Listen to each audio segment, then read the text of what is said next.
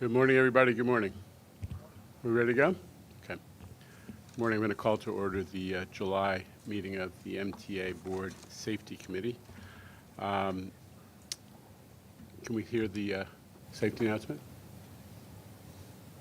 Your safety is of the foremost importance to the MTA. Therefore, we ask that you listen and adhere to the following instructions. If you witness an emergency, notify emergency personnel in the room and call 911 immediately. Please follow any audible instructions provided through the public address system or visually on screens in the event of an emergency. If an alarm sounds, wait for a public address announcement and follow instructions. If told to go to another floor or to evacuate the building, leave all unessential items behind and use stairwell A just across the main hallway, or stairwell B down the hallway past the elevators.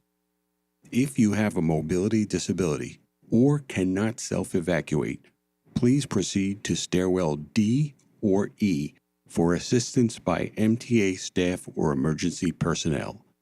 An automated external defibrillator, AED, for use by trained personnel is in the main hallway just past the elevators. If you need assistance during an evacuation, please tell an MTA staff member or emergency personnel.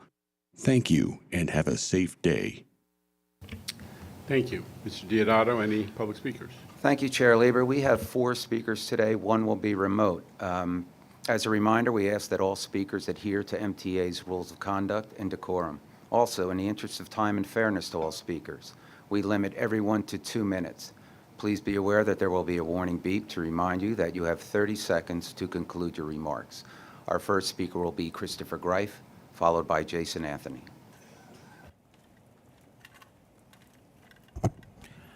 Good morning, everyone. I'm Christopher D. Greif, and happy Disability Pride Month and ADA 34. First, I want to thank our chief. Thank you for always the safety for our customers with people with disabilities on the railroads and at certain stations, at train stations. And I do want to wish you a happy National Night Out, August 6th. My concern, and always will be my concern, is safety for people with disabilities entering the gates. As you know, we have those private guards. I want to thank you that those private guards are there, but there are some do need accessibility training, which they're not related to NYPD or MTA Police, but they are related to the MTA.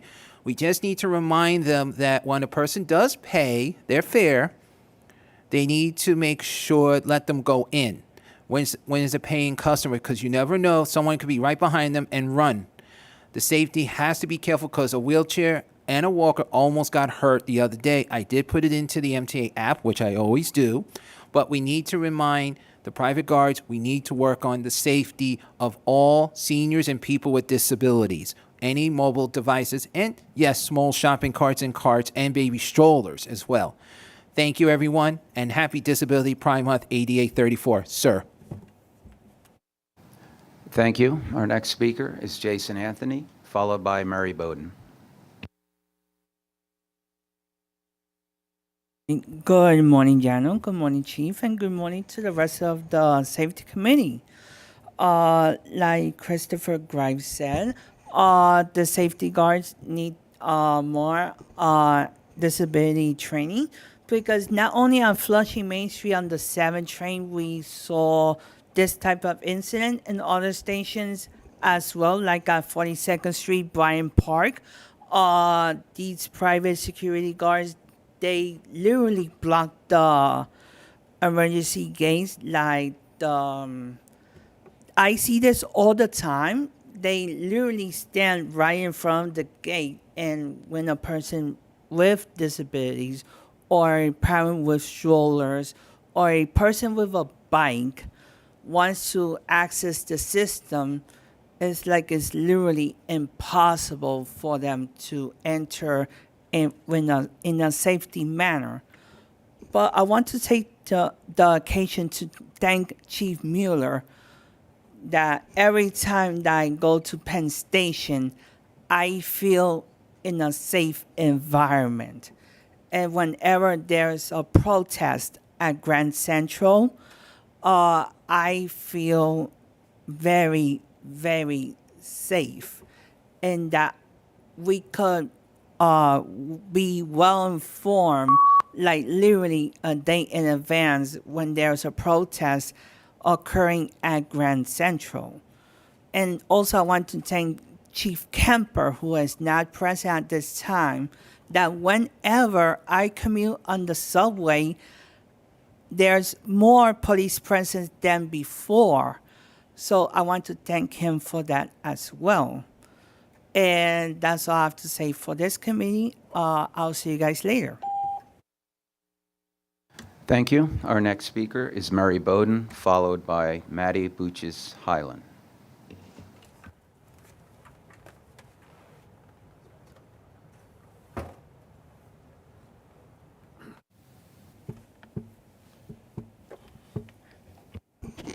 Well, Jana, this is all your fault. You said, come back to the office, face-to-face works, which is the reason I'm here, to reinforce the fact that the best work gets done face-to-face. I got a whole list of things here that were wrong. Half of them have been solved already just because I was here. Kathy and I have going to establish. The reason I can't get the words out is because I'm working on avoiding dementia. It's coming. It's here. You're looking at somebody with slowing down dementia. I can't find the right words. I mix up stuff. I make mistakes. That was my public service. That was going to go after my time. I have to look this stuff up. You said to follow the rules. Bridges and tunnels doesn't follow the rules because the lines on the road are not consistent and they're not legal. The bus routes would go faster if they straightened out their New York City lines, because the lines in the middle should be where the snowplow goes and not where they did it 50 years ago. The lines on the Kosciuszko Bridge point up, the other ones point down and not tell you where you need to go. And somehow somebody has to sit down and say, they changed the manual in December that said, what's the best thing to do for your city? Well, nobody sat down and said, if we changed the lines on a road and we changed the arrows and made it more easy and consistent for the driver, you'd have faster traffic, you'd have less accident. Every accident causes all kinds of backup. You're right, Jano. Nothing works like face-to-face. And if you all understood that and took a few minutes, this is a safety issue. Thank you. Conclude your remarks. My extra remarks, yeah, you're beeping me. My extra remarks were going to be about the dementia, but it got thrown in the middle. It's been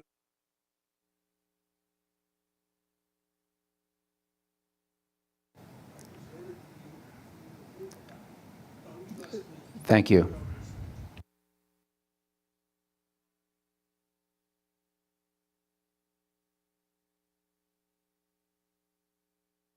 Our last speaker will be Maddie Buches Highland.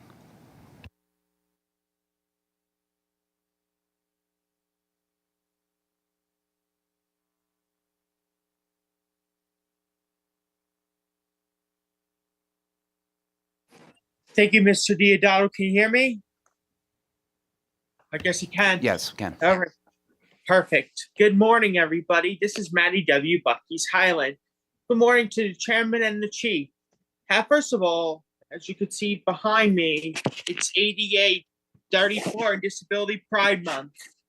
But I want to get to the topic of safety since it's a 2-minute time. I want to thank Chief Mueller as well as the Chief Kemper of the New York Police Department, the MTA Police Department, and the Triborough Bridge and Tunnel Authority. People now feel safe because the crime statistics are down as a result of the chief's effort to maintain that, that people can trust them to be safe. I'm tough on crime and I do support capital punishment and the death penalty.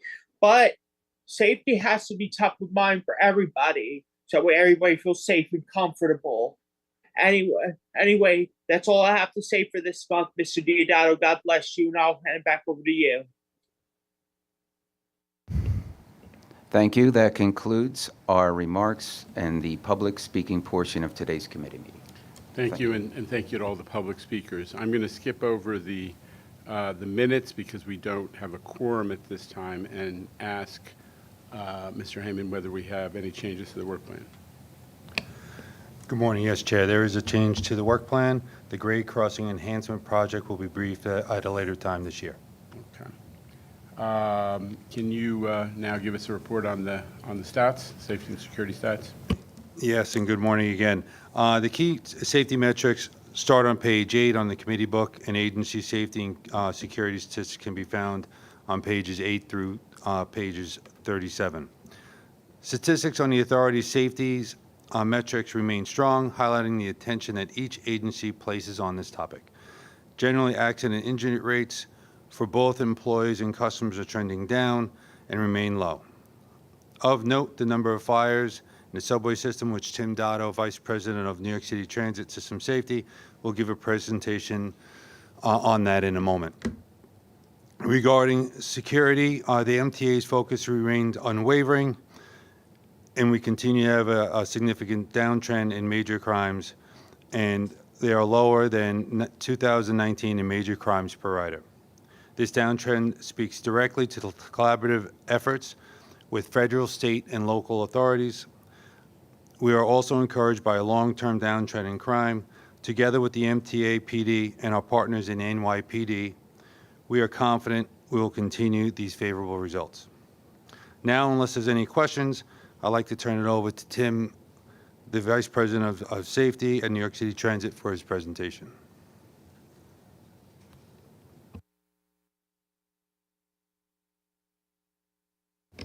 Good morning, everybody. Thanks for the time. Just want to present on a successful initiative that we've had. I could show you that how successful it's been over the last 3 years. You could see that that tan line is the best in the last three years, and continuing in that direction. We're very proud of this mitigation. Just want to show you also where these fires typically occur. About 3/4 of them occurring on the right-of-way, nearly 1/4 in the stations, and about 5% actually involve our trains. So the Executive Committee on Track Fires is the initiative. It's a multi-departmental coordination. We analyze every fire incident monthly. It's led by the Assistant Chief Track Officer in the Department of Subways, and it includes Office of System Safety, the various DOS divisions that are involved, security, and our marketing division.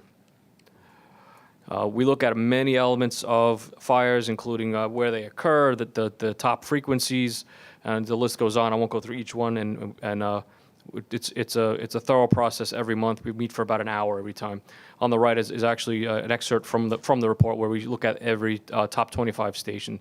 This helps us direct our attention appropriately.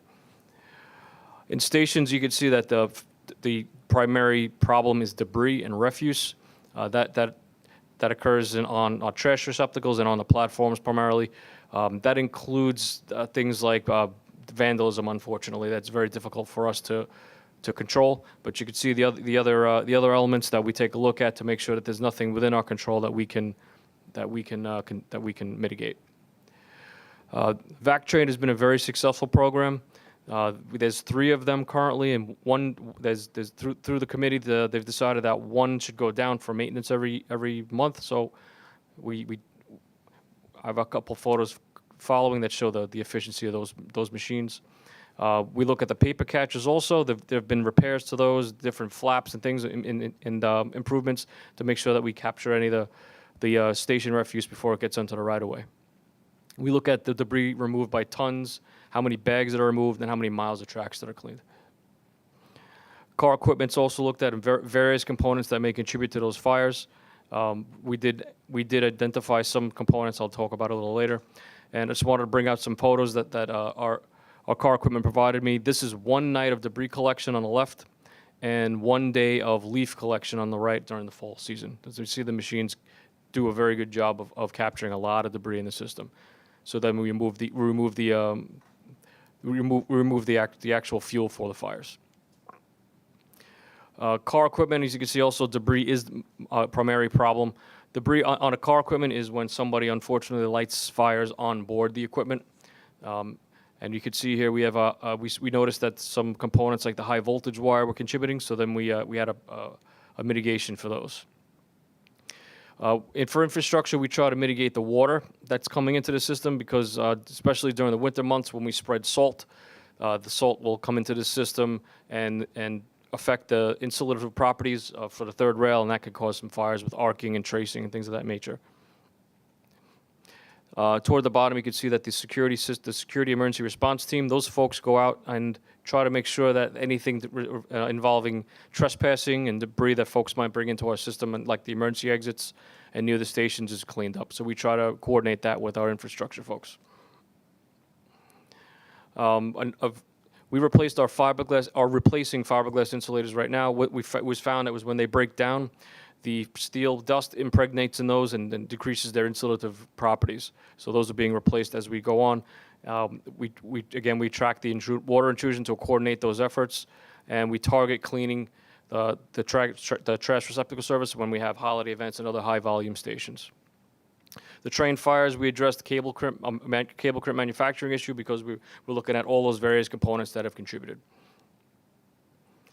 We've also found a new switch lubrication that is less flammable, and as in those locations where we see that's been being used, we see fires decreasing. So that's been effective. We coordinate vac train and station cleaning together because there's some areas that the vac train cannot clean. So we make sure that the manual cleaning makes that a more effective cleaning effort overall, decreasing the available debris for fires. And we've applied found a fire retardant coating to apply to high incident tie fire locations as well. Any questions on those efforts? Thank you. This is, I grew up in New York in the 70s, so dealing with track fires, I haven't forgotten what a big impact that was having on our ability to run the system safely and reliably. So this is a significant initiative. It's early in the morning, so everybody's a little groggy, but not to be overlooked. This is where we need to make sure that this particular impact to our ability to provide on-time service is dealt with, and you guys are doing a great job, so thank you. The other person who knows New York from the 70s, Mr. Albert.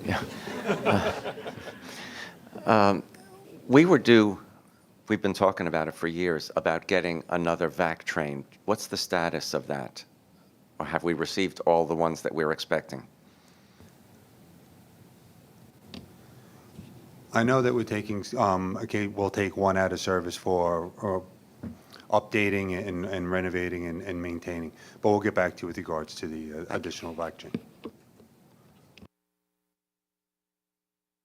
I mean, the track fire stats are indicating that this has made an impact and it is being effective. So let's not overlook the progress that's been made.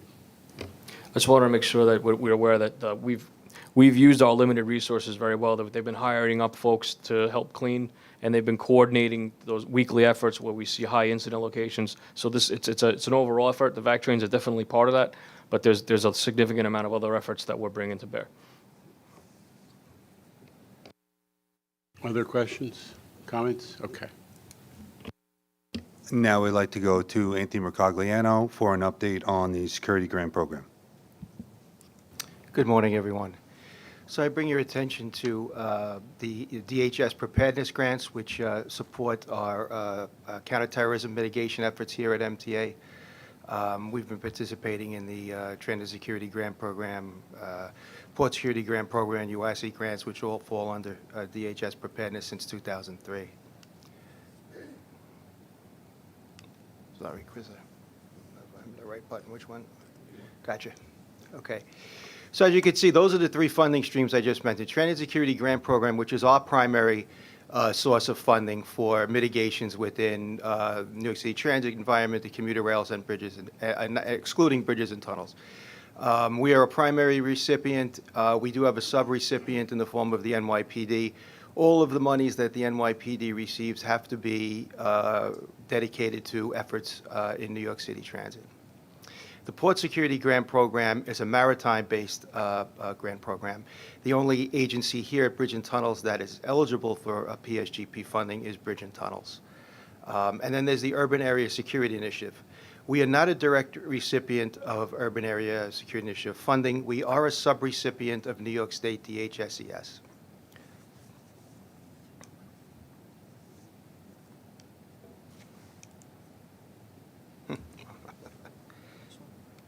Gotcha. Okay. So here's just, an overview, an illustration of just the last few years of how we've benefited from these funding streams. If you go back to 2020, we had 7 out of 8 projects funded. The MTA, as a primary stakeholder in the Transit Security Grant Program, can submit 8 investment justifications. And we usually mix those IJs up into a layered approach of capital security mitigations, operational efforts, training, et cetera. So in 2020, we received 21.1, or almost 21.2 million, and had 7 out of 8 investment justifications funded. If we go down to 2021, you see it went down a little bit. And we also benefited from the Port Security Grant Program in 2021. 2022, 10.3 million, and then 2023 shows you 14.4. We also got some very generous grant funding from the LE Tech Grant, which is a state grant program which helped fund the MTA PD with some, I believe, unmanned aerial systems. And then there was a body-worn camera policy implementation program grant that we received in 2023 that supported body-worn cameras. And that was from the Department of Justice, the Federal Department of Justice. So occasionally you'll see that there are other funding streams that become available that we take advantage of in addition to the 3 major funding streams I mentioned earlier. So here we look at this fiscal year, 2024.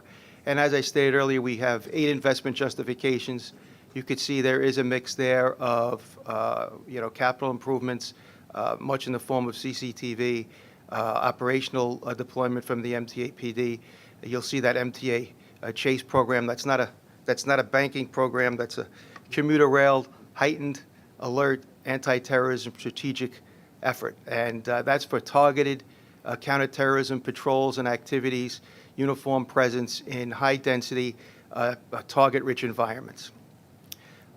You could see that we did put in 3 investment justifications for the Port Security Grant Program that are germane to Bridge and Tunnels, and it involves some detection technologies, some training and exercises, and some monies for special events such as the marathon, New York City Marathon, et cetera.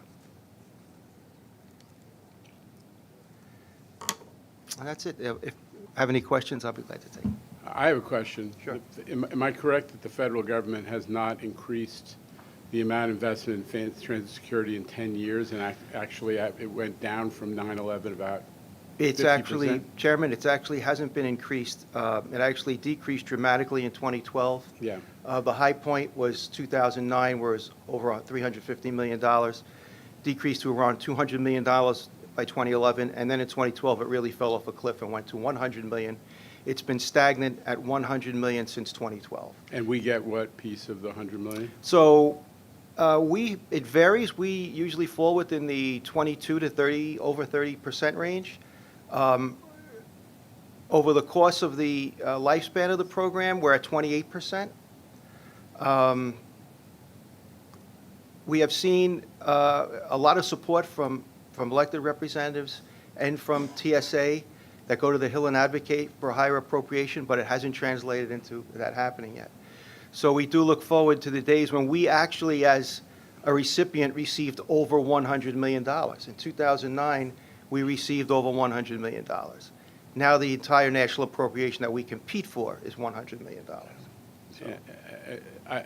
The next time, whether it's just a follow-up to give to the committee, I'd like to compare it to the security anti-terrorism money that's being distributed to localities and to transportation operations for other modes. The fact that transit, which is clearly, if we're realistic, a focal point of the bad guys, we've seen that again and again, has been going down for a long time and is, relative to the scale of the challenges, a pretty moderate amount, is a source of concern. I want us to make a more forceful case to the Congress, especially our New Yorkers, about that. That doesn't make any sense to me. No, I 100% agree, and, the Port Authority is, a stakeholder who competes for these funds as well, and of course, that takes into account aviation. I can tell you, hasn't translated into more dollars, but the current head of TSA and the main stakeholders in these grant programs are FEMA and TSA. FEMA administers these programs, so they own the programs as far as the terms and conditions, the application process, and then monitoring the spend downs and the activities that coincide with the awards. TSA is the subject matter expert, and the current TSA administrator, Robert Prokosky, has been an advocate of surface transportation. Prior to that, it was really focused on aviation, and you can understand that in the aftermath of 9/11 and the creation of the Department of Homeland Security shortly thereafter. The emphasis was aviation, and it kind of stayed there. But this particular administrator, who's been in place for a while, he actually has bridged 2 presidential administrations, which is kind of unique, has been an advocate of surface. Yeah, I've met with him, and he is a strong advocate and a good partner, but I think we got to make the case. Yes, sir. Because every day we carry way more people than all the New York airports combined. Absolutely. And, we've learned over time that, as I say, the bad guys do tend to focus on the iconic New York City transportation system. So we need a little more help from the feds on this. It doesn't make sense that it's been going down over time, given the experience. I also want to highlight the fact that on one of the 3 grants that you put on your list, the UASI category, the MTA is not even considered a direct grantee, eligible direct grantee. Port Authority is, NYPD is, others. Time to fix that, and I have made that case to state dishes, and we need to lock that down. It makes no sense that we have to shake the cup with other agencies instead of being allowed to participate directly in that grant program. Okay? Yes, and that's a larger funding pool. That's double the Transit Security Grant Program and the Port. Transit and Port are $100 million each before carve-outs. The UASI is $200 million or close to it, so it's a larger funding pool. So there's no amount of bureaucratic mumbo-jumbo that can convince me that we shouldn't be a direct eligible applicant for that category as well. Well, your support is greatly appreciated, sir. All Thank right, you. so but now we got to take it to our colleagues about making us eligible. Okay, with that. I'm Ms. sorry, Flick, Mr. Chair, I have a please. question. Ms. Lopez. Thank you. With respect to the funding, do we receive the funding based on a reimbursement basis, or is it upfront? How do we obtain It's a these reimbursement funds? basis. Okay, thank you. And that goes for all as a direct recipient and a Yes. subrecipient as well? Yes. Okay, thank you.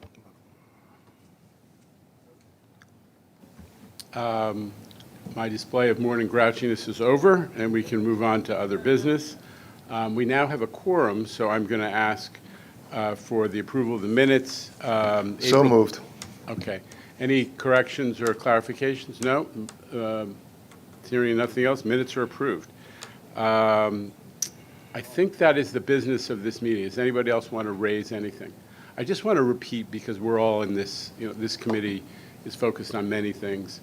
A couple things. One, I obviously have been having some events with the mayor where every time we talk about the trend on subway crime, and it's positive. 12% down versus pre-COVID. That's the stat that I focus on the most.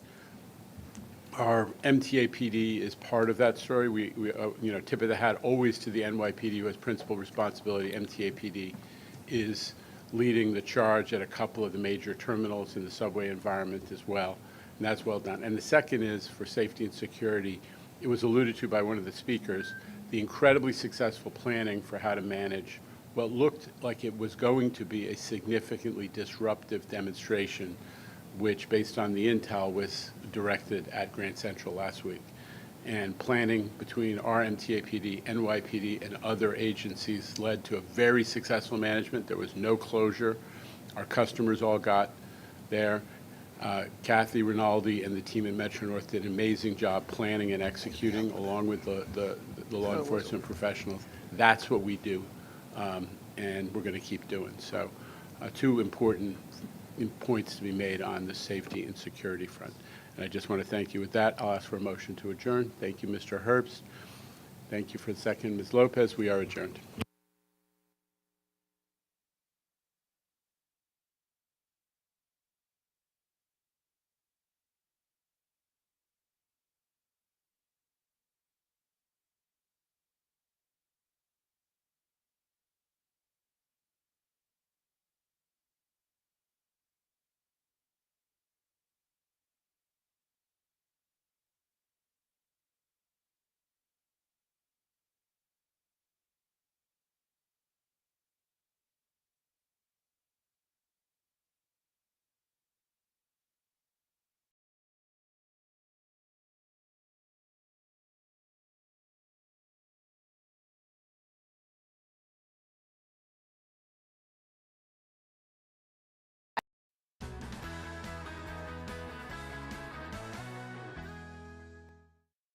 What does a bus maintainer do? My name is Perry Evel. I've been with the transit system for 8 years. I work at Casey Stengel Depot in Flushing, and I'm working as a BMB, which is a bus maintainer. My responsibilities are basically maintaining the buses, changing filters, oil, electrical, undercarriage, hydraulic system, cooling system. My main pick is brake system. We're specialized in brakes. I think our job is the most critical because if the bus don't stop, people will get hurt. When an individual comes to New York City Transit as a maintainer, there's different training that they receive. So they'll get training on the bus from the front to the rear, electrical, diagnostics, body work, depending on what their title is. You have to be a person that cares about your job. You have to be accurate in what you do, especially in my field, where I said, the brakes are very important. It's a safety issue. You check and you recheck, make sure that everything is done correct, and you make sure that your job is done very well. And I'm kind of a perfectionist too, so that helps. I see our buses on the streets, picking up passengers, taking them where they need to go. Makes me feel proud knowing that they're in a safe bus. Since I was young, I love mechanics. I never knew that this would have been my job. It's a great thing to work for the greatest city in the world and servicing millions of New Yorkers and people all over the world. It's a great privilege, and I think it's a great honor to work in this city and the biggest bus company in the world.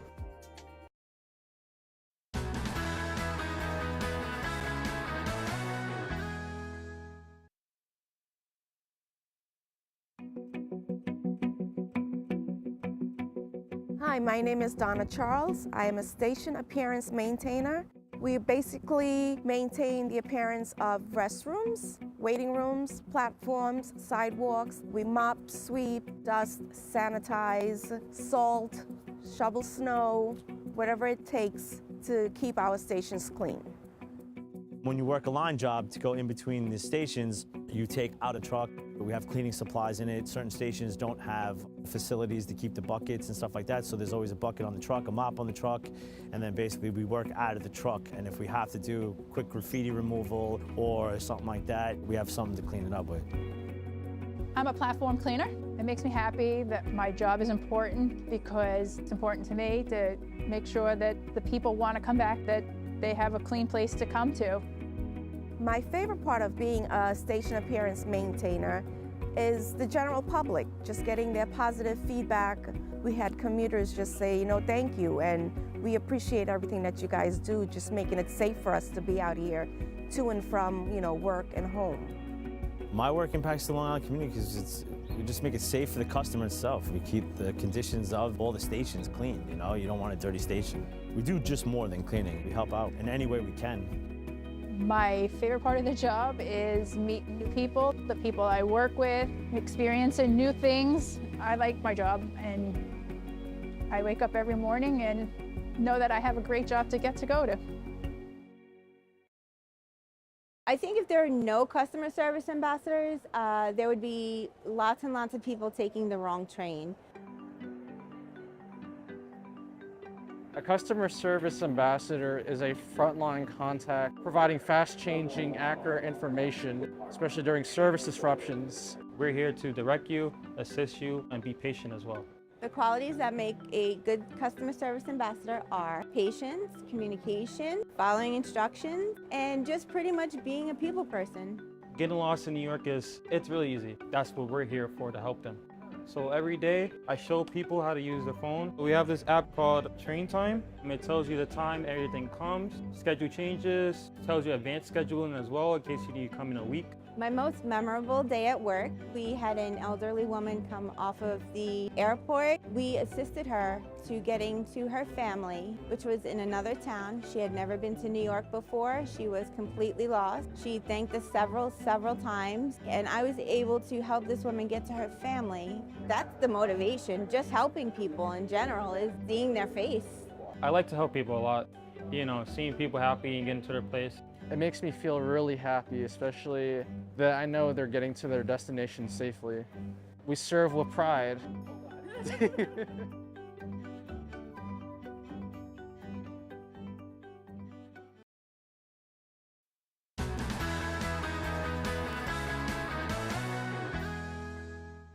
What does a system operator do?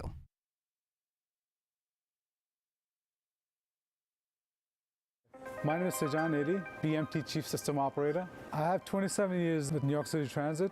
As a Chief System Operator, I'm in charge of the supplying of DC power, traction power. The system operator's responsibility is to oversee all the third rail power that we provide to run the trains in the New York City Transit system. The way that we power up the third rail is we get electricity from Con Edison.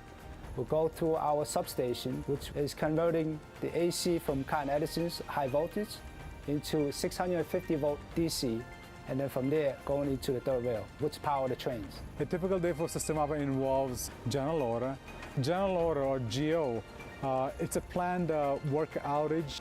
Normally they're working next to the third rail or nearby, so they want power off so they can work safely. Any emergency happens on the field, RCC give us a call to have a power off on a certain line, certain track. The Power Control Center controls remotely all the equipment out on the field. This equipment that we control is called the MTU, which is the Master Terminal Units. We take power off instantly by operating these buttons on the board. As for RCC requests, we normally take power off from gap to gap for emergencies. Red means the power is on. When it goes green, that means the power is off to that track. It's good to know that the work I do help to keep the employees safe and the system moving.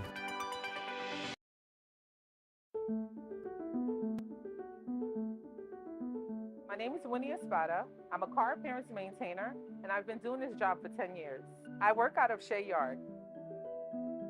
I was interested in helping the community, the public, so when our passengers get on the train, they'll see that I cleaned it. I'll feel good that I did the job, that they're comfortable and they don't have to worry about the mess because we took care of it. Well, I always had a background in cleaning with janitorial work and also car detailing. So I came to the railroad and used my skills that I learned from there to help clean the trains. I like working on the train, working with the equipment. I always enjoyed cleaning, so that's really it. A typical day is thorough cleaning here in the EIC dock, where we take the seats apart, make sure the sides of the seats are clean from garbage. Any newspaper, cans that are left behind, we clean that up. Clean the windows, we take care of the doors. We make sure that the engineer's cab is clean and ready for him to go for the day. So we take pride in making sure we sanitize everything from the bathrooms itself and everything the customer put their hands on.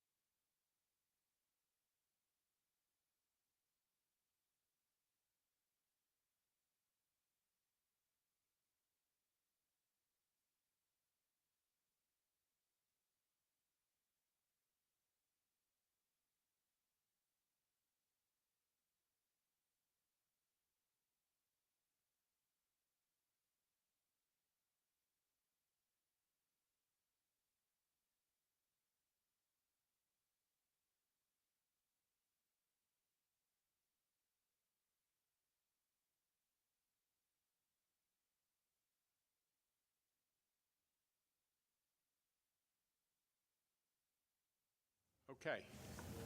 Let's get started with the July Capital Program Committee. Members of the public wishing to provide comments, Ms. King. Good morning, Chair. We have 10 members of the public registered to speak today. As a reminder, we ask that all public speakers adhere to the MTA rules of conduct and decorum. I would also like to remind our public speakers that in the interest of time and fairness to all speakers, we limit everyone to 2 minutes. Please be aware there will be a warning beep to remind you that you have 30 seconds to conclude your remarks. Our first speaker is Jack Connors, followed by Christopher Greif.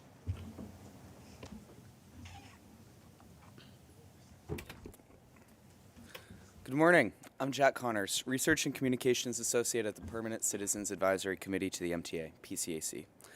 This month, New Yorkers experienced near record-breaking heat, and riders felt the consequences of decades of disinvestment. We're still suffering through hot cars on the one train, rolling stock whose time has come. 2 short weeks ago, riders lived through severe delays on the A, B, D, F, and M lines due to ancient, malfunctioning equipment whose replacement time is long past due. That it happened in the midst of a historic heat wave just added to our misery. While riders roasted, Governor Hochul reiterated that we, quote, need a pause to assess the situation and cast doubt on her desire to enforce yet another nation-leading law, the Climate Leadership and Community Protection Act, saying, quote, if we miss it by a couple of years, the goals are still worthy. Perhaps she would have more urgency if she were living through the consequences of transit disinvestment and climate change, instead of reading about them from her air-conditioned SUV. Phantom kitchen workers at the Sheraton may be giving Governor Hochul a standing ovation, but MTA riders marooned on sweltering platforms certainly are not. Last month, we heard about the devastating effects this pause will have on New York. $16.5 billion gutted from the capital plan, 100,000 jobs at stake in every single New York State congressional district, and billions in federal grants at risk. This month, we're sure that news will keep getting worse. Now the MTA is in the impossible position of formulating the next capital plan due in September, while deciding how to build a 5-year program without knowing if, when, or how the whole and the current 5-year capital plan will be paid for. Governor Hochul, millions of MTA riders beseech you, stop playing politics with our lives and livelihoods. Follow the law, unpause the pause, fund the transit we depend on, and get the MTA back on track. Thank you. Next speaker, Christopher Greif, followed by Jason Anthony. Good morning. I'm Christopher D. Greif, and happy ADA and Disability Pride Month. As today you guys are talking about capital, I want to be very clear that elevators and ramps are important, but more accessibility needs to go into those stations. Braille, updated signages, LD lighting is needed at these stations. Not just indoors, but outside those stations, especially the lower sign stations, so people can travel on the train and see where they have to board. Just like Main Street Flushing, there is no signages enough. Since signages are getting damaged or stolen, we need to make sure that signages for accessibility for seniors and people with disabilities and baby strollers are going into the right place to the platform. We need to make sure the funding is covering. Also, not just on the subways and buses, but updating the railroads for those special buttons to alert the conductors when they need to get on the train or the ramp assistance. Especially right now, we have to raise our arm to the conductor to say there's a wheelchair, there's a walker, there's a stroller. Sometimes conductors do not pay attention, but it's not their fault because they're doing a lot of work. But we need those devices to be available at all Long Island Railroad stations. Terminals, you have the Long Island Care and Metro North Cares. So we need to make the whole area fully accessible. The governor and all elected officials who are listening, we need the funding for accessibility. And doesn't matter which party you're in, we need accessibility funding. This stands for disability for a reason, and seniors, and people who are taking their baby strollers. Remember, early intervention children need to get on the bus and the subway safely, including accessoride as well. We need to move forward, not backwards. Ladies and gentlemen, this is the new MTA, not the old. We need to move forward, not backwards. So my message is to all the officials quickly. We need accessibility funding. Thank you. Next speaker, Jason Anthony, followed Maury Bowden. Good morning, Jano. Good morning, Jamie. like Chris mentioned, we need accessibility funding because our beloved governor, Kathleen Hochul Courtney, is putting our accessibility at risk. $16.5 billion, it seems much, but as a reminder, July is Disability Pride Month. It is good to learn updates regarding Phase 2 of 2nd Avenue Subway, but stations like Hoyt Skimmelhorn Street is not getting the elevators updates, in other words, upgrades. That's one of the stations that I use often because there's a lot of people that depend on it. For full disclaimer, it's partially accessible. But we need everybody's support, and this is why elected officials need to intervene with support letters. And state, federal, city council, among others, needs to put their senses together. But advocates like myself have been putting the message across the let's say New York and New Jersey area and saying one message. Accessibility is an important component for transportation. The MTA listens to us, but not the Port Authority and New Jersey Transit. And this is why I want to thank General Lieber for listening to us. So I'll see you guys later. Next speaker, Murray Bowden, followed by Bill Ferns.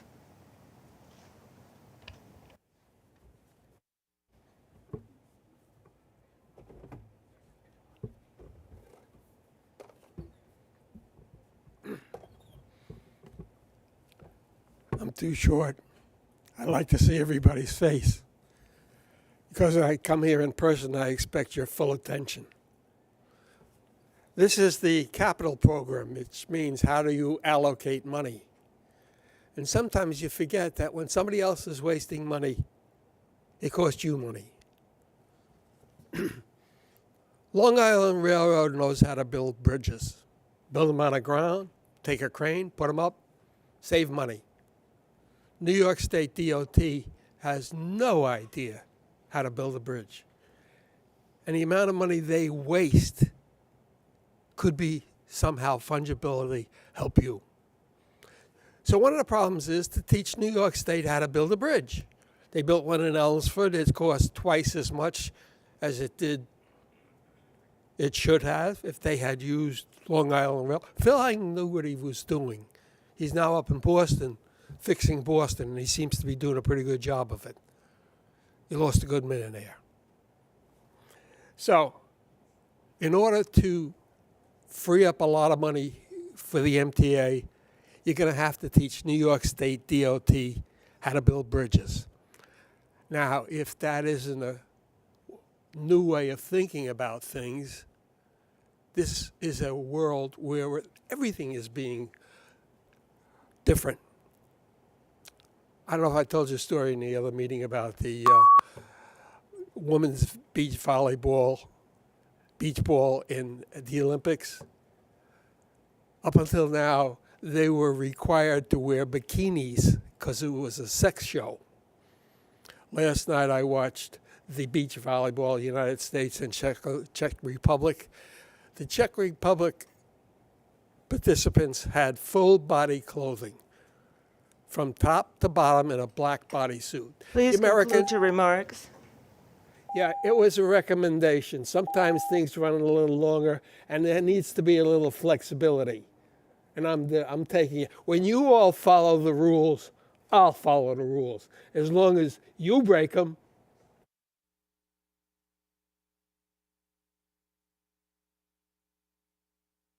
You make a bunch of rules, and we're supposed to follow them, and you break them. Well, if you break them, I'm going to break them. If you don't like it, she's standing right here to carry me away. on TV. I will not stop until I carry it.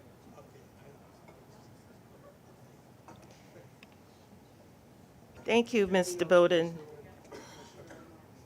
Thank you.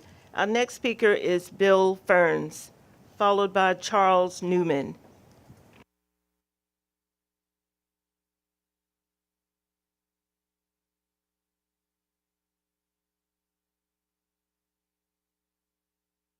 Hi, my name is Bill Ferns. I'm representing the Senior Advocacy Leadership Team, SALT, at the Manicana Center. I'm coming here to ask you to make sure that the Essex-Delancey subway stop is in the 25-29 capital plan.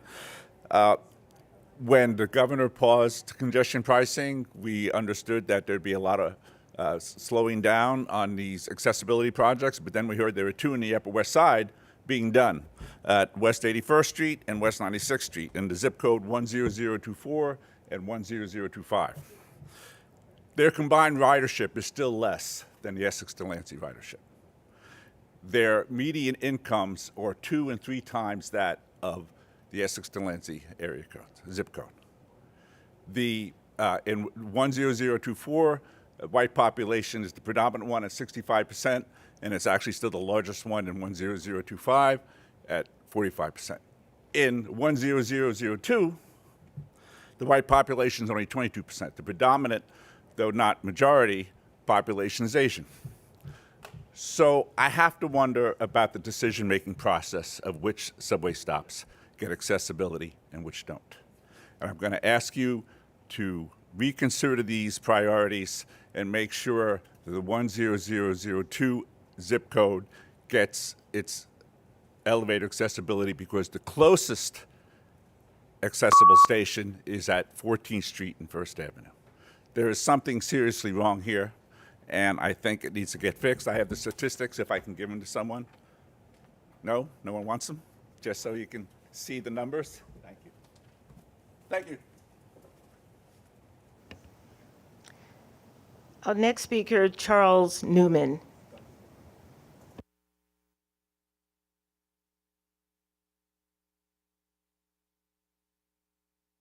Good morning. My name is Charles Neiman, and today I'm representing UA Free, a nonprofit that operates a food pantry just minutes away from a Delancey Essex station, among other community-oriented services. And I'm speaking on behalf of UA Free in support of the inclusion of elevator construction at the Delancey Essex station as part of the 2025-2029 capital plan of the MTA. As a food pantry, we are located in zip code 1002, home to many low-income people of color, and our pantry serves hundreds of clients, particularly seniors of Chinese descent, every Monday and Thursday, who often bring food carts, and if not, bring home full bags of produce and of other food products. For our clients and 7 million other riders, Delancey Essex is a crucial subway station. That is why I'm deeply disappointed by the prioritization of elevator construction in 2 stations in the Upper West Side, whose ridership does not come close to combined does not come close to the ridership of Delancey Essex, and just happens to be those 2 stations happen to be only in one of the wealthiest neighborhoods in this city.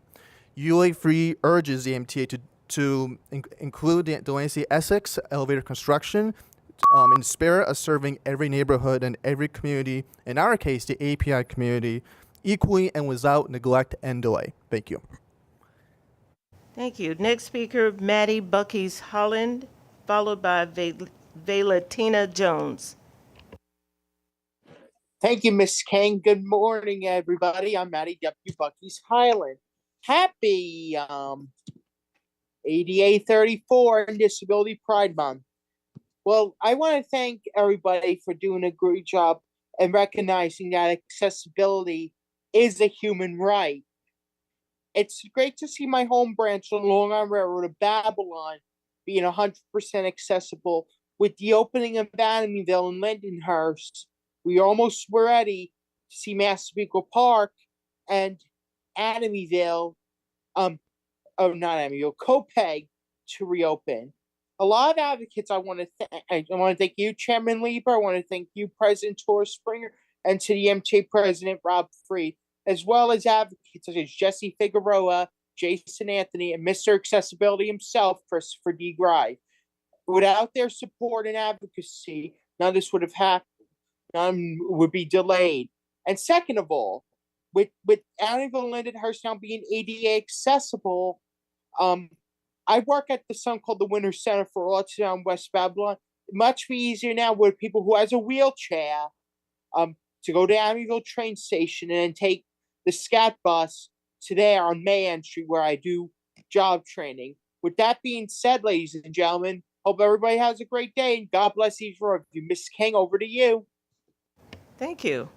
Next speaker, Vela Tina Jones, followed by Joel Chapman.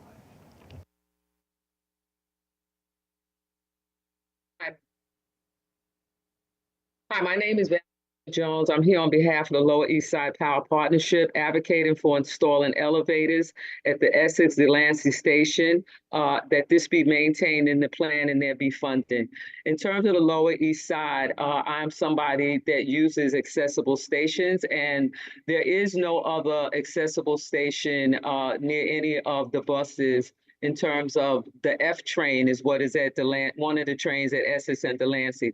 The closest trains that we could get to by bus would be Lexington Avenue and 7th Avenue on Chambers Street, and BMT, which is I'm calling the N and the R, and the 8th Avenue train on 14th Street. So this is the only accessible station.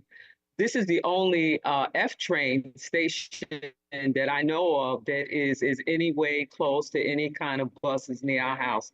So I'm just advocating that the installing of the elevators at Essex Delancey Station remain in the plan and funding be made available. Once again, my name is Valentina Jones. I've been a resident of the Lower East Side for more than 50 years, and I'm here on behalf of the Lower East Side Power Partnership. Thank you, and thank you for consideration and maintaining this in the plan and in funding. Thank you. Thank you. Next speaker, Joel Chapman, followed by Alita Dupree. Hey everybody, my name is Joel Chapman. I'm a wheelchair user, and I take the subway to get around New York City. My home station around 125th on the ACBD has been inaccessible to me for about 8 months now, and it won't be back for another 2, according to the replacement plan. I'm happy that the elevator is being replaced, but I'm not super happy with the timeline. I moved here about a year ago, so I started learning the subway system accessibility, and about 3 months into living here, I saw the sign posted saying that the elevator would be out of service for 6 months. This radically altered my lived experience as a disabled New Yorker. I now have to travel about 1.5 miles to the 96 station on the 123 just to get anywhere.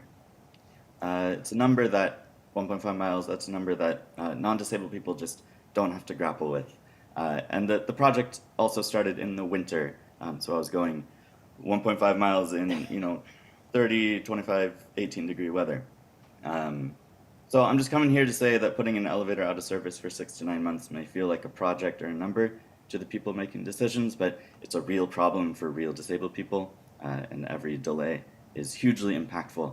So please stop delaying the projects. Thank you. My name is Joel. Our final speaker is Alita Dupree.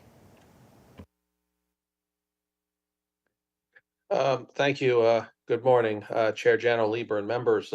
Alita Dupree, for the record, she and her, and I'm representing Team Folds.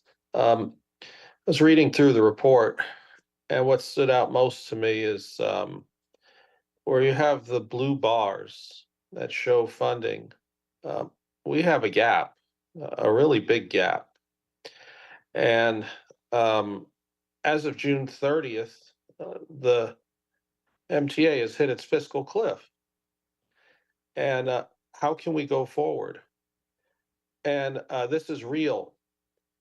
And I think about what this system was like in the 1970s with the graffiti and the broken lights and all kinds of other things. And I lived through that.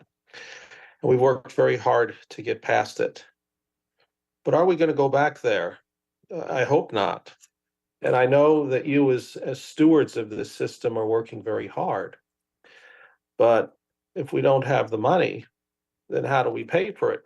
Because we can't print our own money and they don't take IOUs. And I, as a person of disabilities, am looking forward to more ADA accessible stations because I never know if I'm going to need to use those. Disability can strike at any time. And what about the Grand Central train shed? We have to keep that station in good working order. It's really the centerpiece of our system. Sometimes I'm at a loss for words. And I appreciate the work that you're all doing. But I want our system to move forward and hold to ideals that are legendary and stately. I don't want our system to decline. Thank you for listening. Appreciate it. Chair, that concludes the public comment session. Thank you, Ms. King, and thank you to all of our public commenters. Copies of the June committee minutes have been distributed and are available on the website. Any changes or comments on the minute? Hearing none, may I have a motion? Mr. Herbst, thank you. Second. Ms. Mahaltzis, all in favor? The minutes are approved. Any changes to the work plan, Mr. Torres-Springer? No, Chair, no changes to the work plan. Okay. Would you give us your report, please? Thank you very much. Good morning, members of the committee. Nice to be here in the morning. Everybody's bright-eyed.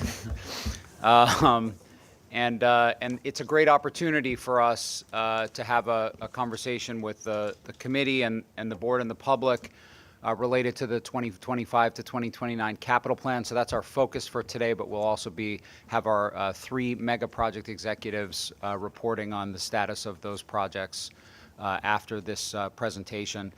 So our 25 to 29 capital plan is due on October 1st by statute. And the board must act in September to approve the plan. So we wanted to give an update to the committee fairly comprehensively about where things are heading. There are lots of pieces that are still falling into place and getting sorted out and analyzed, but we thought we should come and give you the state of play as it stands.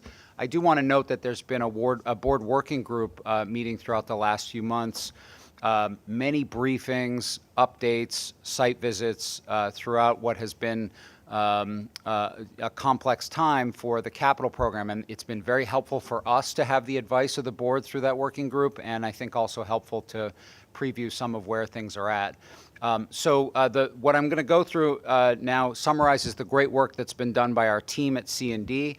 That's primarily led by the development group with Tim Mulligan as the lead. Tim's over there. And our planning group, Frederica Cuenca is here representing the planning group. And those two groups are really pulling together a great plan. I want to note one other assumption here as I go into this. As we look at the 25 to 29 plan, the assumption is that the projects funded by congestion pricing are moving forward. As the governor has said, and we take her at her word, the $15 billion will be restored, and so the assumption is that those projects are all moving as we look at these projects. We've taken an approach which I think is a good capital planning and budgeting approach, a good approach to any form of budgeting, and if it's not, I'm pleased that our CFO is sitting next to me to correct anything I get wrong today.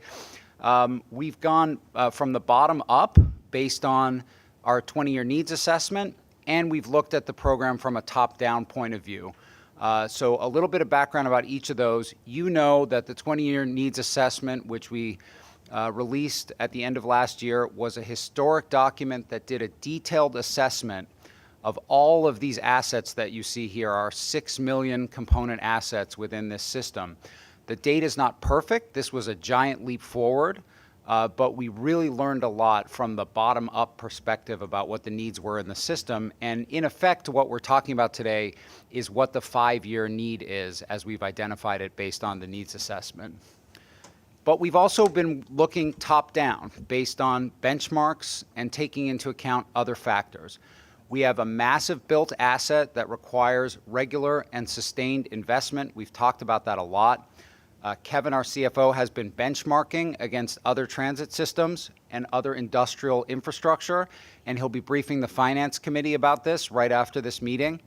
I think the primary finding is that investment in an asset base like what we have with a level of depreciation that we see in our system requires higher levels than what we have been doing. We have another benchmark in a report from the state comptroller that he released that shows that by that estimate, we need to do at least $43 billion of state of good repair in the next capital plan. But there's, as I'm about to show, there's a number of different elements of the program that have to get placed on top of that. We know that cost escalation has a major impact. Everybody living in the world in 2024 is aware of that. By any well-accepted measure, we have seen 30 to 35% inflation in construction costs since COVID.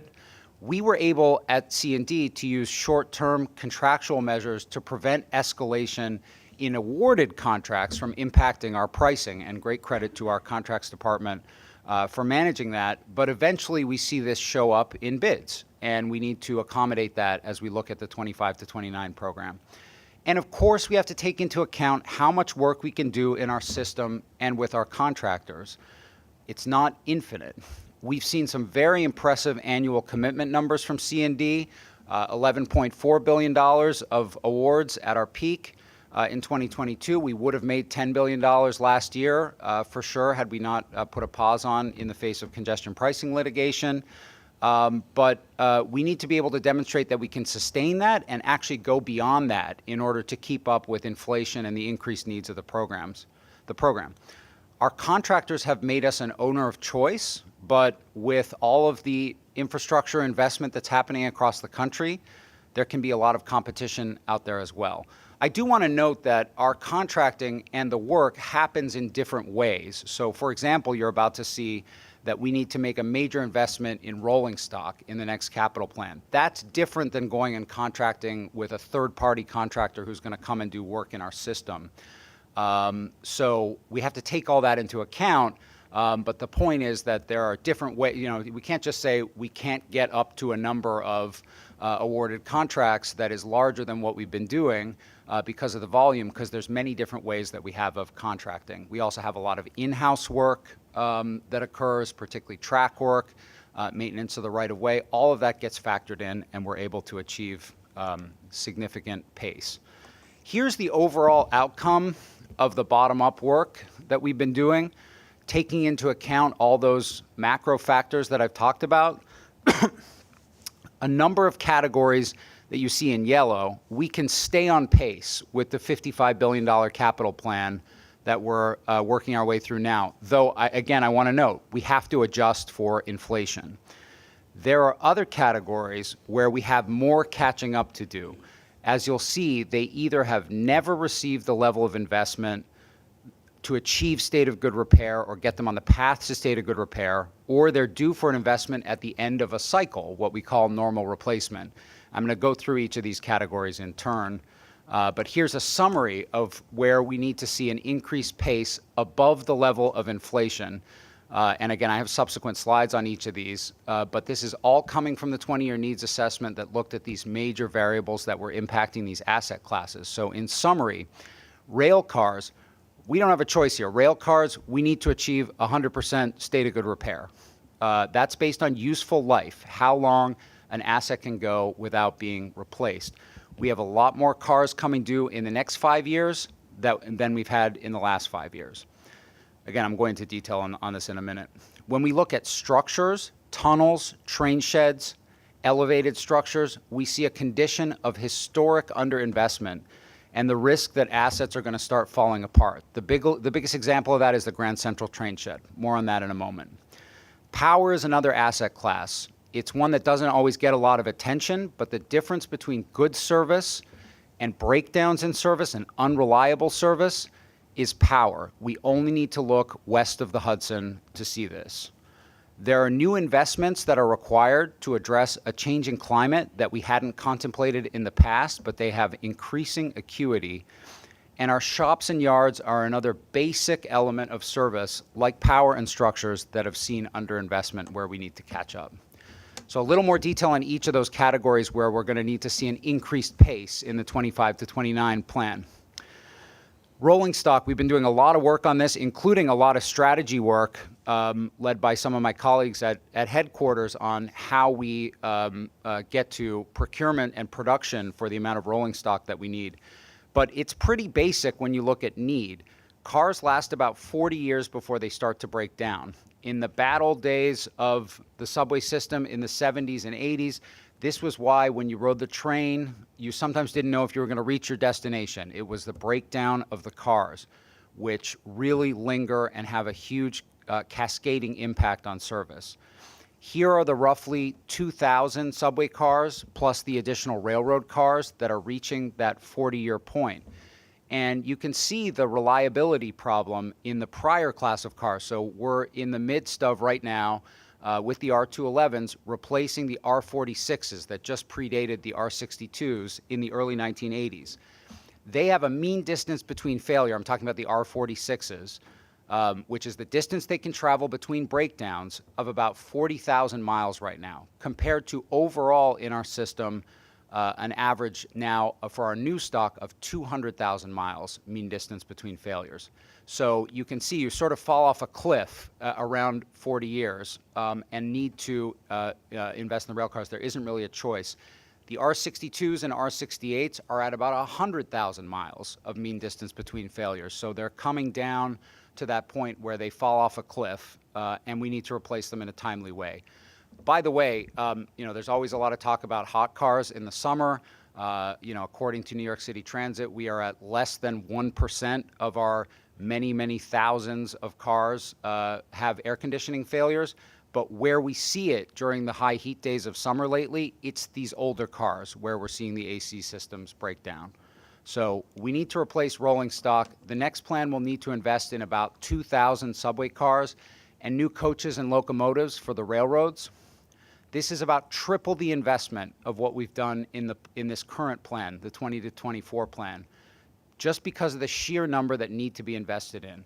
And we can't skimp on this if we want to run reliable service. I'm not going to spend too much more time on rolling stock other than to say that also we are really charging an industry getting built domestically that's able to produce for us. So it's going to take time, but we got to get the orders in. And in order to get the orders in, we need the funding available. That's why there'll be a big priority for rail cars in the 25 to 29 plan. The structures, we've talked about this before, but we can see how the decay curve functions by looking at the Grand Central train shed. Looking at those structural deficiencies, we go through and we do a rigorous survey of each of the structural members. You can see the mounting state of disrepair, the number of deficiencies that we're finding as we go through the train shed. You all know a lot of this is caused by water inundation, the failure of waterproofing on Park Avenue above over the course of a century. But we have a repair program that's active to make the emergency repairs and keep this from getting worse. But you can see this can't keep up anymore. We cannot keep up anymore through a repair program. So we've developed a program to replace the structural steel. And you can see in that sort of fairly small blue area, we've started that phase one, sector one, which we've been able to do with JP Morgan Chase as they build 270 Park Avenue adjacent to it. And they'll also rebuild the malls on Park Avenue, which is a project we're working on with the city.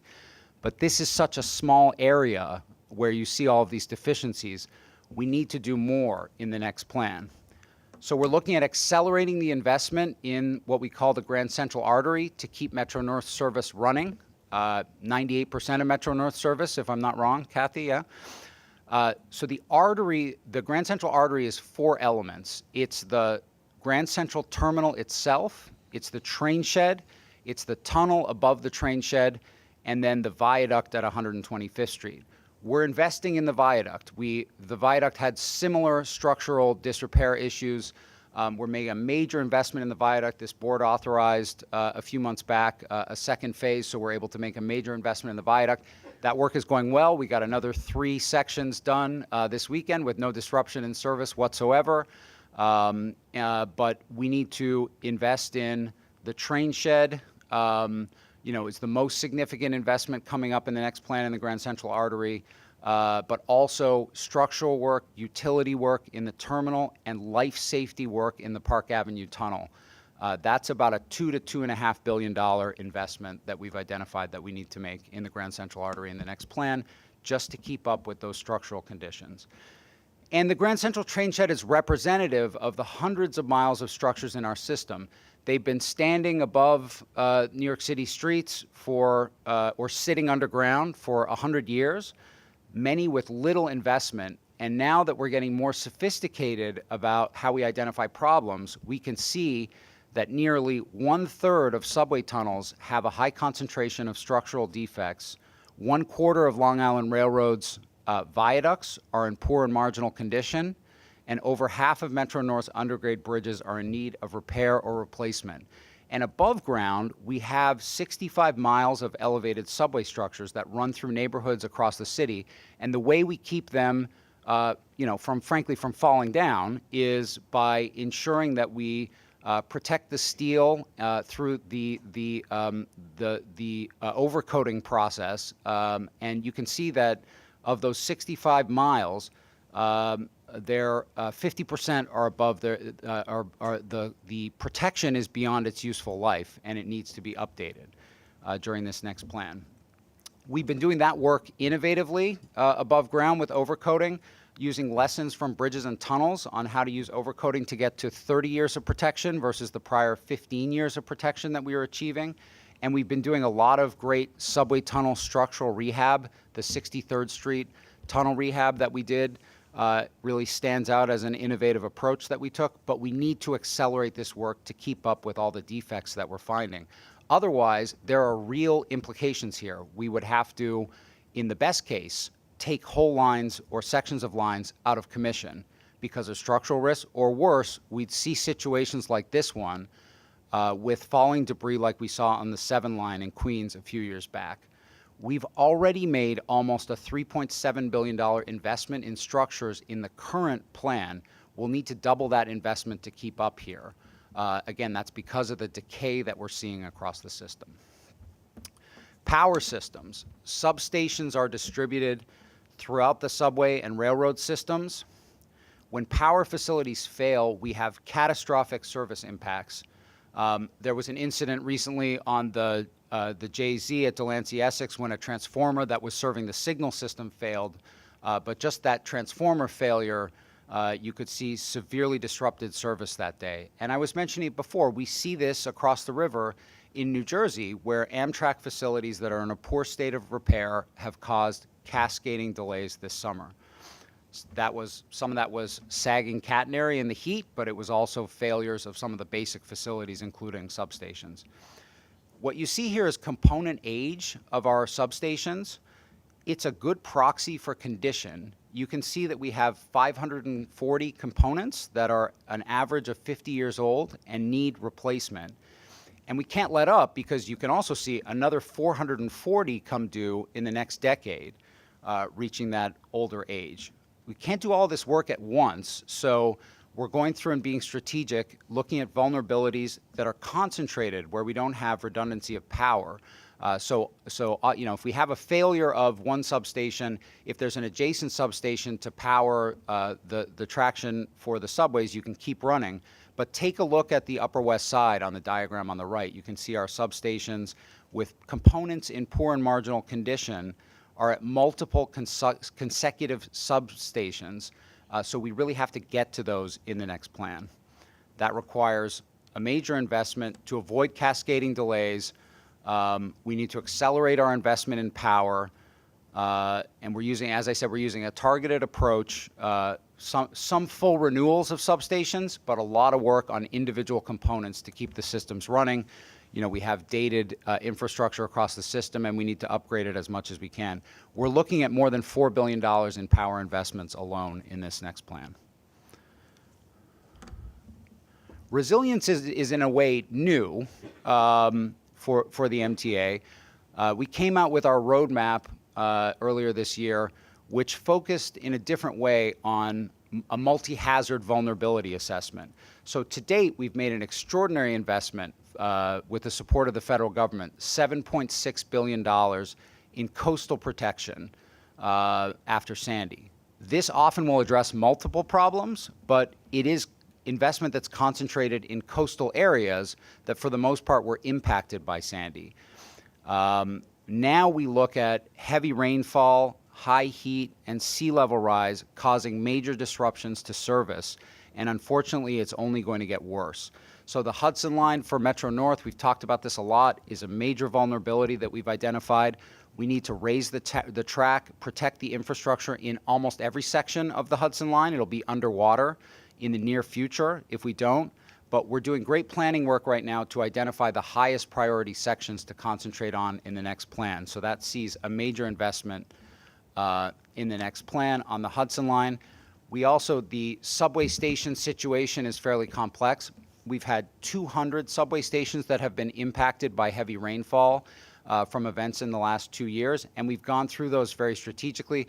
We have a great dialogue with the city going, a task force working with, and compliments to Deputy Mayor Joshi's team, DEP and DOT to go through the stations and figure out whether we can make simple tactical interventions, raise a stair, cover a vent, clean a catch basin, and then looking at opportunities where the city needs to invest in improving neighborhood-wide drainage and doing capital planning together.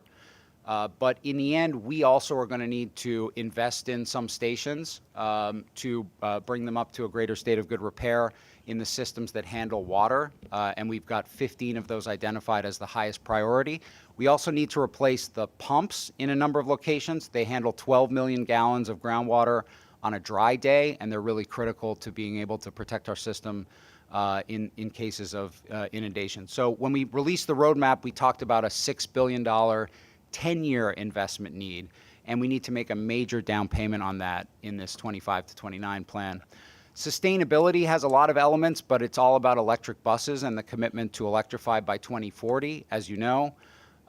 The investment that's required to get there to keep us moving, we really only have 3 more capital plans before we get to 2040. So we have to make a major investment. We've targeted 1,000 electric buses, which is double what will have invested in this plan once congestion pricing comes through. And this is just math based on the cost of the buses. This represents roughly a $2.5 to $3 billion investment, not just in ordering the electric buses, but we have to make investments in bus depots for charging infrastructure and get some state of good repair work done at the same time so that we can service those buses. We also, as with rolling stock, we really need to surcharge an electric bus production industry in the United States, in New York State. And so that's why we can't just go and buy 8,000 new buses in 2039. We have to get these orders started now and keep the pipeline growing across the system.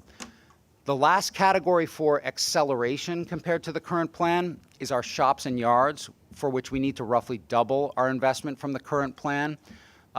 This investment needs to deal with the poor and marginal condition shops, especially Livonia and 240th Street, which have deficiencies that don't just make it difficult for our excellent labor force to service the cars, but they will prevent us from servicing new train cars there as well. So there's really an interaction between the amount of rolling stock we need to replace and the condition of the shops.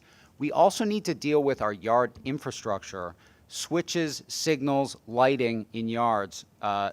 There's often morning service disruption that's caused by challenges with put-ins that arise from poor yard equipment. As our staff are working in the dark to get trains moving and aren't able to see, or there's a faulty signal that isn't able to get repaired, that's often a risk to service, and so why we need to make further investments in yards. On the railroads, we're looking to make yard improvements, particularly at Port Washington, which is the enabler of improving service on that line. So an acceleration of shops and yards investment. That's not to say that the rest of these categories, which I'll run through a little bit more quickly, are not obviously critical to the future of the MTA and the work we're doing. It's just that the investment we're making and we've committed to, adjusted for inflation, is roughly looking to be the right amount of investment.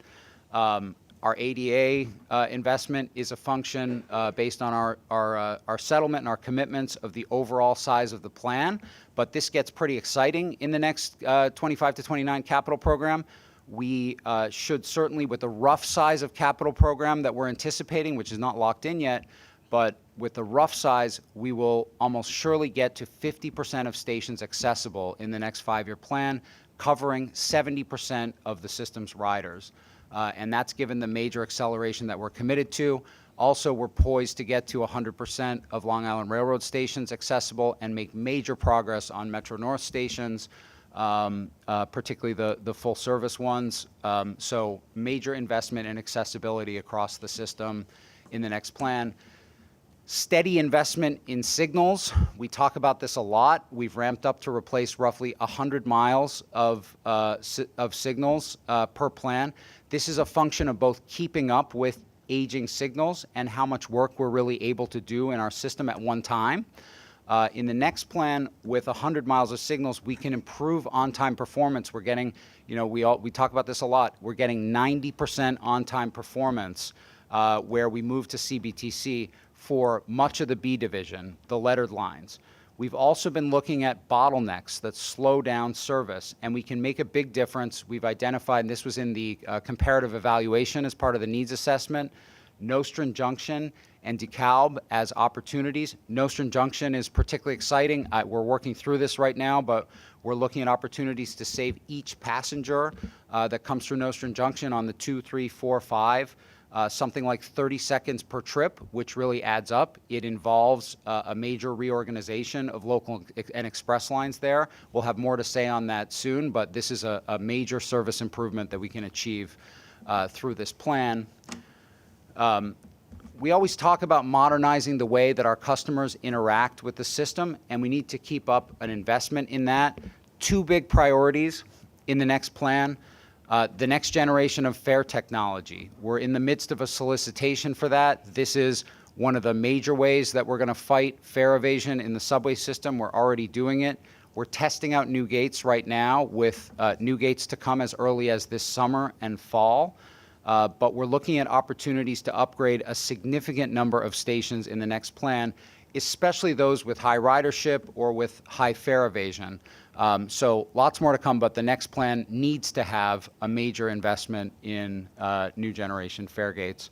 We're also continuing to upgrade the fiber optic cable throughout our system that is the backbone that all of the customer-facing technology sits on. Cameras, public announcements, countdown clocks, the screens, information in the subway systems. All of that depends on having strong communications backbone infrastructure throughout the system, and we have a lot of work to do in the next plan to make sure that we're keeping up with state of good repair on that. Station state of good repair. This is a major investment requirement in the next plan for the subways, for both railroads as well. In the subway system, we've made a big investment in 20 to 24 catching up on elevator and escalator replacement. And have been making lots of progress on that and getting that done on time and on budget, even though we recognize that sometimes it does disrupt access to a station for a temporary period of time. But there are other major components throughout stations that need to be replaced. A lot of work on platforms, a lot of work on entrances, the systems that run throughout those stations. We have to replace those when they're in poor and marginal condition, and the 20-year needs assessment identified a lot of needs within the subway system. Of course, on the railroads, we talked about this a lot. The Harlem line is at real risk. We have 7 stations that look like this. Hollow core platforms, 2x4s holding up the platforms, and that is not sustainable in the long term, so we need to make a big investment. It's resiliency on the Hudson line, it's stations and platform replacement in particular on the Harlem line. A couple of other things that we're looking at here. We're looking closely at Jamaica Station and investments that are required. So we talked about Jamaica capacity improvements. That project is ongoing and will be included in the next plan. That's dealing with the Jamaica crawl and speeding up train movement through there. We're also looking at improvements to passenger movement in the station itself and new opportunities for vertical circulation at the western edge of the station. More to come on that. Here's where I should also note that we are still looking at and working hard on the future of Penn Station. We have a significant grant application that MTA, Amtrak, and New Jersey Transit has put in with the federal government in the last couple of weeks, and provided that that funding comes through, we'll be moving that Penn Station modernization project forward in the next plan. We have to keep investing in track. This is like rolling stock. It needs to be in 100% state of good repair. Otherwise, we see derailments and the massive disruption for the system. So there's needs for, across the system for that. This is too long a presentation. I could spend a whole presentation just talking about track and right-of-way improvements, but this is a really important investment that we need to make in the 25-29 plan. Buses similarly have to be replaced on a regular cycle. We are not going to be able to get all battery electric buses from here on in. We have a lot of buses, 42% of 6,000 buses due for replacement in the next plan. And we'll need to continue the pace of bus purchases and support an industry so it can keep providing us with supply. So that's, again, just keeping up with inflation relative to what we've invested in the last 5 years. We're continuing to invest in our bridges and tunnels as we have been in line with previous spending and accounting for inflation as well. Lastly, we continue to look at cost-beneficial expansion opportunities for the system. We have a massive system moving 5 million riders a day, but there are always opportunities to expand and serve new riders. We're going to hear about current and planned expansion projects today in a couple of minutes. We did a comparative evaluation in the 20-year needs assessment to level the playing field so we could look at all the expansion opportunities together. And we're looking to advance some of the projects that came out and were most cost beneficial, particularly the Interborough Express, for which in the next plan we're looking to budget opportunities to initiate construction. We're working our way through environmental review right now. We're about to initiate design, and so as we line up the needed funds, including much needed federal support for this project and approvals for construction, Interborough Express will be a major expansion priority within the next plan. And we're also looking to advance other projects that scored well in comparative evaluation. We've listed some of them here. We've talked about them before in the city. The concept of 125th Street crosstown tunneling work, busway on the North Shore of Staten Island, the Ridgewood busway, and then we are looking for Long Island Railroad in particular at diesel territory where there's opportunity to add capacity and reliability improvements across a number of different lines. So we'll have more to say on that in the near future, but that's all getting into the plan. So that's a summary of where we're at with the plan. This will be a substantial investment, but I want to be clear that it is money well spent. One of the reasons for that is how much progress we've made in delivering better, faster, and cheaper. And we've talked about this a lot, but we have found ways to innovate across the program. We've avoided $1 billion in cost compared to our engineers' estimate since 2020. We've saved on third-party costs, including force account costs, the cost of insurance, recognition that we're delivering more cost effectively, and we can continue to do so as we invest in this system of ours. And again, as I said at the beginning, we've demonstrated capacity to continue to ramp up for how much work we're doing. We've been doing lots of work bundling, and this is really one of the things that Tim and his development group drive out of C&D. You can see that in this last plan, 12 contracts covered 52 ADA stations. Compare that to more contracts, 15 contracts in 2015 to 2019, covering only 16 stations. That kind of efficiency is what drives us toward lower costs, but it also enables us to get a lot of work done. And we know we need to do that in line with increasing the annual commitments that we're making to capital work. Next steps on the 5-year plan, we're continuing to work on the development of it, working particularly on landing where the budget winds up based on a lot of different considerations and conversations. I've talked about a lot of those. We'll be working with the board working group over the next few weeks. and then we'll finalize the plan for a full presentation of the board in September and a vote so that it can be submitted to the Capital Program Review Board in Albany in October.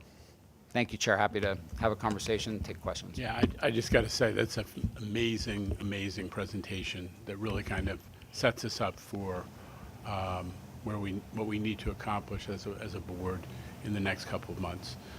With that, let me open it. I see Mr. Herb's hands, Valdivia, I know Mr. Chu, so we'll go back and forth.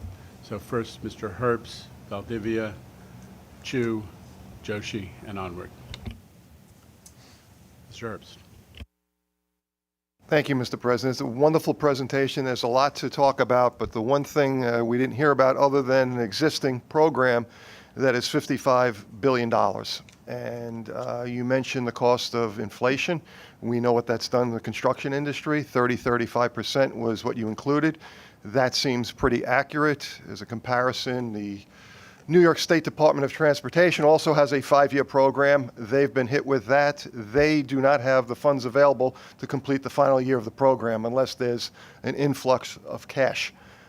We are in a similar situation with the addition that we have congestion pricing, the pause. You've mentioned that. We don't know how long the pause will be. My guess is I don't think anything's going to change until probably the passage of the next state budget, to figure out if it's going to be funded at the same level or there are other revenue sources, if there are indeed any other additions. So you're talking, we're not going to have a clear picture until probably after April of what the funding streams will be to fill this program. You've included many needed projects, and I support them, but we haven't heard dollar amounts, and with the unknown progress, how do we know what we can fund, and how are you going to put that before a board where we can make a decision based on our financial fiduciary responsibilities? So I don't know if that's coming at a later date. You tell us this will be presented in September and we have to vote at that time. That's a pretty quick timeline. So I don't know if you care to respond. I have other questions, but I know we have other board members, but that's, I'm hitting you with the big one first. Where's the money? Yeah. Okay. I may actually ask Tim if you in a second, if you want to just respond on how we're organizing the plan to account for some of the contingency. I'll just say we are, we have a much more rigorous approach to capital planning. It was rigorous last time. It's even more rigorous now. One of the things we're able to do is to identify, for instance, quantities that need to be invested in, and then we need to have some flexibility, as you say, to shift the quantities or to shift the locations around in some cases based on where work has gotten done and hasn't. But, Tim, did you want to give an overview? Sure. I mean, C&D has gotten a lot more nimble about capital planning and sort of how we sequence and prioritize our projects. And I think that sort of serves us well in this period, as you so articulately identified, of uncertainty, both uncertainty for the final envelope for the current plan, as well as uncertainty for the envelope and the timing of the next plan. And, there's only so far that planning will go in terms of that. Jamie mentioned bundling. Ultimately, we can't put together bundles unless we know the funding available for the scope, because you might have various locations and priorities for certain asset types, but if you don't know the scale of the bundle that you can afford, it really impacts your ability to sort of put those packages together. We're setting up to be as flexible and nimble as possible, but you're absolutely right. At the end of the day, we need to know what we have to invest in the system. I would just add that I think the obvious, this is a function of the way that the system is set up, that we're statutorily required to adopt a capital budget, realistically close to 6 months before we will have absolute certainty on the funding. You're not wrong that creates some complexity. What we're trying to do is to get the major stakeholders, and you know who they are, to start to think directly about what size of capital program they are prepared to support. And that's part of the work that's going on. We had Ms. Valdivia next. So maybe this is just following up from Mark's question, so thank you. He asked it perfectly. So in order to plan the next capital plan, you need to understand what projects you will do or will not do related to this capital plan. And so can you just confirm for me the assumptions that you're making about the 2020-2024 capital plan? And then I think I have two more questions. The assumption is that the current capital plan will be fully funded and executed as envisioned. So given that in this capital plan that you're planning now, we'll still have the same quote number of bus fleet, for example, or it's really bus fleet. I don't know how much rolling stock was left in this current capital plan. And then you're just assuming that's quote completed, so then you can move to this next one. Yeah. But we're in mid-2024. So what is happening to those existing projects right now in the 15, whatever billions that we're talking about? So again, just important to clarify that when we commit to a contract for work or to order something from a vendor, it doesn't mean that the work's getting done or it's arriving that day. But the assumption, for example, you mentioned buses. We have about 250 battery electric buses that are to be ordered as part of the plan once the funding is restored from congestion pricing. So the assumption is we've ordered those 250 buses. Same thing with the M9A procurement for the railroads. So those are the assumptions, and then we move forward into the next plan based on that assumption. Great. So back to 2025, 2029. Obviously, the elephant in the room is our current capital plan. In this plan, you did mention a budget. You mentioned, that we're spending money better, that we're delivering cheaper. But when will we know the price tag of this capital plan? Well, we'll have it as part of publicly as part of the full plan in September, but I would just remind you we're having very productive board working group sessions, so we'll bring all that information forward over the next few weeks. Thank you. I think Mr. Chu is next. Then Deputy Mayor Joshi, Mr. Jones. Yeah, but I think it's mostly express sentiment because I think it's all coming together. I think it's important for us to focus on the last couple slides. I for one, have been, I like many others, when I joined the board, was under the impression that I think is still very prevalent, that the MTA is a very poor manager of projects, and we still hear this, and these reputations take a lot longer to shed than performance delivered. But the truth is, I've been impressed over and over again in our track record, over the last couple of years of being able to find ways, such as bundling, design build, to just continue to keep projects coming in, ahead of schedule and under budget. So I think it's important for us to not just for us as a board to be aware, but continue to get that message out there when we get pushback on these large numbers, which do have sticker shock, because we're not asking a $1 million question, we're asking a $55 billion question. I think, which is obviously been asked, so I think we're all looking for those numbers, but I think sequencing matters too. I think about it all the time in situations like this. When I was in my interview to be an apprentice electrician, they saw I had good math grades. They asked me what my dad did. I said he was an accountant, and one of the electricians said, why don't you want to be an accountant? And I told him I didn't want to look at spreadsheets and numbers all day, and now I find myself in 20 years in a career in construction. I look at spreadsheets and numbers all day. God bless you, Dad. I'm an accountant now. So I think it's not just how much the price tag is on all of these things, but sequencing, right? We know that there are particular projects. I know power best as an electrician, and commodity costs are all over the place. I think we're just getting to the point where we get switchgear in under a year. Maybe that'll be down to 6 months by the end of the year. So I think sequencing is going to matter. And to Mark's point, the tail end of a capital program is where that's going to suffer the most. So the projects that, some that might be less sexy, but critically more important to get ahead of this, what's the decay curve? Because I've become really fascinated with the decay curve that, painting something might cost us an enormous amount of replacement cost if we do it sooner rather than later. So I think I look forward to getting this. I hope we get it, in due time, because, it is, we don't want to all spend our Labor Day weekend reading this. Hope maybe we get it before.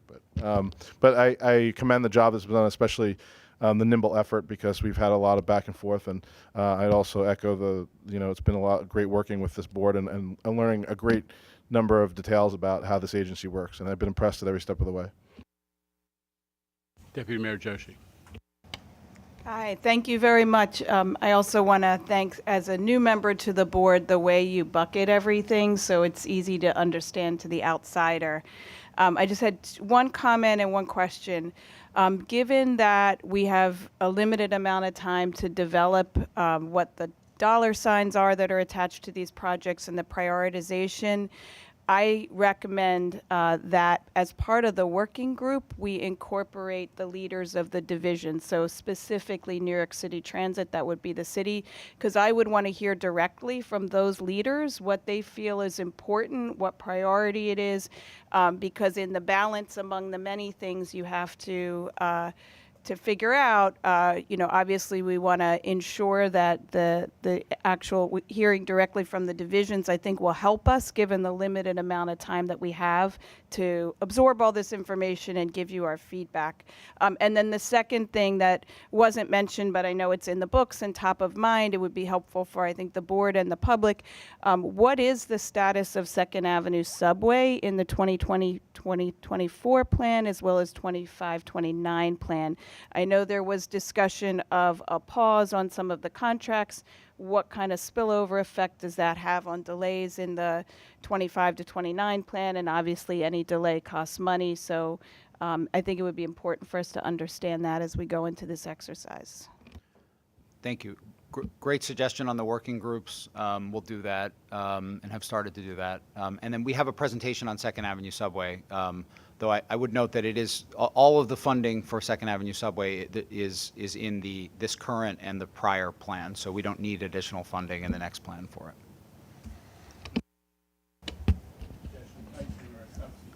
Assuming that congestion pricing or a substitute funding stream is provided, which is what the state has confirmed again and again. Okay. Mr. Jones, then Mr. Zuckerman, and Mr. Albert. Yeah, I was very impressed with the presentation as well.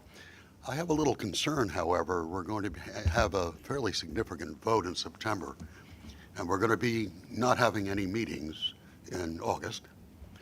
And there has been a concern, I've expressed it, others have, about the delay in getting information, sometimes a day before in the books, particularly because of the importance of what you're talking. We need at least a week to absorb some of this stuff. Rather than dropping it at the very 11th hour. So I respectfully ask that we get a better delivery of information, particularly on this issue. Mr. Jones, I'll say I accuse you of having been traumatized by long ago practices. That's not the way this board runs. Okay. And we will provide you with time. And in addition to that, there are going to continue to be working group meetings. Understood. So that with the board, there is a lot of preparation for that moment when we have to make this vote. As a second related, this is almost like I keep beating a dead horse or whatever we're beating, is the impact on the borrowing costs that the pause in congestion pricing has borne, and what impact have you projected that may have on the, we'll talk about it at finance, I want to keep bringing it up, but on the expense budget. So I think I've been told by the chair that I'm out of place. No. No, I mean, I just repeat what's been said before, which is we're very sensitive to that issue. We will talk about it in finance, but for the moment, and just being the risk of being repetitive, we are assuming that there is a source other than the MTA having to do new and unexpected borrowing for the $15 billion that congestion pricing was meant to fund. So that it's either congestion pricing or an alternative source that does not put additional borrowing on the MTA's operating budget. Mr. Zuckerman. Thank you. I am also the son of an accountant, and so maybe there's something about this side of the table and those skills that excel in math. Anyway, I want to talk about uses of capital. I like you, Chair, and Jamie, buy into the governor's promise. A year ago, she helped us get 5 years of balanced budgets. That was a complete change from any historical behavior, so I'm with you. I'm going to buy into that proposition. And so you bring up the notion of the J.P. Morgan report you mentioned earlier. I know it's in the finance book, but I think it's worth noting that regardless of where the money comes from, our job is to identify uses of capital in many ways. We don't have a lot of control on sources, this board. We have a lot of control on stating our uses. And whether it's Jamie's plan, whether it's the report that's been commissioned, or even, frankly, I've said many times before for years about a very simple rule of thumb. If our asset base is $1.5 trillion and you spend 1% of your asset, your capital every year fixing that, that's $15 billion. Well, the report said $16 billion. Okay, so rules of thumb are helpful. We're well short of that. Kevin tells me we're at $6 billion, roughly, on not the expansion stuff when you come to Second Avenue Subway, but the fixing of what we have. So if we're at 6 and we got to get to 16, that makes us $10 billion annually short. I don't care who pays for it. I don't care how it gets paid for, but to avoid returning to the 1970s or whatever poorer ever we were once in, and we're nowhere there, but we can go there very quickly with a few years of head in the sand behavior. So I just want to keep raising the flag that says we care about uses, and we need about $10 billion more a year, roughly, is what I think, to keep the current system we have, which is the largest and most complex system in the country, if not the planet, working. I think it's a good benchmark. Okay. Mr. Albert. Yes, I have both read and heard about the lesser number of car manufacturers that are available and that we can utilize. And if we don't get at a certain place in line and place our order, we get put to the back of the line, and thus, the condition of our cars gets worse for a longer period of time and costs us more in the end. So are we taking those factors into consideration when we prioritize our orders? Very, very much so. There's a lot of work going on across the MTA on how we position ourselves to make these car orders. Again, the numbers are stark. 2,000 cars coming due, 2,000 cars from the 1980s that are coming due. And it's a whole range of things. It's probably a separate discussion, but there's things we can do to be a better client, purchaser of cars in terms of our specs and our contract structure. There are opportunities for all levels of government to engage in industrial strategy to make sure that there are car manufacturers available domestically. We're having very good dialogue with the existing car manufacturers and also looking to pre-qualify additional manufacturers. So there's a lot going on. At the end of the day, you need the funding in order to make the orders, and I think that's the point that we're making today. Thank you. Anybody else? Ms. Lopez. Thank you. Just a quick comment, and perhaps you're planning on doing this. When we see this presentation in September, before we vote on it, will there be, and I know we've had discussions in our working group, but will there be, for transparency purposes, will there be a slight summary or a presentation on where we are or leaving off the 2020-2024 capital plan and how we're transitioning into what we will then adopt in September as well for the early 2025? Just because I see it as an ongoing conversation, so I just want to make sure the public also understands how we're transitioning to a new plan and what we're carrying over, since that seems to be the case. Yeah, I'm trying to think of the best way to answer that. I mean, it's in the end, these are 5-year plans during 5-year periods that we, they're budgets, so they're plans that we put together, but the work is ongoing. So, due to COVID at the front end and the pause that we're in the midst of at the back end, the 20 to 24 plan will continue and needs to continue because the priorities we set there continue to be priorities. So we'll be making those investments. There will be overlap as we get into 25 to 29, but that's the sort of everyday work of C&D, is to make sure that all of that overlap is coordinated. But that's a good point. Our goal is to have as much as possible in the next plan that we catch up. Remember, COVID knocked us out for a year and a half to 2 years in terms of our ability to spend from the 2020 to 2024 plan, because we didn't know if we were going to have to cannibalize capital just to keep the operating budget alive. There was a lot of uncertainty, remember? So right now, we were delayed, and we have more work left to be completed in the current capital plan, and that was exacerbated by the congestion pricing pause. We know that. So there is overlap, there is spillover into the next program, much larger than it ought to have been, because we were on track with those $11 billion years to be pretty close to awarding all of the contracts in the 2020 to 2024 plan. So there will be spillover, but our goal is to catch up. And because this team, especially since if we're buying cars at the volume, rolling stock at the volume we're talking about, that is different. Jamie made this point very effectively.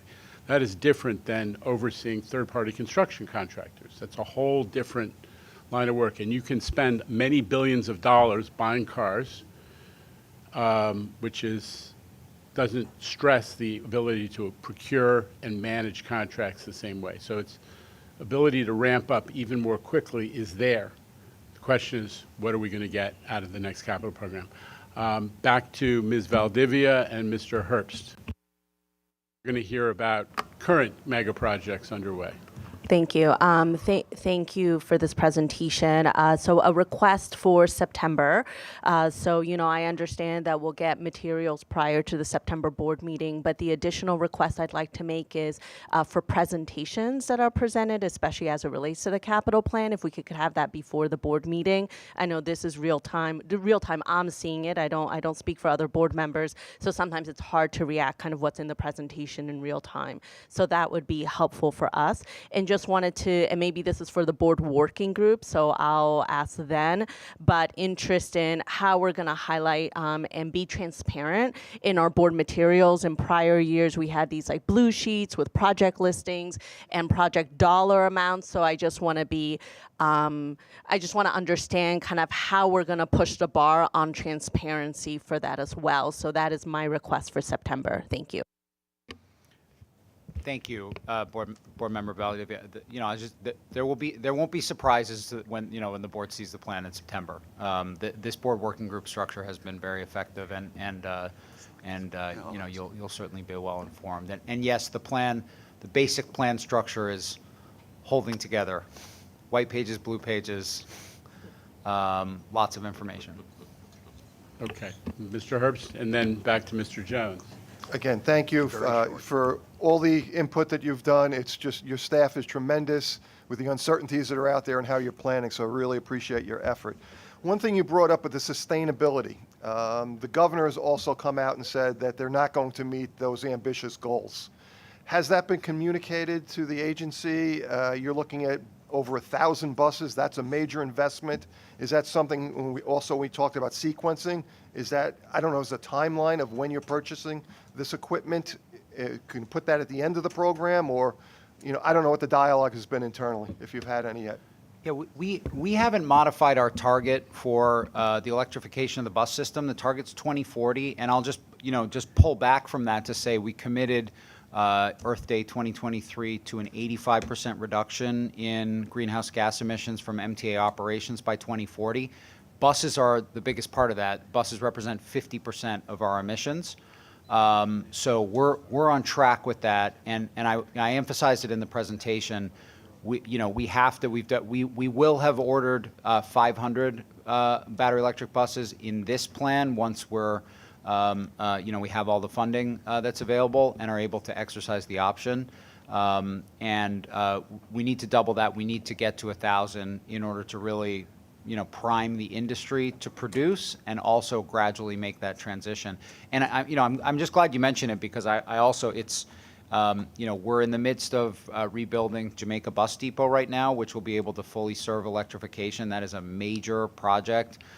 It's got huge environmental justice benefits for Jamaica that will be able to operate an electric bus system out of there. We need to do that with the rest of our depots over time as well, and that's a major infrastructure investment in addition to ordering the buses. Thank you. Okay, very brief. I'll make it short. Who's on the board working group? I'm not looking for more work, but I want to know, can, board members who are not on it. We're not telling, no, go ahead. That's exactly. It's the voting. That was before your time, exactly how they treat with me. Yeah. It's the voting membership of the board. Okay, and do we have a schedule? Okay. Yeah. Everybody's welcome. This is a all-board working group. Okay, do we have the we'll, dates of that We'll and everything? recirculate this. Go ahead. Dave, Thank you. I would tell you, Rusty trains train yards in August. It's like nothing else you've been to. So get ready. We're super far behind.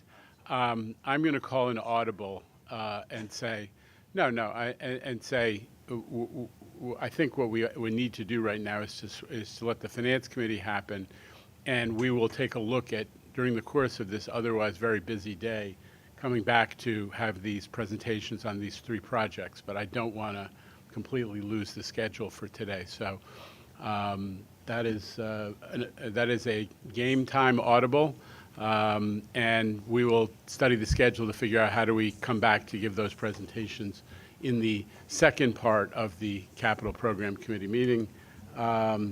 We need to do a couple procurements, though. Wake up, Mr. Iceland. Who is it? Ms. Boudoir is going to do it for you. Okay. Ms. Thank Boudoir, you. procure away. Thank you.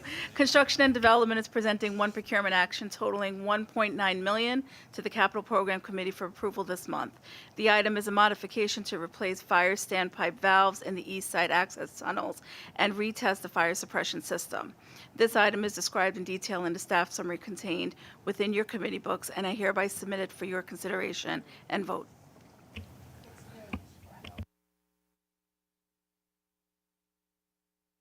It's a million. Is it or a billion? 1.9 million or billion? Million. Million. With an M. Yes. Like the $1 Million movie. All right. All right. Any questions or comments? Otherwise, motion? Motion? Mr. Chu, a second. May I get one? Second. Thank you, Ms. Lopez. All in favor? Any opposition, abstention? The item is carried. With that, I'm going to temporarily suspend the CPC meeting, and we'll move on to finance, and then we will struggle to figure out how to get this back on the schedule. Thank you. Motion to adjourn. Thank you.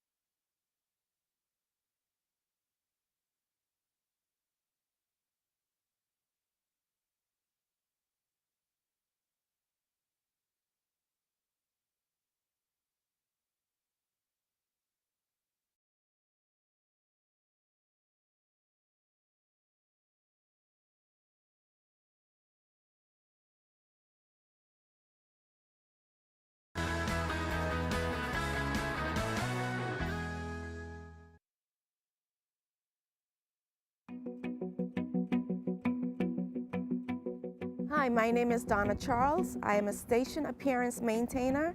We basically maintain the appearance of restrooms, waiting rooms, platforms, sidewalks. We mop, sweep, dust, sanitize, salt, shovel snow, whatever it takes to keep our stations clean. When you work a line job to go in between the stations, you take out a truck. We have cleaning supplies in it. Certain stations don't have facilities to keep the buckets and stuff like that, so there's always a bucket on the truck, a mop on the truck, and then basically we work out of the truck. And if we have to do quick graffiti removal or something like that, we have something to clean it up with. I'm a platform cleaner. It makes me happy that my job is important because it's important to me to make sure that the people want to come back, that they have a clean place to come to. My favorite part of being a station appearance maintainer is the general public, just getting their positive feedback. We had commuters just say, thank you, and we appreciate everything that you guys do, just making it safe for us to be out here to and from, work and home. My work impacts the Long Island community because we just make it safe for the customer itself. We keep the conditions of all the stations clean, you don't want a dirty station. We do just more than cleaning. We help out in any way we can. My favorite part of the job is meeting new people, the people I work with, experiencing new things. I like my job, and I wake up every morning and know that I have a great job to get to go to. Sometimes the public may call us train drivers. Honestly, it doesn't bother me because I know they don't know. My name is Keisha Cole. I'm a train operator, and I've been with MTA for 6 years. I work on the 7 line. It's approximately 21 stops from Main Street to 34th Street, and it takes about 36 minutes from end to end. My name is Jim Van Name. I'm a train operator for New York City Transit. I've been here about 3.5 years. I operate the train on the Q line, which end to end is approximately 44 stops, and it takes me about an hour to complete. My earliest train memory is I was a kid. I got on the F train with my mom. The first time I was on the train, I was excited. It was fun. I was raised on Staten Island, and my friends and I used to take the Staten Island ferry over to the city, and we used to ride the train all over the place. That's probably where I got my first love of the subways. As a train operator, there are 2 different ways you can pick up your train. You can pick up your train in the yard as a put-in, which means you okay your train for service and bring it into the terminal station, which is the last stop on the train line. Or you can actually pick it up from the terminal station.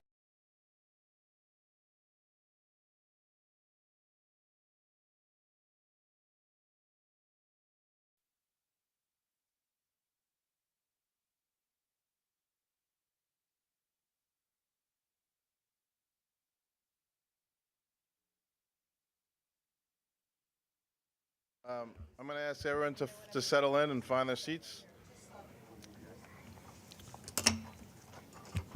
I am not Neil Zuckerman. I am Sammy Chu, but Neil will be with us momentarily. In the meantime, I'm going to, in his stead, I'm going to call this meeting to order. Good morning, everyone. Do we have any public comments this morning? Yes, we do. We have 5 public speakers this morning. The first public speaker is Lisa Daglian, who will be followed remotely by Maddie Buckhees Highland.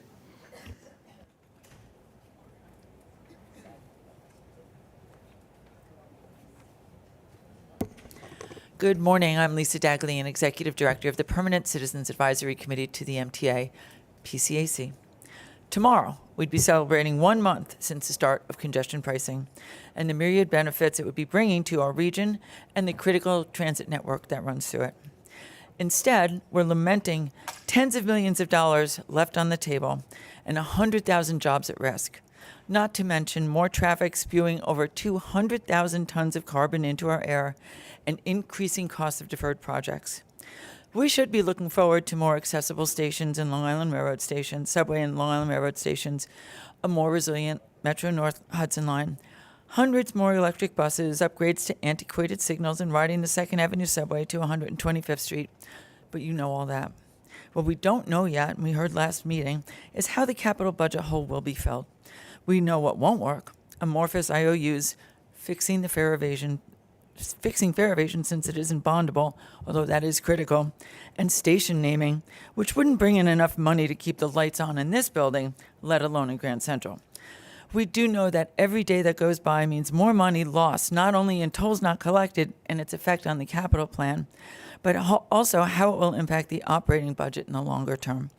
We have the utmost respect for the hardworking finance team at the MTA and the board, but you'll only be able to balance the house of cards for so long before the wolves at the door huff and puff and you won't be able to put Humpty Dumpty back together again. We thought the words fiscal cliff were a thing of the past, but clearly we're going back to the future. It's critical that fare evasion be brought under control, and we look forward to continuing to hear more about ongoing efforts to make that happen. Student Omni cards and expanded benefits will help, as will new fare arrays and efforts on the railroads.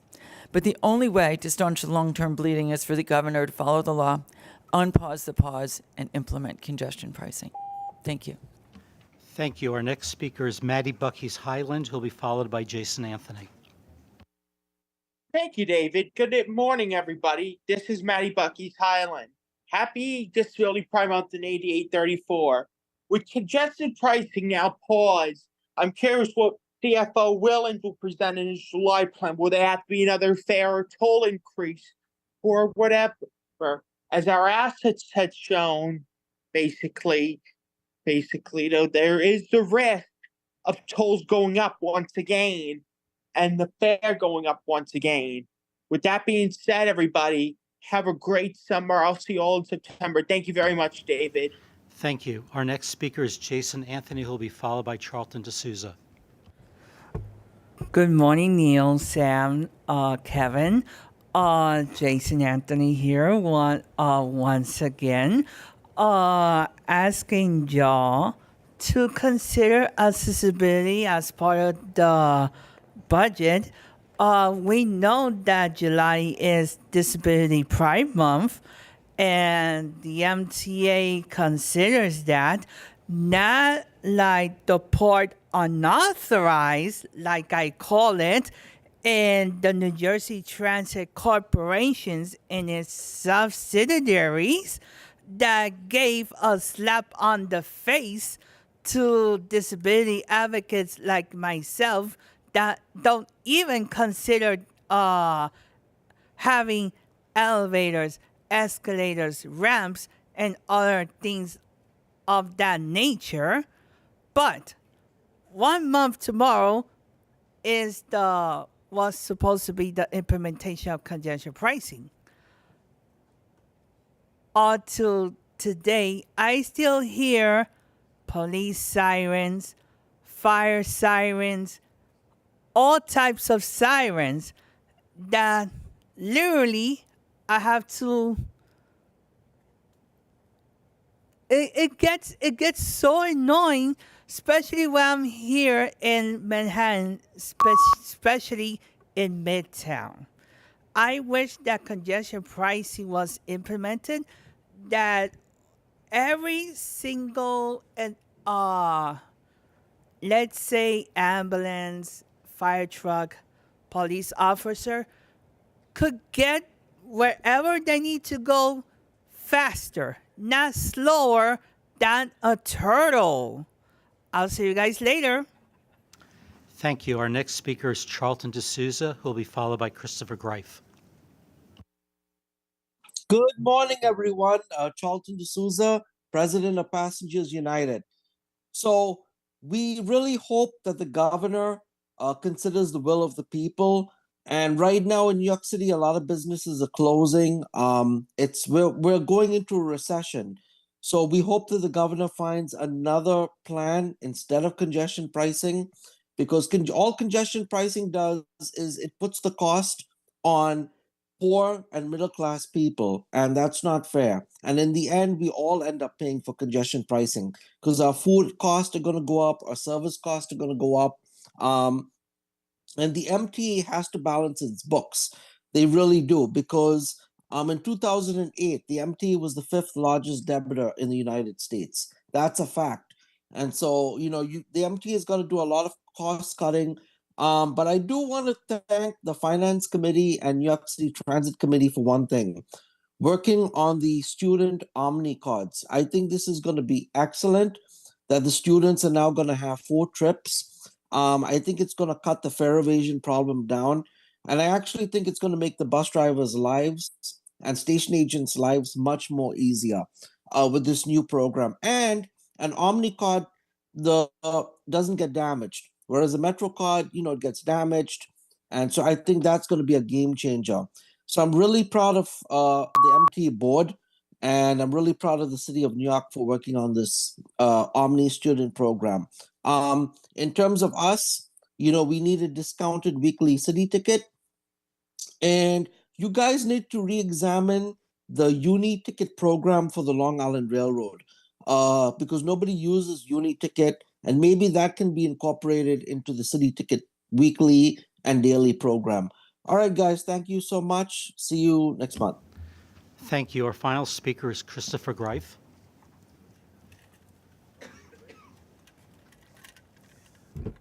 Good morning. I'm Christopher D. Greif. As an advocate for persons with disability, happy Disability Pride Month, 8834. As you guys are talking in your finance, please remember in your finance, when you check your budgets, please make sure you're checking reduced fare, Access-a-Ride, and Long Island Railroad Metro North, because people with disabilities are traveling. And don't forget, we have low-income families who do use the fares in those areas. We need to make clear that since congestion price is on pause, it's going to be more difficult to get traveling around the city or anywhere in the New York region. We need to make clear that funding needs to come in, because I don't want to have to see the 2 words I don't like: cuts and fare hike. A lot of us in our low income cannot afford any more fare increasing, especially on the accessory, which is $2.90.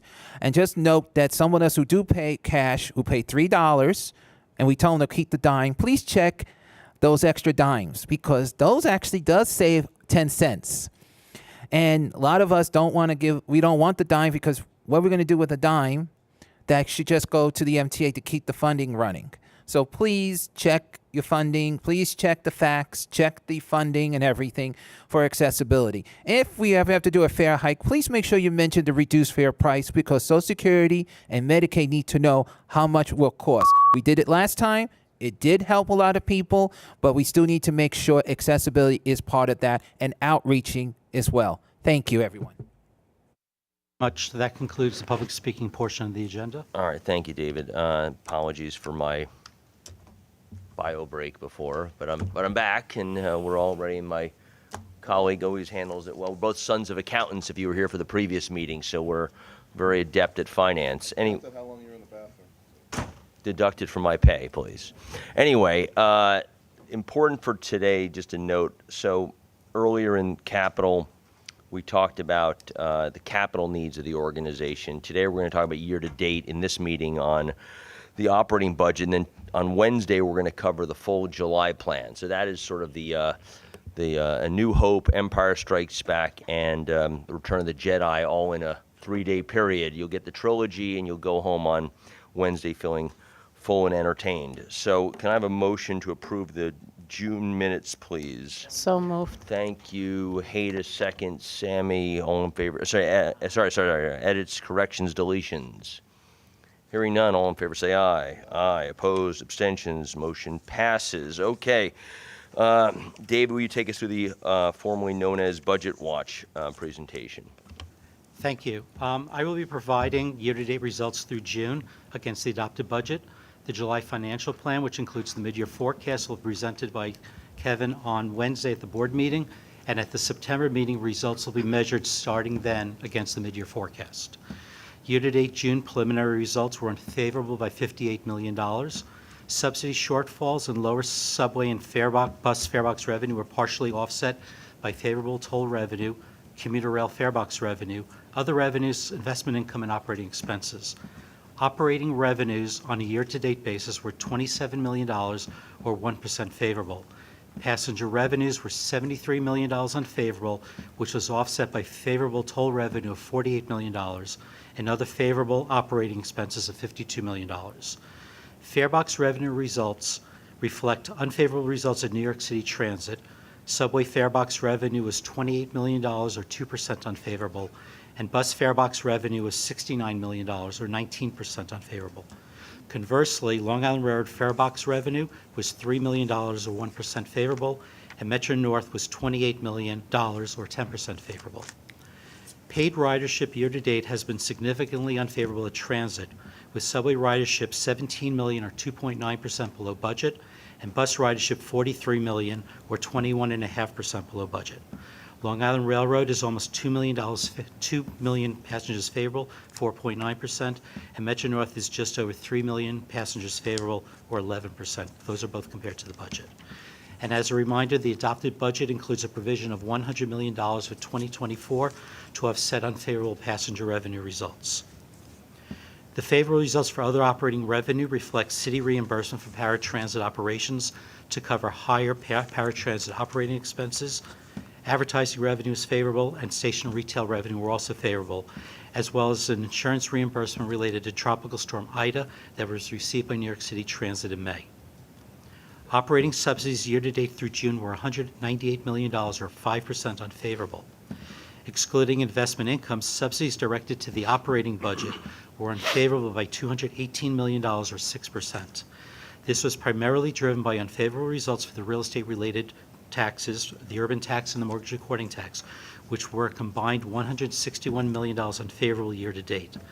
Year-to-date results for the other tax-related sources, MMTOA, petroleum business tax, payroll mobility tax, MTA aid, for-hire vehicle surcharge, and several smaller sources were collectively on budget.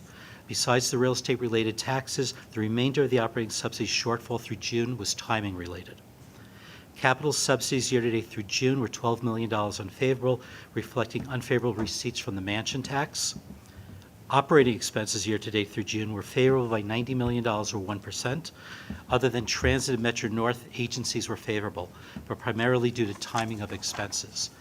At Transit, the unfavorable expense variance primarily reflects higher overtime for availability requirements, higher maintenance requirements, and higher paratransit expenses due to increased expenses related to higher ridership. And as I noted, there's higher paratransit reimbursement from the city to cover most of those additional paratransit expenses.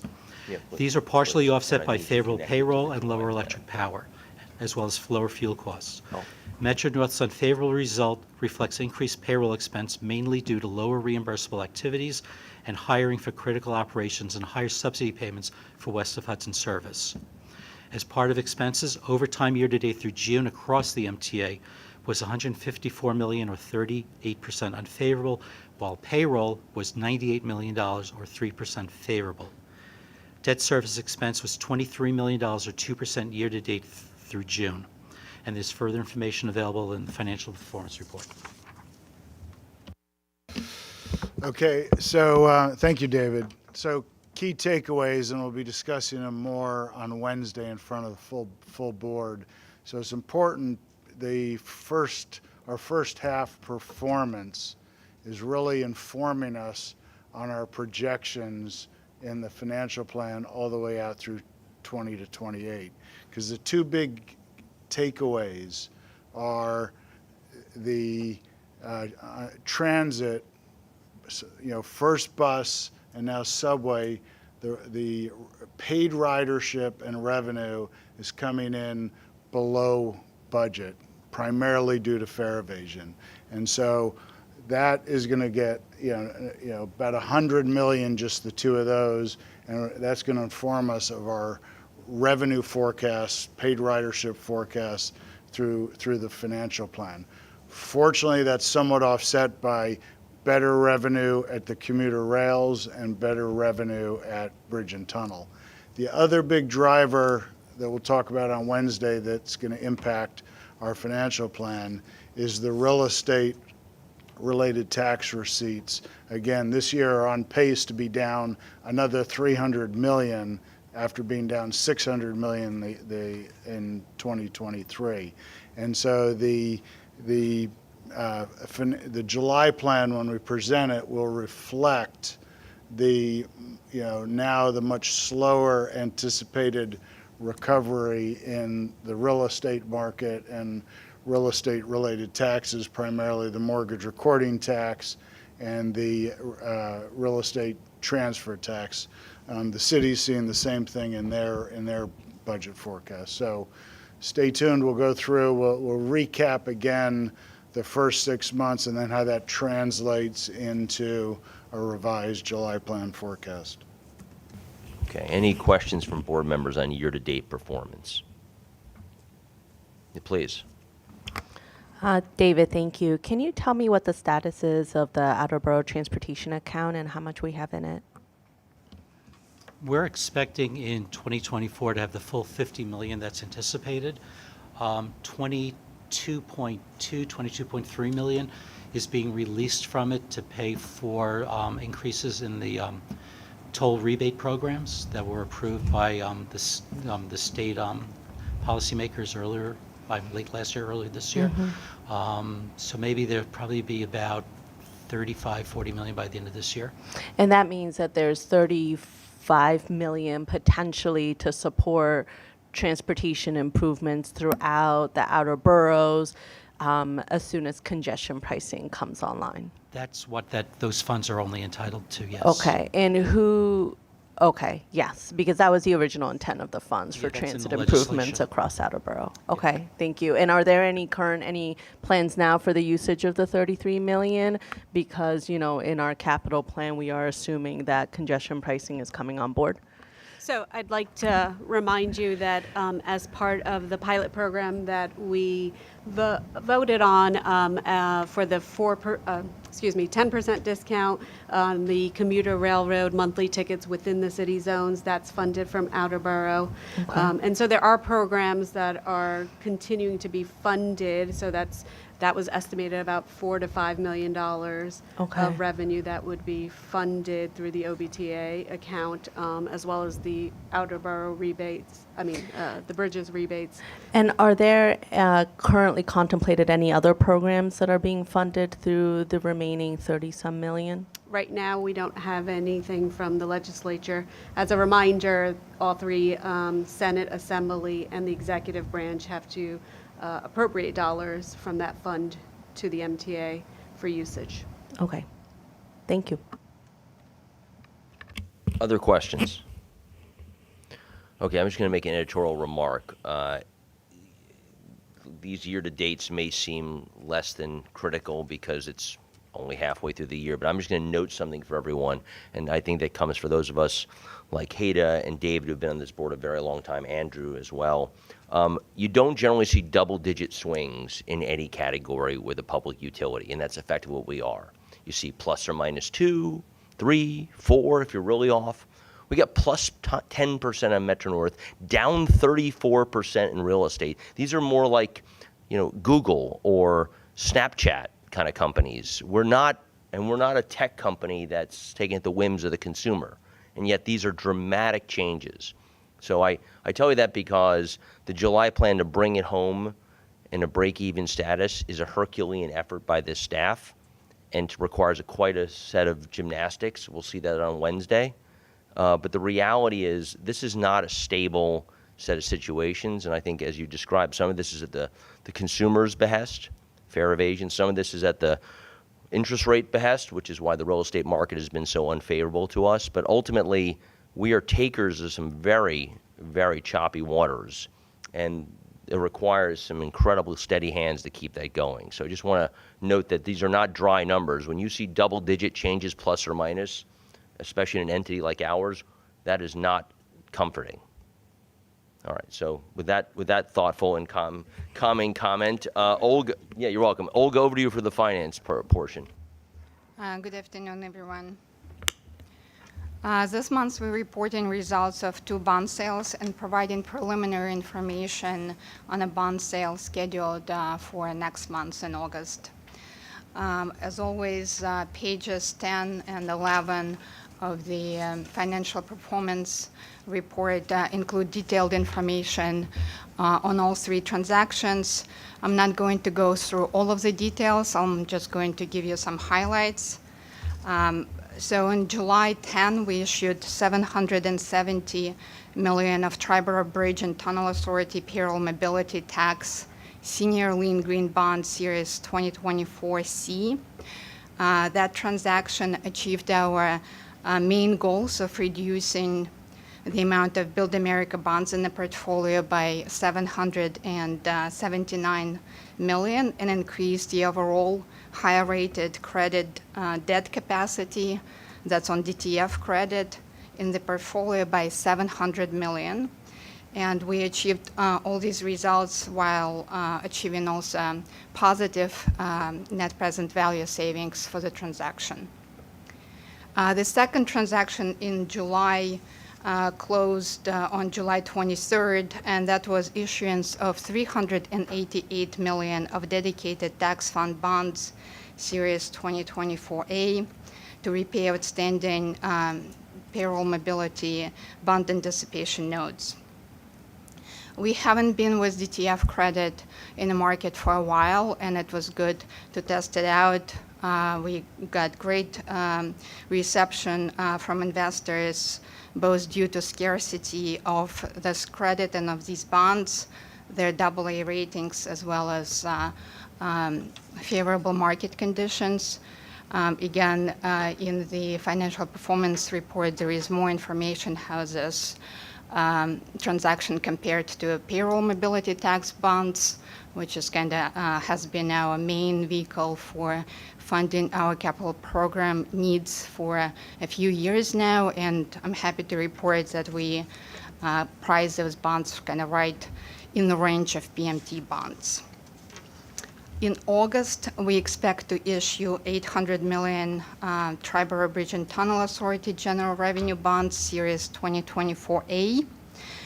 This bond sale will refinance some of the outstanding bonds for savings and also provide funding for TBTA bridge and tunnel capital projects. This transaction will be led by book running senior manager Ramirez, together with special core senior managers Rice Financial Products Company, Drexel Hamilton and Stern Brothers. Rice and Stern and Rice Financial Products is MBE firm, Drexel as SDVOB, and Stern Brothers is WB certified company. This concludes my capital financing overview, and I'm happy to take any questions. Thank you, Olga. Any questions for Olga? Hearing none, we're going to cover investments and debt levels. Kevin, would you mind giving us some remarks on that topic, please? Thank you. We have Jamie here as a visitor, but I thought it was important following the Capital Committee presentation on the next capital program and the moving towards the September board action on the 25 to 29 program to talk about it a bit from a financial perspective and a finance committee perspective. And so one thing is, as everybody knows, Jamie and his team did a detailed 20-year needs assessment, really as he described, a bottoms-up approach, looking at all the assets and defining what was in good shape, but more importantly, what was in poor or marginal shape to inform what type of capital investment needed to be made.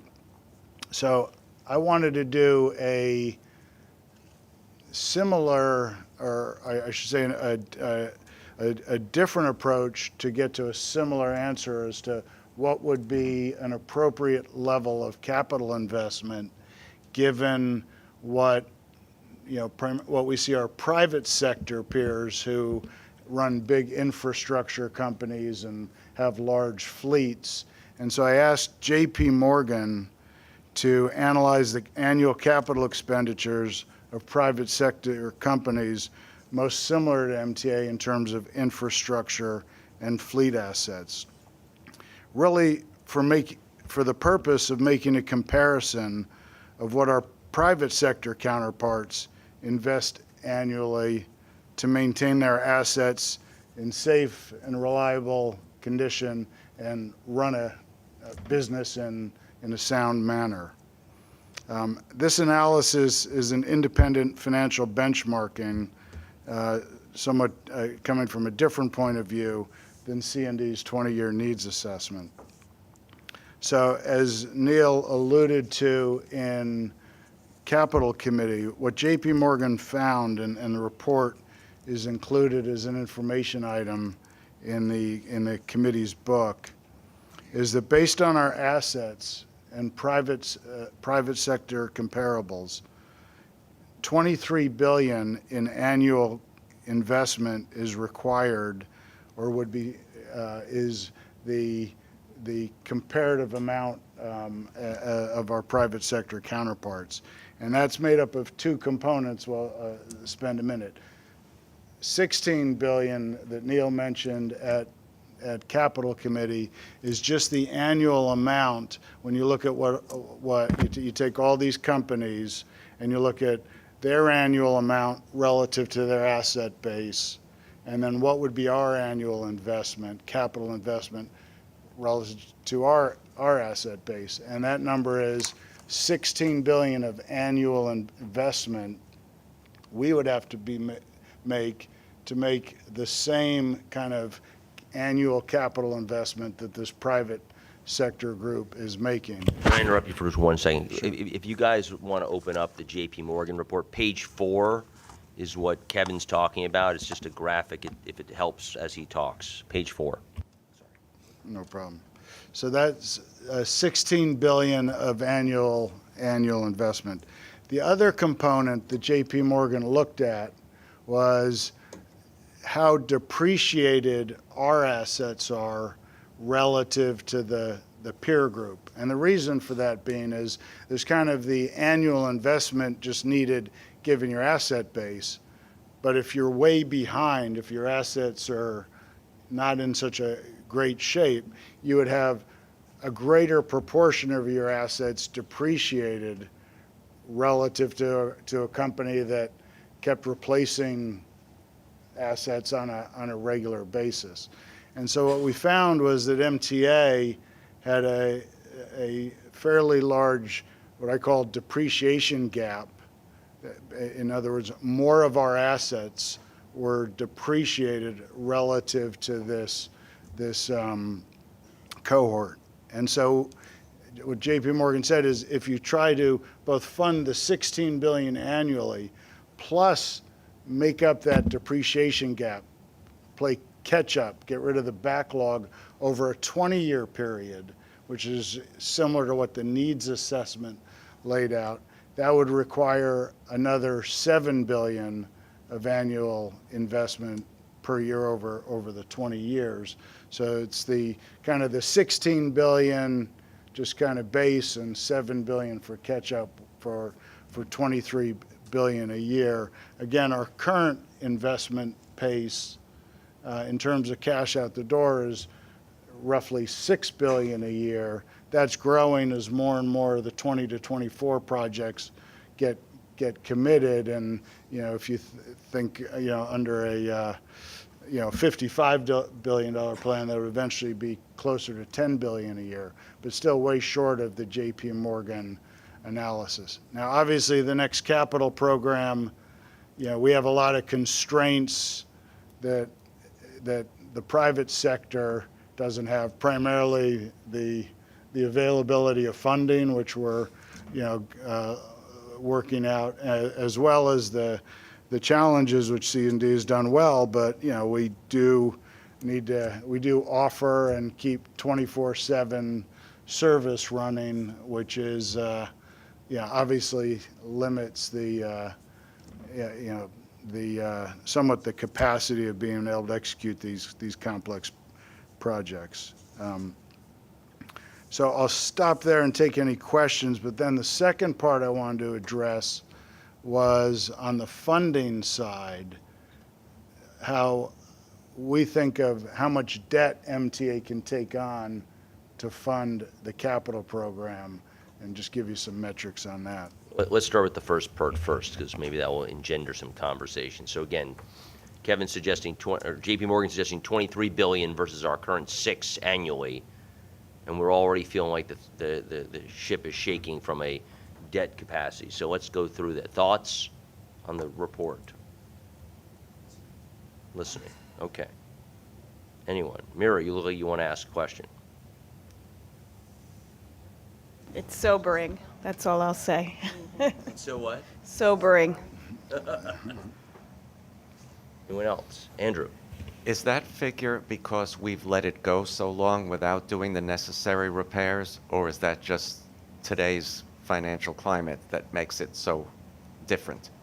Well, I think it's a combination, and if you look at the JP Morgan report, it's and you look at the different categories of the different industries, it's a little bit of a mixed bag. So, for example, utilities that we know so well, Con Edison, PSE&G, who are very infrastructure based, they have only 15% of their assets are depreciated. So the undepreciated is running closer to 80%. We're closer to 50%. So if you compare us to the utilities, our catch up would be a lot more. If you compare it to some of the industries that have a lot more fleet, whether it's airlines or logistics or so forth, that by definition they have assets that depreciate faster because fleet depreciates faster than infrastructure. There it's more of their annual investment. They're not flying 50-year-old airplanes. They're replacing the airplanes, rather frequently. So it's a little bit of a mix. But I think 16 billion is the number without any catch-up. It's just kind of the annual comparable capital expenditure. Thank you. Other questions? Jamie, do you want to add something?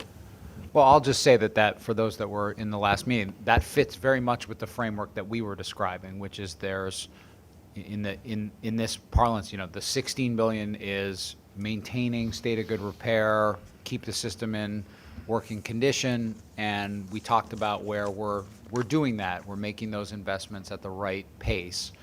And then there's a set of categories where we need to catch up through more replacement of aging assets or major capital investment in assets that are stationary and can't be replaced. And we outlined those categories where we need to catch up. So this framework is very much in line with what we were talking about at the CPC meeting.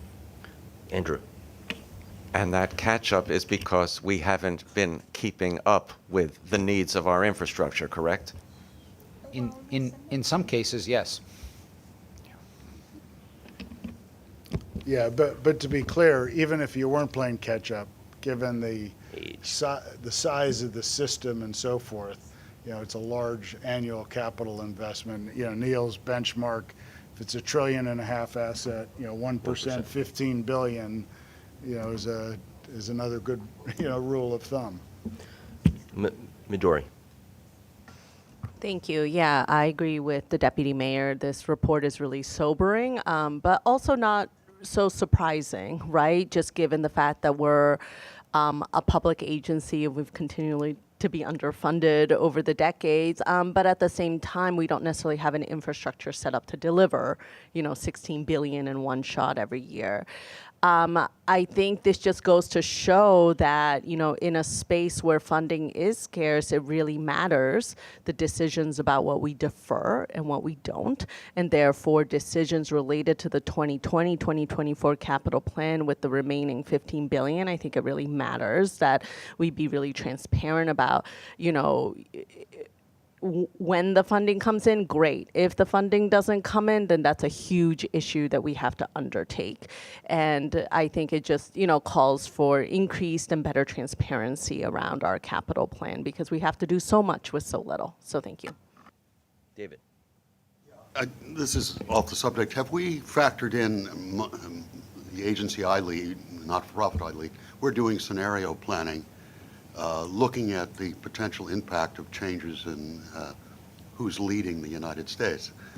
And the last 2025 or plan that's been put out by Heritage would indicate substantial cuts in support for, I think, major revenue streams coming to MTA. Have we done worst case scenario planning around that?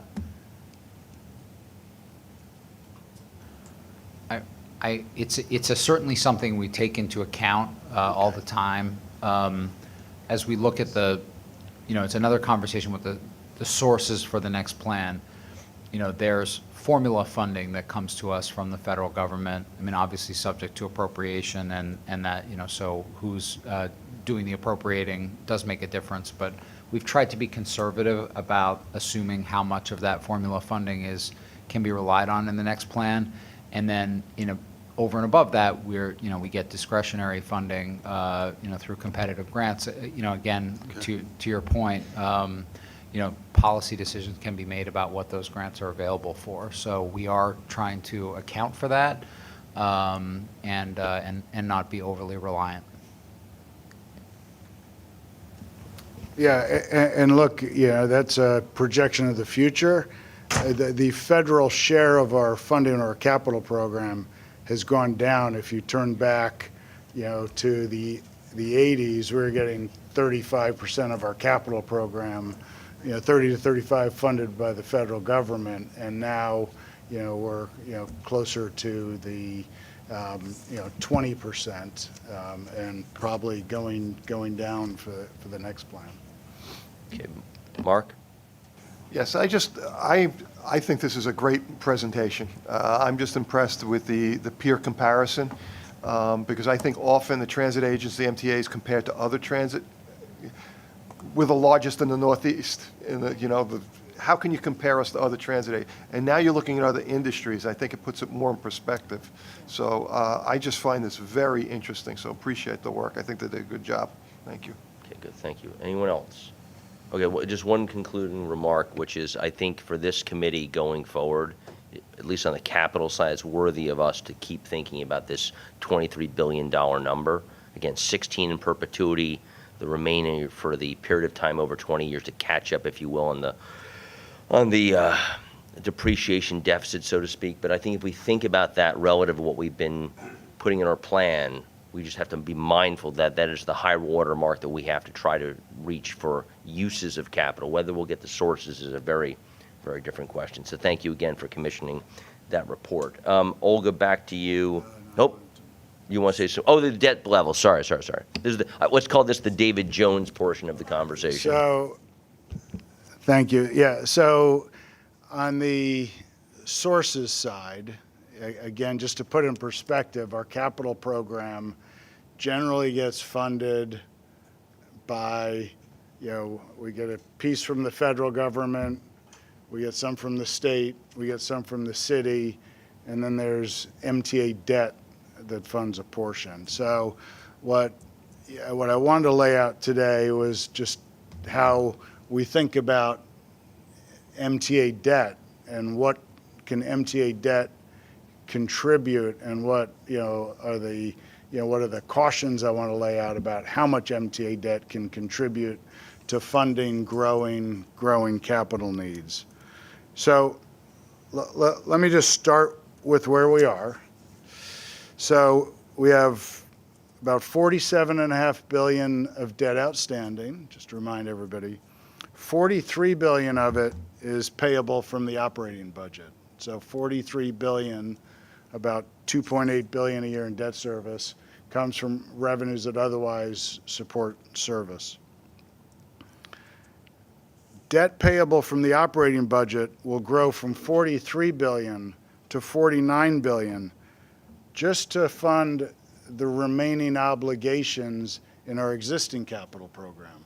So remember, we have a lot of debt left to issue, operating debt for the 20 to 24 program, which we're trying to hold off as long as possible. So because of that, our operating budget debt service right now stands at $2.8 billion, just under 15% of our budget. But will grow to $3.7 billion by 2031, but still will stay around 15% of our budget. But that's before taking on any new debt for the 25 to 29 plan. So any new debt for 25 to 29 will take us above that 15%. So what are our goals? And I say probably as it relates to finance. Goal 1, safe, reliable, and affordable service. Safe and reliable service requires the large capital investment that Jamie talks about. But taking on too much debt payable from fares would hurt affordability. Our other financial goal is long-term financial sustainability. So growth in annual debt service must be manageable, or large deficits will emerge that will put pressure on fares. So reliance on the fare box for increased capital funding is inconsistent with these financial goals. It's particularly acute with lower ridership, because even if we get to 80%, that's less riders that can support any additional debt. For example, taking on $10 billion in new debt for the new capital program would, absent other new revenues into the operating budget, would require an 8% increase in fares and tolls just to service that incremental debt.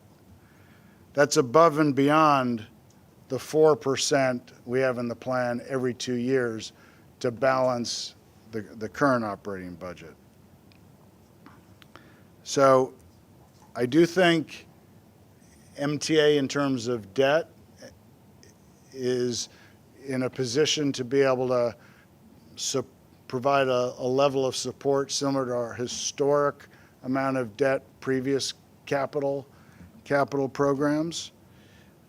You know, we need to not only, like I say, keep it affordable, but looking out, like the FTA asked us, look out 20 years, because we want to, you know, giving this full funding grant agreement, we want to understand where you're going over 20 years. So we got to make sure that we don't just have debt capacity to fund 25 to 29, but we need some debt capacity for 2030 to 34, 35 to 39.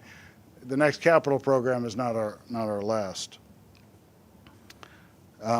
So we can, you know, contribute a share, but we can't. It's a very expensive resource, particularly when we're trying to keep fares low. So that's why it's important for our funding partners, federal, state, and city, to really help fund the next capital program. Can't be done from fares alone.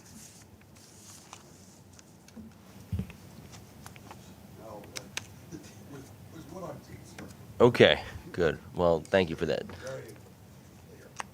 Yeah, and necessary. Hopefully rates will start coming down. Maybe that will be helpful to us in the midterm. Midori, please. Okay, talk about another sobering point. So I think what you're trying to say, and please correct me if I'm wrong, is that given the levels of debt service in the next capital plan, it would be, quote, my words, unwise to take on the same level of MTA bond obligations in the 25-29 capital plan. Yeah. Which I believe is 7.3 billion. Is that what I have here?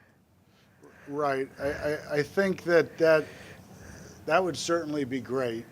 You know, the other important part is you know, these, you know, making sure we have good level of capital investment is critical to the financial performance of MTA for ridership and so forth. So the way I think about it, when we look out over that longer period of time, that if we, you know, I think it would be fair to say MTA debt could be a source kind of similar to our historic level, which again in the current program is 7 billion MTA bonds, 3 billion TBTA. When the plan was originally approved, it was 10 billion MTA bonds and 3 billion TBTA bonds, and they were able to reduce it as part of the fiscal cliff solution and getting more, you know, we got more federal funding to offset that. So I don't want to say that we shouldn't be issuing any debt. That would certainly be a great thing, right? And it'd be great. We know where you stand, yes. It'd be great to work the debt down, but my working assumption is when I look at it, that over a long period, you know, there's a feasible path to maintain the same level of investment from MTA Thank you. debt. Okay, other questions? Okay, thank you very much. Olga, back to you, please, on, we're back to you? Yeah.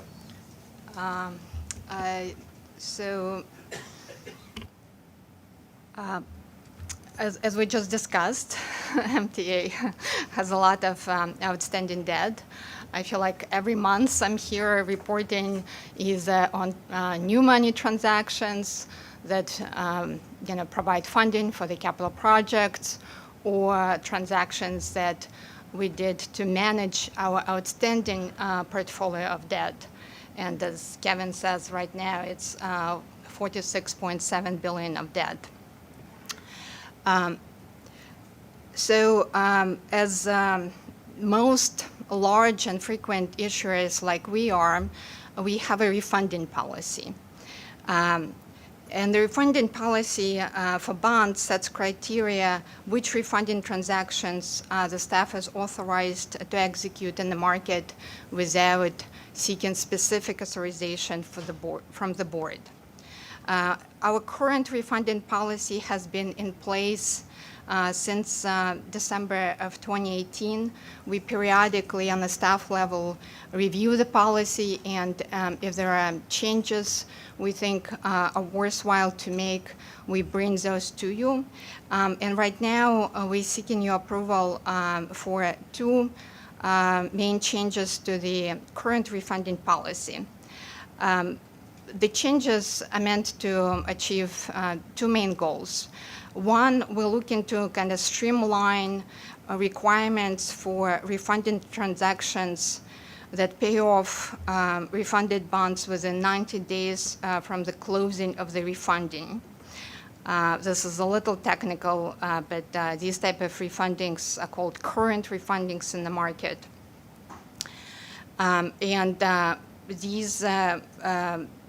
What we're seeking to do is to allow execution of such refundings as long as they achieve positive net present value savings.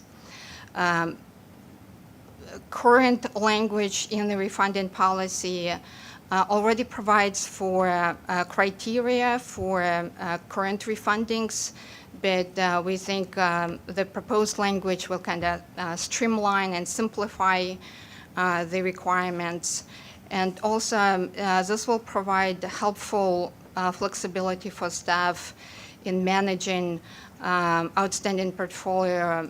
We talked in the beginning of this year that in some years, we're trying to keep our debt service as level as possible. It's very helpful for budgeting purposes, right? You don't have a lot of changes from one year to another year. It's easier to budget, but in some years, 2028 and out, we have somewhat elevated debt service, and we talked about this in the beginning of the year.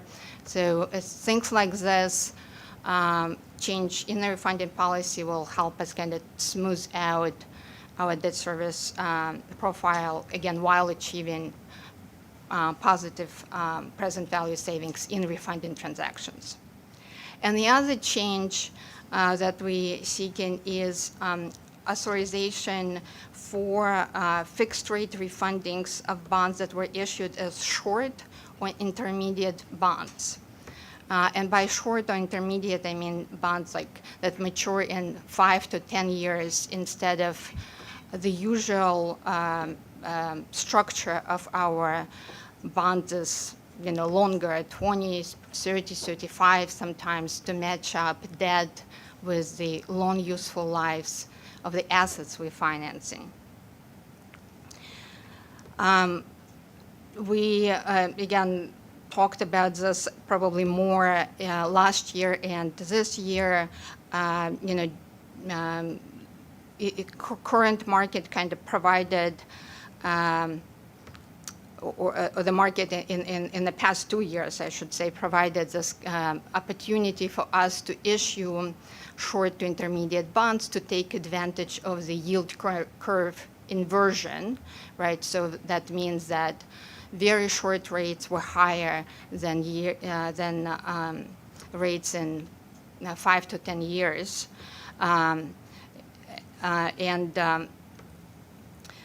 We were issuing bonds to take advantage of that benefit. Right now, we have $1.4 billion of such short and intermediate bonds in the portfolio. When we issue these bonds, we expect to come back and refund those bonds and take them out longer to match up, again, with the assets that these bonds are financing. And so the updated policy will authorize this type of refunding. Okay, yeah. thank you. So can I have a motion to approve these streamlining activities for our refunding policy? Let's move it first, then we'll do questions. Thank you. Second. Thank you. Okay, questions. what are you asking us exactly to do? Just Okay, so to approve a rate change or? Okay, so we have a policy that the board adopted in 2018, and we're asking you to approve 2 changes to the existing bond refunding policy. One change is for current refundings, authorize those refundings as long as they achieve net present value savings. So we have savings as a result of the transaction overall. So that's one change. And the second change would be authorize refundings of short to intermediate bonds because when we issue those bonds, right, we issue them to take advantage of specific market conditions. We would have normally issued them as loan debt. So we always expect to come back and take this out. Savings would not be applicable in that type of scenario. It's a restructuring scenario, but we're looking for an authorization to execute these type of refundings as well, as part of the policy. I was. I think it's trying to help them. Just make it easier to do faster. You want to augment that? Yeah, look, I'm supportive of the changes that Olga's asking for because the core of it is it still requires, for refundings that we're doing for savings, that, we achieve certain minimums and so forth. So I think it's really the way I looked at the change was it's kind of a technical cleanup, but keeping the spirit of the refunding policy that's been in place that just hasn't been reviewed, that requires us to have some savings, as well as just simple things. If you're planning to issue 30-year debt, but you want to issue it first as 5 years and then issue it as 25 years, gives that flexibility. So it's a little bit better debt management. While I don't think it opens up discretion for the staff to abuse the debt. The debt policy, and obviously if we think there's anything that's tricky or different, we'll come back to the board like we did with the Build America bonds, which was a little bit different, right? It was they even had a little bit of savings, but it was trying to address the specific issue of the federal government's maybe appropriating less of the subsidies that related to that program. Okay, well, we have one more, even more technical request for you. So, what's that? Yeah, oh, sorry, we have a motion and a second. All in favor, say aye. Aye, opposed, abstention, motion passes. Thank you very much. Second one is also, in fact, I'd say even more complicated. So, Olga, maybe the highlights from Hamlet version of this one, just jump to what you're particularly asking for, because I think it's very nuanced, having read this a little bit. Sure, let me try. So we seek an authorization to submit a bond resolution authorizing issuance of bonds secured and payable from real estate transfer tax receipts for approval to Capital Program Review Board. As a background, the revenues that we're pledging for these new bonds are real estate transfer tax receipts. This was one of the 3 tax revenue streams that were dedicated to funding the 2020 to 2024, so current capital program as well as subsequent capital programs. For this program, the 3 new revenue streams, and that's in addition to the real estate transfer tax receipts that was New York City sales tax and New York State sales tax. So those 3 revenue streams were intended to fund $10 billion of capital projects, and that's separate from the funding from the congestion pricing revenue, right? It's different revenue streams. We already issued bonds against the New York City sales tax, and we now look into propose this bond resolution and to authorize TBTA to borrow approximately $2 billion out of the $10 billion of funding. And the bonds, again, will be secured by real estate transfer tax receipts. Good? Okay, can I have a motion? Thank you, Mark. Second, Hada. Any comments, questions? Hearing none, all in favor say aye. Oh, Midori's good, sorry. It's her head hurts. Okay, well, that's fair. It's like 6 steps. It's like we have to have our resolution, which we're gonna temporarily ask for your approval, which we're gonna bring to the Capital Program Review Board, but it's not tied to CBTC, but we may come back to you if they have comments. So I think it's a technical appreciation of your indulgence as a finance committee to support this, and I'm sure if we wanted to have a more streamlined process, I'm sure we can come up with it. Midori. Okay. So when is the expected timing on these kind of bonds? What are you all thinking in terms of your bonding plan? So all of our bonding plans are driven by the needs of the capital program. We currently have proceeds, bond proceeds that I think, along with other funding sources, can take us through probably the end of the year. So I would say late in the year, maybe early next year. As Neil said, right, there is a process and a few steps we still need to take before we can actually issue these bonds.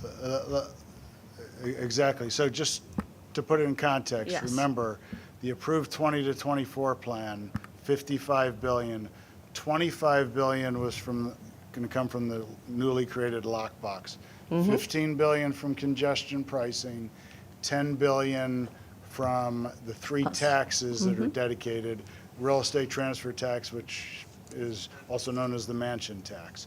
So of that $10 billion, we've already committed and signed contracts on over $9 billion. And so as those invoices come in, we have to fund those. And so that's why, we're starting this process, because we've done the city sales tax. The state sales tax comes in at about $160 million a year. And we need, revenue for the $9 billion of proceeds for the $9 billion of previously committed projects. So depending on, as the invoices come in, we're expecting kind of year end, early next year, having to issue it. Again, it's not a new source of funding. Right. It doesn't replace congestion pricing. No, it's supporting It's already just- committed funds. It's already committed. It was always the plan of executing the portion of the 2024 plan that is away from congestion pricing, away from MTA bonds, so forth and so on. Thank you. I'd say just 2 things about our debt. I think typically we don't issue it until we absolutely need it, and we are mostly fixed cost, a fixed term, right? We're not very, very variable. So those are the 2 things I think we always have to keep mindful about our debt. Okay, motion second, all in favor say aye. Aye, opposed, abstention, motion passes. All right, we've got 2 more pieces of business. We've got to get through procurements and then real estate items. So Lizette, over to you to Thank you. give us the truncated version Yes, of the I've been procurements, editing. please. There are 7 MTA headquarter items for this month to recommend for board approval in the estimated amount of $351.4 million. And these items can be found in the July 2024 Finance Committee book. Please note that all of these items were the result of competitive RFPs, and we are also requesting that the board authorize the MTA Assistant Deputy Chief Procurement Officer to approve the exercise of all options included in these items if it is in the best interest of the MTA at the time. The first item is the award of a personal services contract to Cigna Health and Life Insurance Company to provide dental benefit services for transit and MAPSTOA employees, which covers 24,500 represented active employees, retirees, and their dependents from various unions. The contract term is 5 years and includes 2 one-year options. The estimated price is $57.8 million. Cigna was the highest technically rated and the lowest and provided the best value for the MTA. The second and third items are for the award of 2 estimated quantity personal services contracts to provide tenant management and lease administration services for all tenants, both retail and non-retail, managed through the MTA systems, excluding Grand Central Terminal. Item 2 is to Greystone Select to provide tenant management, lease administration, design and construction oversight, and transaction management, including acquisitions of property for the capital program and operating needs. Item 3 is to Venture New York Property Management LLC to provide subway entrance easement oversight, including third-party elevator and escalator services and property management services for properties acquired for capital projects until control is assumed by the developer. The contract term is 5 years plus 2 two-year options. The award to Greystone is in the estimated amount of $83.7 million, and Venture's estimated amount is $2.4 million. Items 4 and 5 are for the award of a personal services contract for the provision of retail property management services and an extension of the existing contract for the incumbent vendor to facilitate the transition to the new vendor. Item 4 is an award to Spinozo Management Group to provide retail property management services for Grand Central Terminal and Grand Central Madison for a 5-year period with 2 two-year options to be exercised at the MTA's discretion. The estimated cost for this contract, including the option years, is $115.2 million. Item 5 is an extension of the current contract with Jones Lang LaSalle Incorporated, JLL, for 10 weeks to enable the transition from JLL to the incumbent vendor to Spinozo. And the estimated cost for this transaction is $3.4 million. Item 6 is the award of an estimated quantity miscellaneous service contract for custodial services at 20 designated MTA facilities throughout the New York City, Westchester, Long Island, and Orange County to Guardian Services, Inc., which is an incumbent vendor. The contract term is 5 years, 5-year base with 2 one-year options commencing on August 1st. This contract, managed on the MTA's behalf by CBRE, is essential for maintaining custodial and janitorial services at specific MTA facilities. The estimated amount of the contract is $87 million, which includes $36.6 million for the option year. The seventh and final action is the award of an all-agency competitively negotiated contract to Initium Softworks to develop and implement a document management system for the MTA's Occupational Health Services Department. The contract term is 8 years, and it will provide automation of OHS's current manual processing of medical records, as well as digitize the data capture and electronic storage for paper records. Post-implementation, the MTA anticipates the elimination of overtime and file storage costs in the amount of $1.3 million. The estimated total amount of this 8-year contract, including the option years, is $2 million. Those are all of the items. Okay, with lots of heterogeneous stuff. We've got dental plan, we've got capital programs, subway easements, we've got Grand Central, Madison, present and incoming and outgoing vendors for all the support. We have a miscellaneous contract, and we have a software. So there's lots of stuff. There's probably could have questions for quite some time.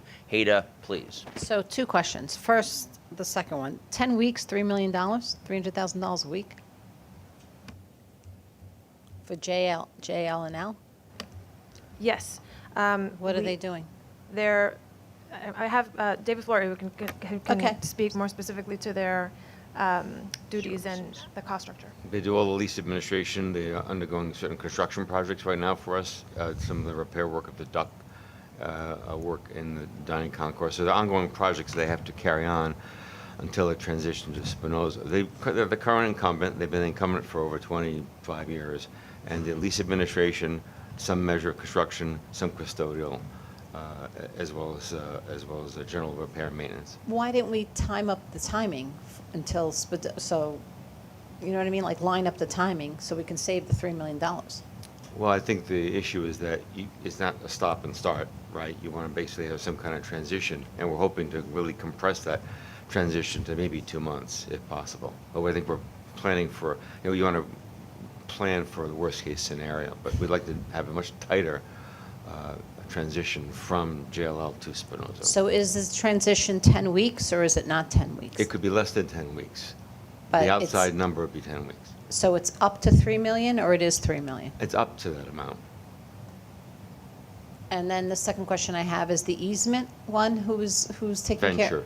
Venture, and what are they going to be doing? So It- if a developer wants to worry about an easement, you deal with Venture as opposed to somebody in your group to go through the ULURP and all that? Well, no, the developer will do that. Venture Okay. is ensuring that the developers are maintaining the elevators and escalators. We had a sizable outage percentage several months ago. I understand that. Venture was brought in actually in December. Mhm. And since that time, we've had some good news in terms of the uptime for escalators and elevators because of Venture's diligence. We had no resources devoted to that. And in addition, they're also going to be maintaining regular contact with property owners who just maintain stairwells, not just escalators and elevators.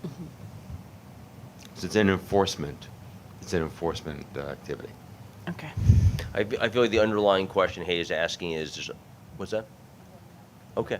The underlying question Hay is asking, which I think is a very good one, is what do we do ourselves versus what do we have contractors do for us? Because there's and I don't have an opinion from this comment, I'm just saying that that's what she's raising, which is there's a lot of intermediaries that we use to do our business, and worthy of a conversation at some point about that. That's it. And that's transit-oriented development. They work with developers, and they gain these amenities for us in exchange for zoning bonuses and the like. Understood. Understood. Other questions on the procurements?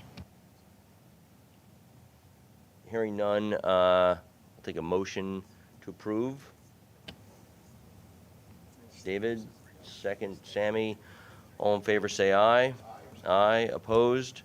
One opposition, one no, and any abstentions. Motion passes. David, to you to bring us home on real estate items.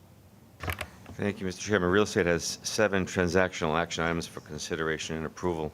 The first is for the MTA, and it's a lease agreement with Starbucks Corporation for a retail unit here at 2 Broadway. The next 3 items are for MTA New York City Transit and include a license with CC Vending for vending machines at various subway stations, a license agreement with Wells Fargo Bank for ATMs at 34th and Herald Square, 14th and Union Square, Gun Hill Road, Jackson Heights, and Roosevelt Avenue, 74th Street, and an amendment of the lease with the Greater Jamaica Development Corp. For a relocated Jamaica bus terminal. The next 2 items are for MTA Metro North and include a lease with Bagel Train Brewster LLC for retail space in the Brewster Station building, and the acquisition of 3876 3880 Park Avenue from 1049 Ogden Realty in connection with the Metro Claremont substation in the Bronx. I just note this item was brought to the board in May. It was a determination of findings pursuant to the eminent domain procedure law.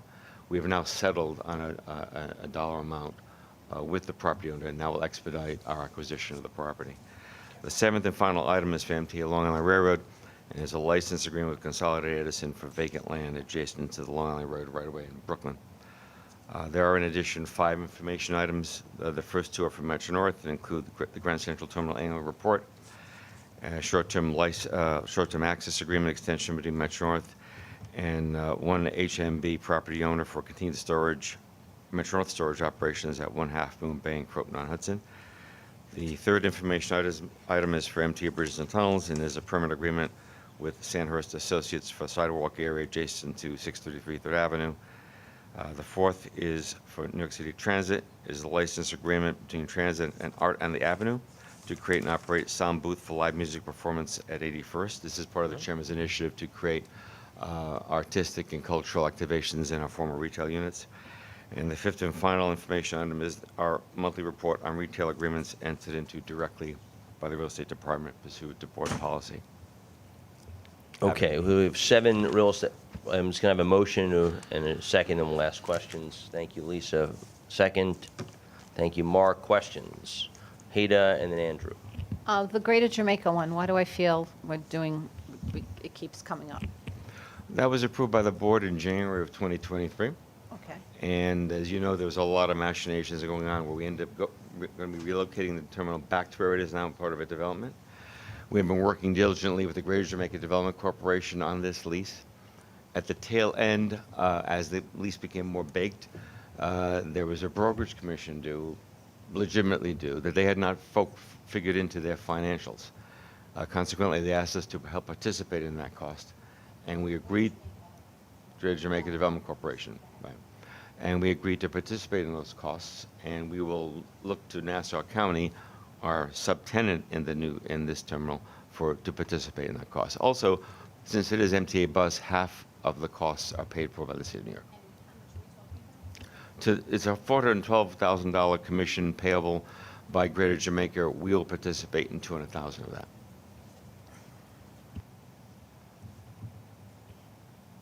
Okay. Of their mistake, we have to, Typically, the landlord pays a brokerage commission, and in doing so, they factor it in and amortize it into their rent. right, and they Right. didn't. They did And not. now, Right. it's like backsies, let's do it over again, right? Something I want to understand this. No, I understand. That's Okay, it's basically what it is. They said, listen, Money's flying out the door, we're trying to get money, so I'm we're just trying to. agree, and we wanted to make this deal, and they said, look, to make this deal, we would really appreciate your participation, and we agreed to $100,000, and we're looking to get another $100,000 from Nassau County. So our cost is only 100, and we're going to ask Nassau County for 100, or Another our 100, cost correct, is 2, and we're correct. going to try to And get we- back? Correct, and we will look to claw that back and amortize it with our sublease with Nassau County. If it's helpful, I'll add, I was extensively involved in finalizing this negotiation, and this is what it will take to get us a temporary site for bus operations in Jamaica. Well, the thing about it this way, Hayden, I'm not justifying, but it sounds like it was going to happen anyway. It just wasn't caught. It wasn't like it's a last minute like extra cost. It's a cost that wasn't in there, but it should have been. Greater Jamaica made a mistake or an oversight or something happened. I mean, it's an LDC, right? That's a fair assumption. Okay. Andrew.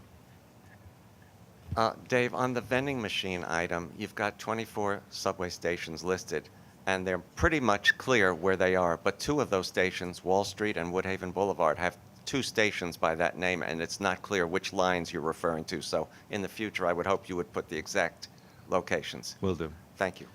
Other questions? All in favor say aye. Aye. Anyone? Aye. Opposed? Abstentions? Motion passes. You'll find in your books information items on the first quarter's financial statements and the aforementioned JP Morgan study. Any new business for the committee? Hearing none, motion to adjourn. Thank you, sir. Thank you.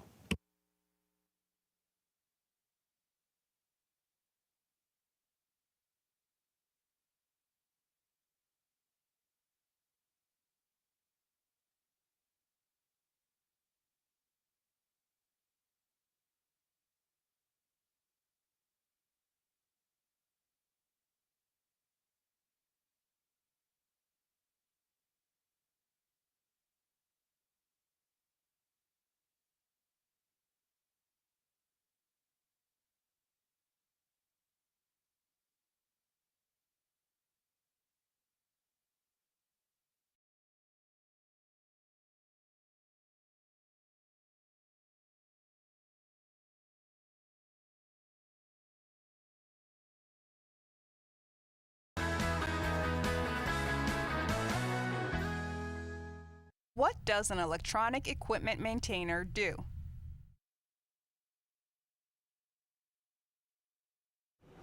Paul Julian, electronic equipment maintainer. I've been in transit for 5 years.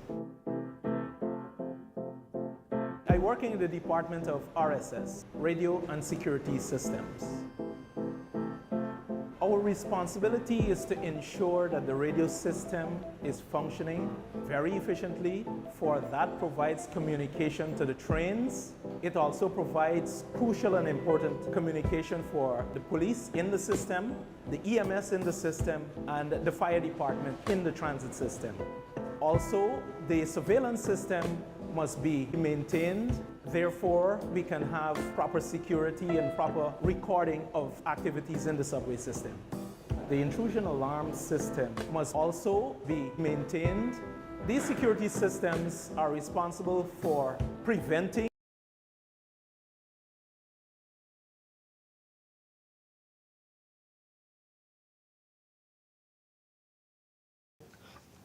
I'm good. Frank, how are you?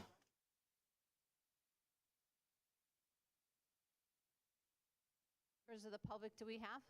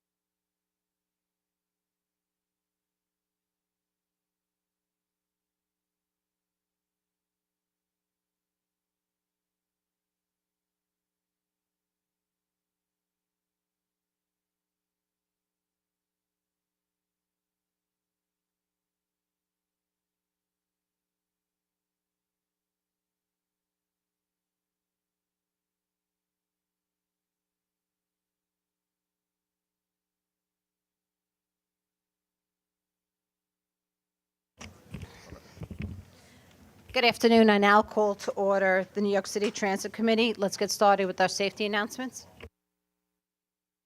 Your safety is of the foremost importance to the MTA. Therefore, we ask that you listen and adhere to the following instructions. If you witness an emergency, notify emergency personnel in the room and call 911 immediately. Please follow any audible instructions provided through the public address system or visually on screens in the event of an emergency. If an alarm sounds, wait for a public address announcement and follow instructions. If told to go to another floor or to evacuate the building, leave all unessential items behind and use stairwell A just across the main hallway or stairwell B down the hallway past the elevators. If you have a mobility disability or cannot self-evacuate, please proceed to stairwell D or E for assistance by MTA staff or emergency personnel. An automated external defibrillator, AED, for use by trained personnel is in the main hallway just past the elevators.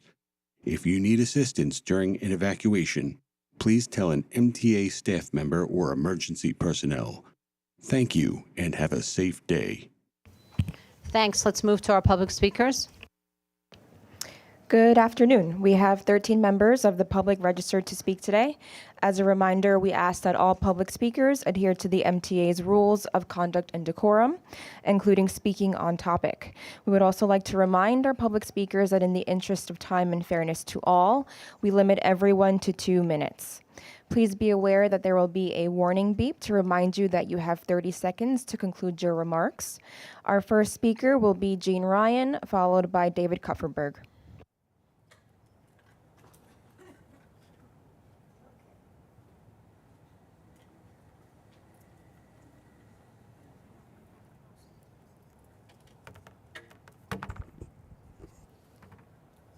Hi.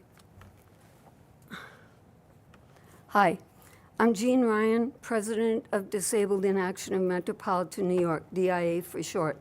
And I'm a wheelchair user who lives in Bay Ridge, Brooklyn. Sometimes they take the X27, X28, X37, or X38 express bus home from Manhattan because I like the freedom of not having to guess the day before for Access Ride where I will be and when I will be done. Well, the express bus should give me freedom, but it seldom does. I've been taking the express bus for at least 20 years, and during that time, I have tried to improve it for all wheelchair users with meetings and press coverage. It seems futile for the routes that come out of the Ulmer Park Depot. Are other express buses and drivers and bus maintenance as bad for wheelchair users as these are? I don't know, but nothing changes. I might get a trained driver, but often I get an untrained driver. And no exaggeration, I never know if I'm going to be able to get on the bus or off the bus or how long that will take. At best, it takes 4 or 5 minutes, start to finish, but often drivers, it takes 15 or 20 minutes to get on or off, or it can take an hour and a half if FDNY has to get me off. Drivers tell me that they have not driven these buses before and don't know what to do or to wait for the next bus, and sometimes they don't even try to get me on. Almost every time I take the bus, I would never get on unless I tell the driver how to use the lift. On the night of July 17th, it took 3 buses and 42 minutes before I could get on the third one to go home from Manhattan for a 21-minute ride. Why do some drivers learn how to move the seats and use the lift and others do not? Why is it that hardly anyone who drives in the evening or at night knows what to do? Why are there problems with the seats, the door, and the pins for the railings? That's for the people at Ulmer Please conclude Park your remarks. and the MTA to answer. Thank you. Our next speaker will be David Kupferberg, followed by Charlton D'Souza. Hi, my name is David Kupferberg, member Passengers United. As you saw, I have distributed to you a copy of our proposals and recommendations for the Queens Bus Network redesign. In the back, we have illustrations for the Springfield Boulevard, Bell Boulevard route that was in previous iterations, but not in this one. As I said last month, if these are not included, please don't call this project a redesign. I still think that the Queens Bus Network redesign public hearing held last Wednesday, July 24th, was a farce. The proposed final plan does not accommodate the projected influx of riders that congestion pricing is guaranteed to have. The MTA refused to incorporate the thousands of comments received since the release of the proposed final plan in December 2023.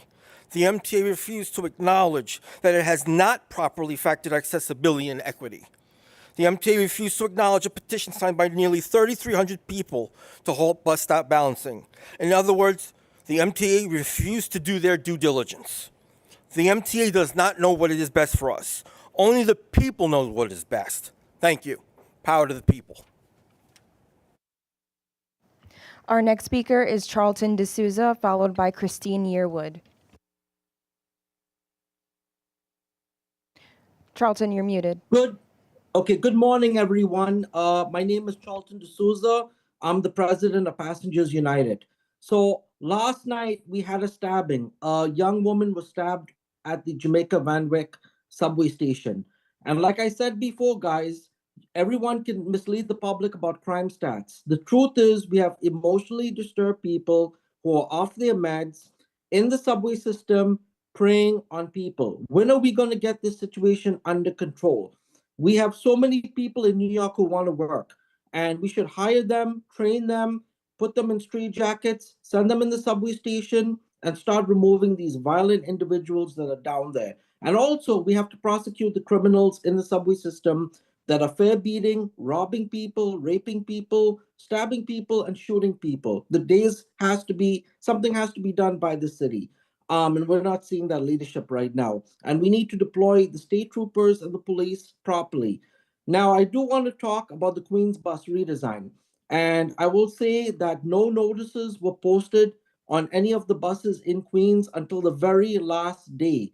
and we saw digital notice posted literally 4 hours before the meeting. It's unacceptable, guys. So I'm asking this board to please delay the Queens Bus redesign plan and allow more public input, at least till September, until everyone comes back from vacation, because only less than 1% of the population was able to testify, and the turnout was really, really bad. We had more elected official reps there and nonprofit organizations than the actual people who ride the bus. And so, Passengers United, we did the best we could, but I'm begging this board, please delay the Queens Bus redesign plan. You owe us that. It's your duty to put the notices up. Y'all didn't do that. Nobody came out. So please address this. Again, thank you so much. Our next speaker is Christine Yearwood, followed by Jason Anthony. I'm here today representing Upstand. I'm also an AXA member and a Long Island Railroad ADA Task Force member. I was tuning into the capital plan portion earlier, and I want to reiterate the need to keep these long-term goals on track for the capital plan, including especially the ADA components. Having this fully funded plan is crucial to make important accessibility and sustainability improvements.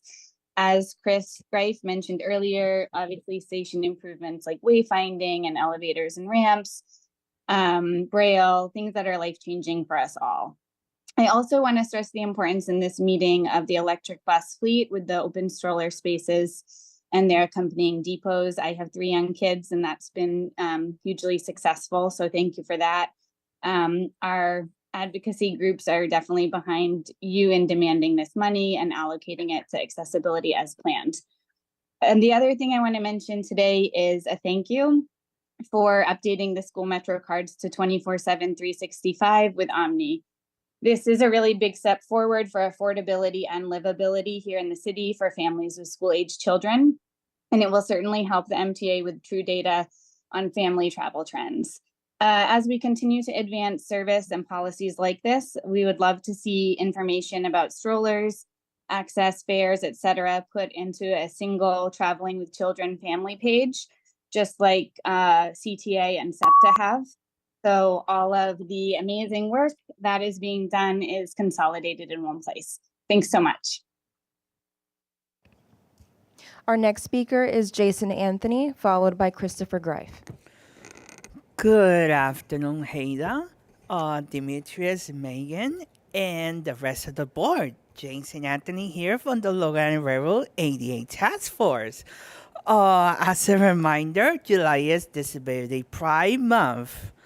But let's start off with, let's say, unfortunate incident that yours truly had on the S40 this past Saturday on his way home from Amazon.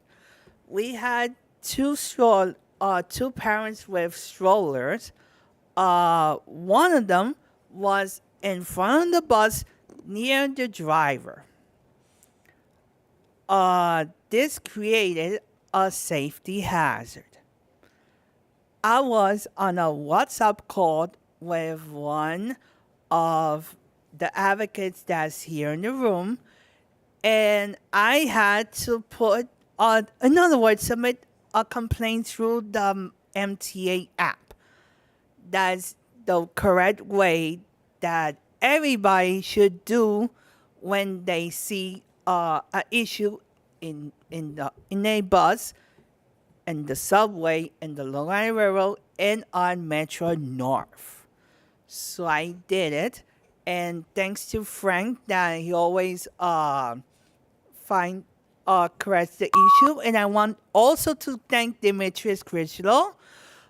Thank you, Demetrius, to always answering my emails. Since that he was the head of subways, I want to thank him that he always responds my emails in a timely fashion. Thank you, Demetrius. I will always be grateful for you in this new role. Thank you. You're amazing. Keep it up, Demetrius. I'm proud of you. So I'll see you later. Our next speaker is Christopher Greif, followed by Miriam Fisher. good afternoon, which is, yes, it's still good afternoon. I'm Christopher D. Greif. Happy Disability Pride Month. First, I want to thank our NYPD chief with NYPD because things are getting safety. Yes, incidents can happen, but guess what? You guys caught them. It's called, you see something, you say something. New York City Transit is safe. The only way to do that is when you're on a train, you see something, you say something. Our seniors, our disabled people are getting to feel the safe on the trains and anywhere we go. So let's move on to the future. Today is since it's Disability Pride Month and we celebrate ADA accessibility, it is extremely important that we keep advocating for more accessibility, even update our buses. And we also got to remember, when I spoke at the thing, we need to remind everyone, bus stops are not MTA. Bus stops and signages is Department of Transportation, which is DOT. DOT handles that. DOT has an accessibility division, which he is working with us together as one, as a team, and we work together with the MTA. The planning staff does an excellent job. Let's stop criticizing and let's move forward. The only way to do it is to sit down and talk and communicate with them. Also, I want to back up with Demetrius. Also, I want to thank him very much because with incidents going on and things that we need to keep our eyes peeled, we want to thank him very much, as well as Frank and everyone from the MTA staff, from the accessorites to everyone. And we want to thank for that video that you mentioned, Disability Pride Month. I am very honored to see that because I share that with every elected officials and our press who are there watching us. So please make sure, don't forget us. Disability Pride Month is from July 1st to the 31st, as well as ADA 34. And thank you, MTA Government Relations, as well. Happy Disability Pride Month, everyone. Our next speaker is Miriam Fisher, followed by Andy Pollock.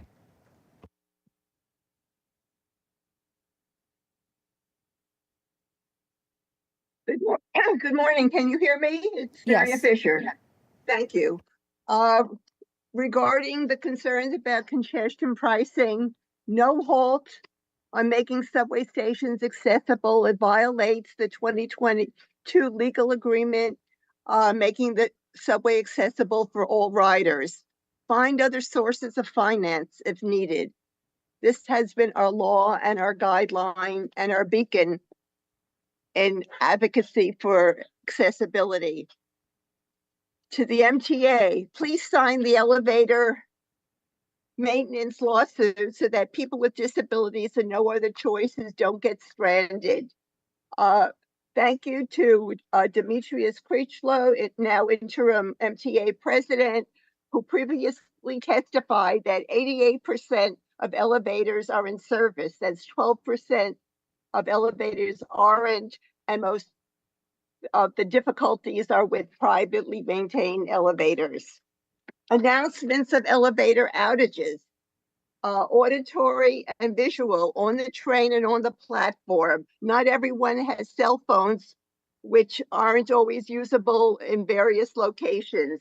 This is Washington, D.C.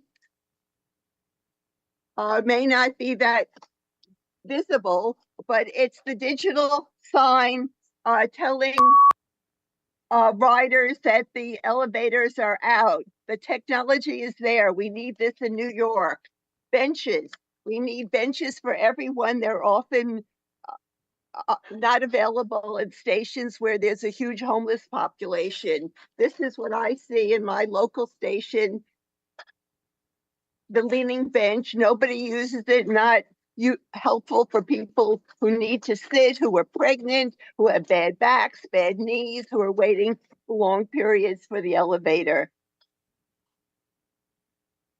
And bathrooms. Please conclude your remarks.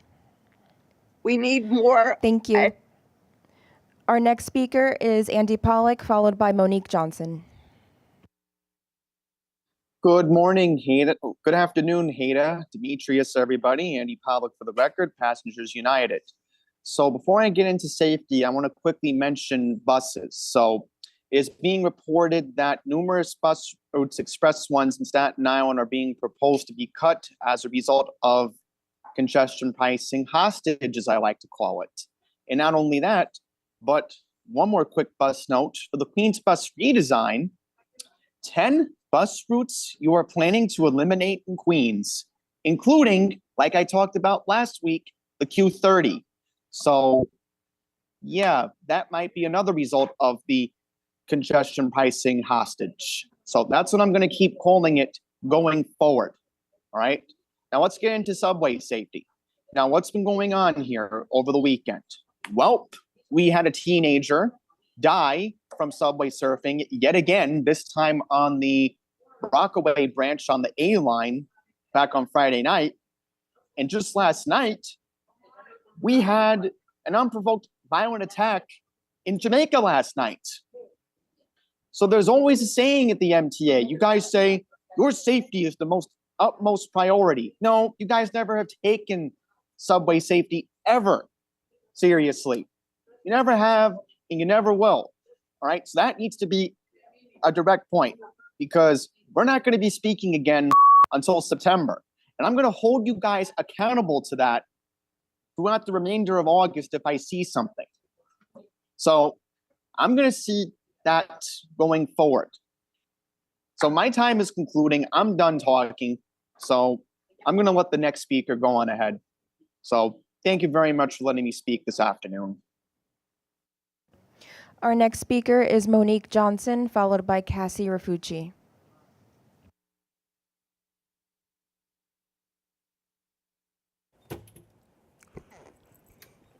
Good morning. My name is Monique Johnson. I'm here to talk about accessorize. I don't know what's going on with accessorize, but y'all need to store cameras in the brokers' cards because they're treating us like trap. I have several things that I could show you where this is one where he is vaporing in the car that we're riding in. Not only are we people with disability, but we also have people who have every type of health problems. I have a next one.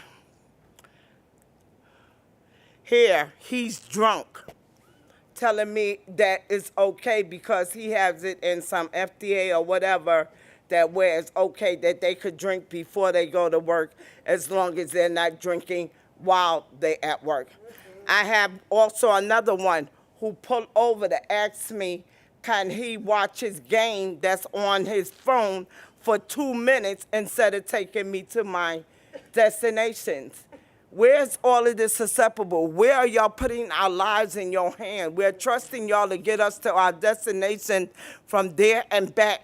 But instead, all we're getting is a bunch of brokers who want to mistreat us, use us, pull us off for the side of the roads. Y'all need to install cameras into these accessory cards so we will feel safe. I go home with anxiety, panic attack, because I don't know how I'm going to get home sometime. They want to pull you on the side of the road, tell you to get out their car. You not know where they have you at. This is unacceptable. All we want to do is be able to get from one destination to the next without having to have anxiety attack, without having to worry about somebody vaporing, drinking, or watching TV. If we can't text and drive, we shouldn't be able to watch TV and Please drive. conclude your remarks. Thank you. Our next speaker will be Cassie Rafucci, followed by Jessica Spezio. Good afternoon, Chairwoman Mahaltis, President Creechlow, and Transit and Bus Committee members. My name is Cassie Rafucci, and I'm a member of Passengers United. I would like to address a situation which took place on Wednesday, June 12th. My friend was on the Sim 1C Express bus coming from the Ellingtonville Transit Center en route to Midtown 6th Avenue in the city. The bus driver was extremely rude to the passenger who boarded the bus at Highland Boulevard and Tyson's Lane in Staten Island and asked the driver if the bus goes to Tillery Place and Rector Street in the city. The bus number was 2607, and the bus driver came out of the Yukon Avenue Bus Depot in Staten Island. Also, yesterday was a disaster at the 36th Street 4th Avenue station in Brooklyn. There was no MTA personnel directing passengers to where the shuttle buses were at for the R train to Bay Ridge 95th Street due to no R trains operating from 36th Street to 95th Street Bay Ridge in Brooklyn. This service change will be taking effect this weekend. So this service change is also going to take effect next weekend. So please let there be MTA personnel at 36th Street, 4th Avenue, and 59th Street, 4th Avenue in Brooklyn, so passengers can know where the shuttle buses are located. Thank you very much, and have a wonderful summer break.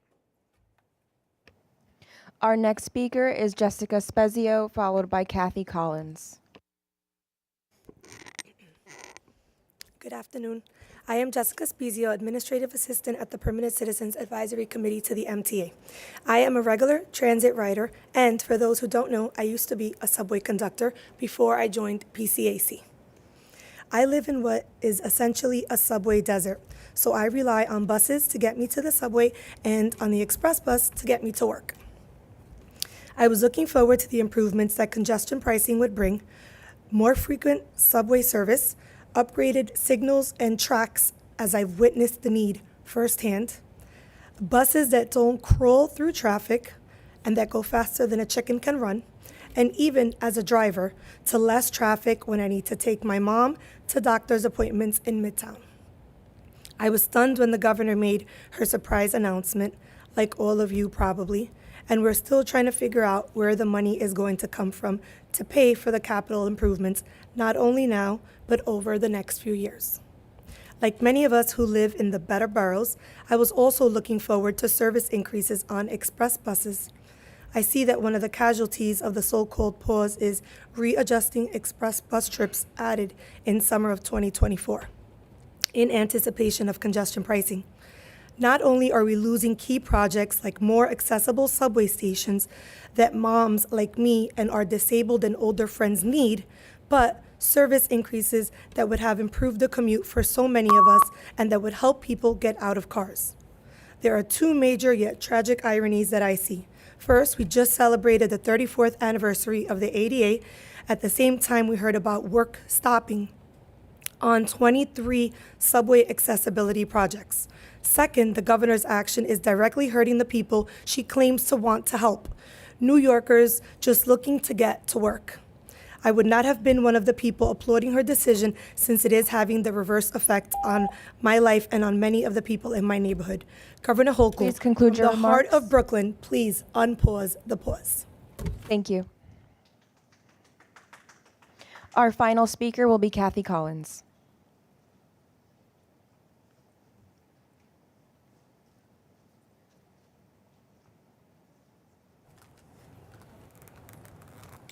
Sorry to keep you waiting. Oops. Good afternoon. My name is Kathleen Collins, and I'm the treasurer for Disabled in Action. So I feel your pain about balancing the budget, so to speak. I know when I come here, many times I complain, and today I'd like to say I had a wonderful trip with a gentleman. I can't remember his name. He was an Uber driver that I got through the on-demand program. The on-demand program has changed my life in that on Friday, I was able to attend two events. First, I was able to attend an event for Sannies with the League of Women Voters. Myself and another colleague of mine were able to speak about voting for people with disabilities.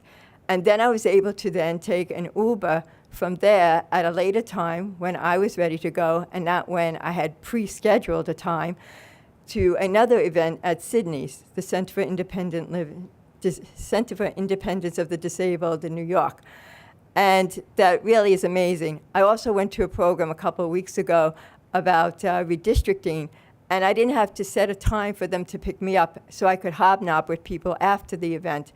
And as you all know, as business people, that talking to people before events and after events are the crucial times. So I really appreciated that. And I appreciated my driver today. He spoke another language than me, and yet he knew to put all my fasteners on and a seatbelt and a shoulder belt. So language is not the barrier. The barrier is attitudes. So I think that's what you and the TLC need to work on with both the for-hire vehicles and the accessoride. And please expand the on-demand program. It's an excellent program, and we need it. And it's time that you do about accessibility too. If you only had done this in 1973 with the Rehab Act when you should have, we would have had a totally accessible system if you only had done 10 stations a year, because it's 50 years now. Let's do it. Thank you. Thank you.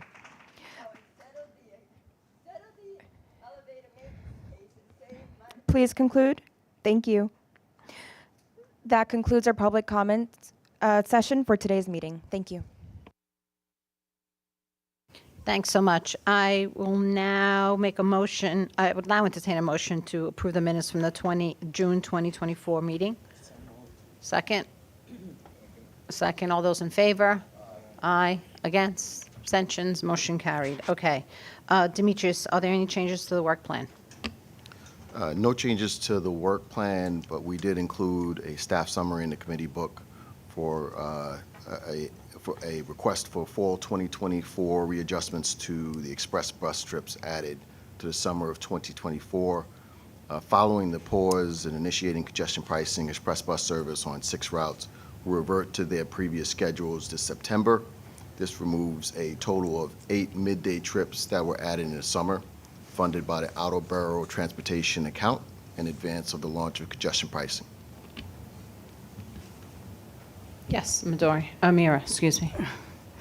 Thank you. I just want to clarify, say publicly, the city and me as a board members, opposition to reducing the express bus service, especially for those areas in Staten Island and the outer boroughs in Brooklyn and Queens. It is important, not only is it an excellent alternative to cars, with or without congestion pricing, it's not funded directly from congestion pricing, and these are accessible routes. So for many people, this is the only option they have. So I really am concerned about taking this, what I consider a step backwards. I also want to understand procedurally what the board's role is in this decision.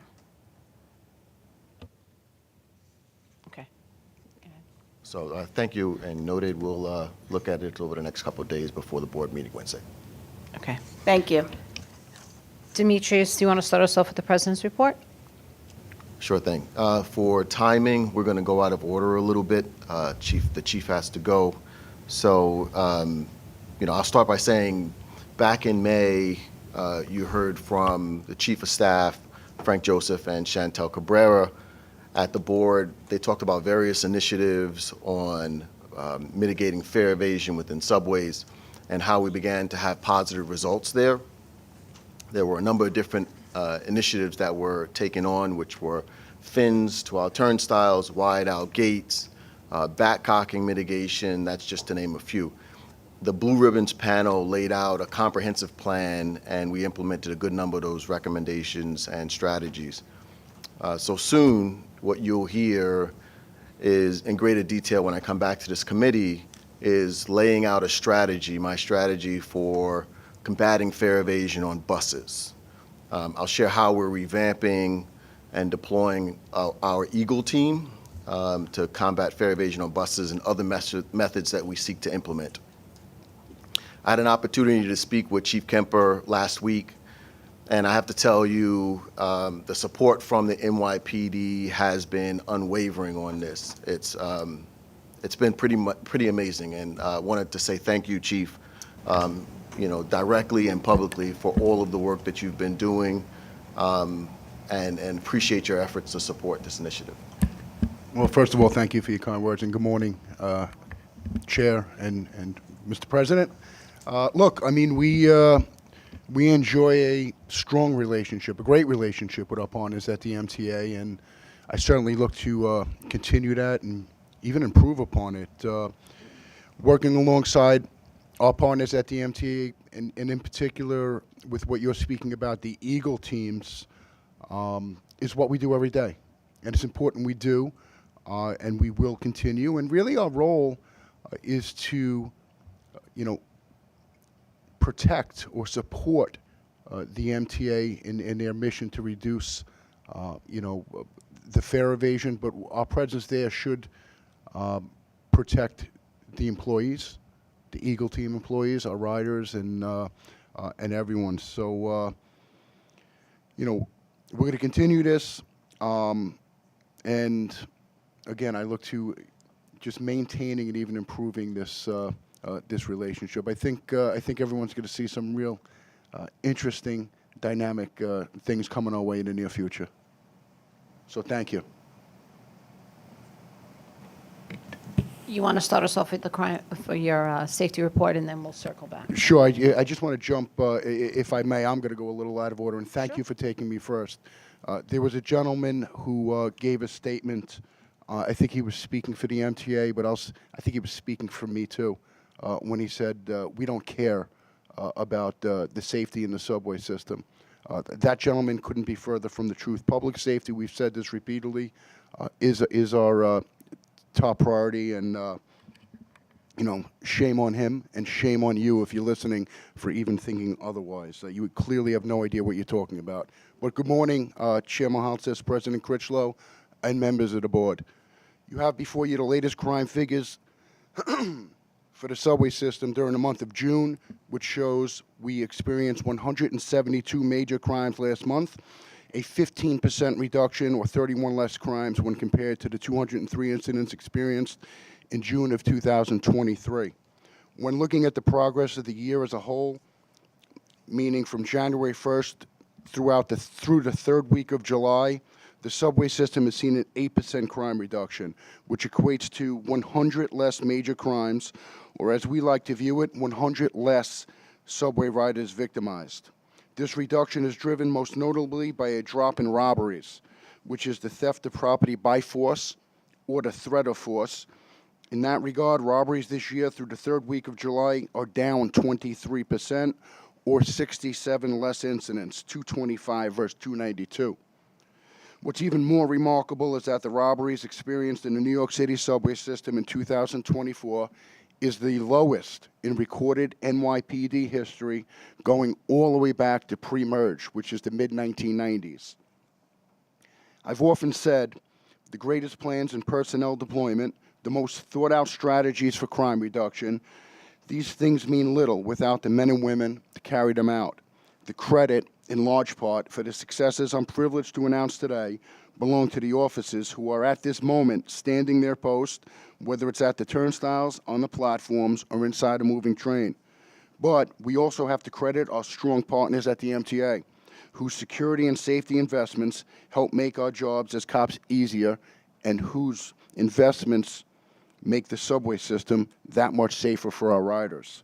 And let's not forget about the ridership, whose eyes and ears and quick reporting guide officers to where police attention is needed. In addition to public safety being a shared responsibility, it also requires a multi-layered approach, from those uniform officers deployed throughout the system that I just mentioned, to plainclothes cops blending in and looking out for the welfare of riders, to the vast MTA camera network that watches over us, to the screening of passengers' bags, and now, as some of you may have seen in the news, the introduction of a weapons detection system. We have just started a month-long pilot program with Evolve, one of several prominent manufacturers of weapons detection systems. These types of systems are more and more commonplace now. We see them at major venues like sporting arenas and amusement parks. In fact, just yesterday I went to a Philadelphia Phillies game. I'm a Yankees fan, but when walking into Citizens Park, I put a smirk on my face as I was walking through the weapons detection system. It happened to be Evolve, the same system. Now we fully understand that some riders may view these machines as time-consuming airport-style screenings. That is far from it.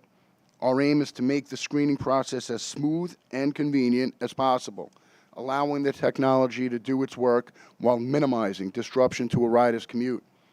We've spent months exploring this machine and putting it through a battery of tests, introducing commonplace items that riders may carry, and fine-tuning the settings to zero in on guns. Guns that simply do not belong in the subways, and guns that may bring harm to our riders, to our transit workers, and to our cops. I've said it before and I'll say it again.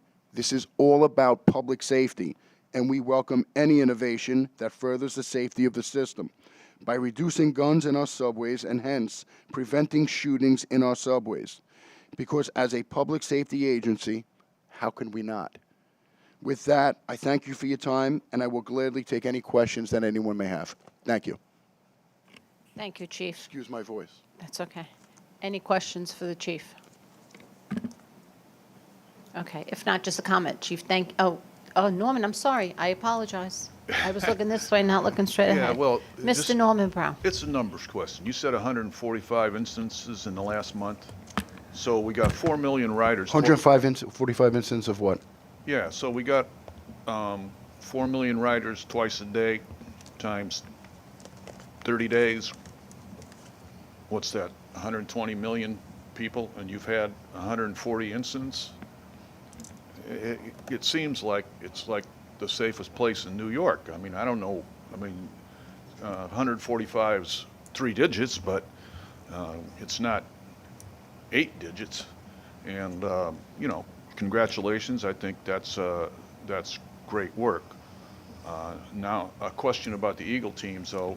As you support the Eagle teams, are you supporting them with a uniform or with a plainclothes guy with a badge? So Just first, out of curiosity. Yeah. So first off, yeah, we're averaging less than 6. I think it's 5.68 to be exact. Not that I know the number. Year to date, 5.68. We call them major crimes, index crimes. That's robberies. You know, the felonies in the subway system. And look, as good as we're doing, we're the first to say we could always do better. One crime is one crime too many. But we are certainly encouraged with the progress that we're experiencing in 2024. To answer your question about the Eagle teams, we're supporting them with uniform police officer presence. For now. You okay, Norman? Okay, Lisa has a question. I believe I asked this once before, so I apologize. How were the stations selected for the scanners? So that's a great question. So this is going to be a pilot. It's a 30-day pilot. You know, we're going to learn. We'll reevaluate after the 30 days. How it's going to work for the 30 days is the machine will be at a different station, you know, encompassing all 4 boroughs throughout this 30-day trial. So I hope I answered your questions, and that'll be determined, you know, after the 30-day how we're going to expand its presence. But maybe a station will get a visit more than once during the month, but Fulton Street, it started Friday. I'm not sure if I should say it's in Times Square today. It'll be somewhere else tomorrow. It's 2 different periods at times during the day, morning and afternoon. And we'll be in Queens, we'll be in the Bronx, we'll be in Brooklyn. So, yeah. Would you be able to, and I don't know publicly, but let me know which stations are in the Bronx? I'm curious because we have some challenging stations in the Bronx. I'm curious if that's where you would put it. So during the pilot, the stations were chosen strategically for reasons. Chief, is it based on the number of people going through those stations? Like So Fulton's large, Times Square's large. I mean, without Yeah, I mean, giving away stations. certainly it's going to be, you know, moving forward. But for this pilot, I think I made mention, I did make mention that we were, you know, for months, you know, working on this, and we used police officers, and we experimented, if you will, in certain stations throughout the subway system. So I guess, those are really the Chief, subway right, so stations Lisa, that we're going back to, Right. because we already experimented in those stations. If I may, Chief, maybe Lisa, you should trust the chief Yeah. to know what he's doing. And I guess part of it is if you tell them what stations, it just deters everyone from, you know, going without around a the doubt. stations. I just- Right, so I would Yeah. say let him do Yeah. his job. It's one station a day for the next 30 days. Each day it'll be, we're not sticking to the same. The beauty of this machine is that it could be moved. That's pretty cool. Thank Yeah. you so very much. Andrew. Chief, thanks for everything you and your people are doing. I'm all in favor of these weapons detectors, but they're easily detectable. As soon as somebody sees one, either with the hardware there with the Evolve name on it, Yeah. or the police officer that will be there in case it's set off, why would somebody just not go to a different entrance? I mean, You know, first of all, thank you for your kind words. If I could answer what goes through people's minds, I probably wouldn't be sitting here. Here's what I can tell you. There was an individual, this is a true story. There was an individual that went to a bag check last week, and the MTA police, he handed off his bag for the bag check, and there was a loaded firearm in that bag. And there's an example of the bag checks working. So, I look at it as a tremendous preventative, thing. At first we want to prevent, deter people from bringing any sort of weapon into the subway system. And if they opt not to bring a weapon into the subway system, it's a win. It's a win. But I think this is newer technology. I'm sure as the months and years progress, the technology is going to be better, where it's more stealthy. This is where we are right now, and again, we're always looking at current technology to make our subway system safer. I hope it can be made more stealthy, because when there were bag checks, I watched people come down the steps, see the people checking bags, go right up the stairs and go to the next nearest entrance. We're aware of that, and we're very aware of that. Let me say, there's eyes watching the people step off, but here's what I need to say. If someone does not want to go through the machine or get wanded, no problem. They're free to say no. They're not going to be forced. This is before they pay, so they're not going to be penalized with paying and then subjected to that, and then they can leave.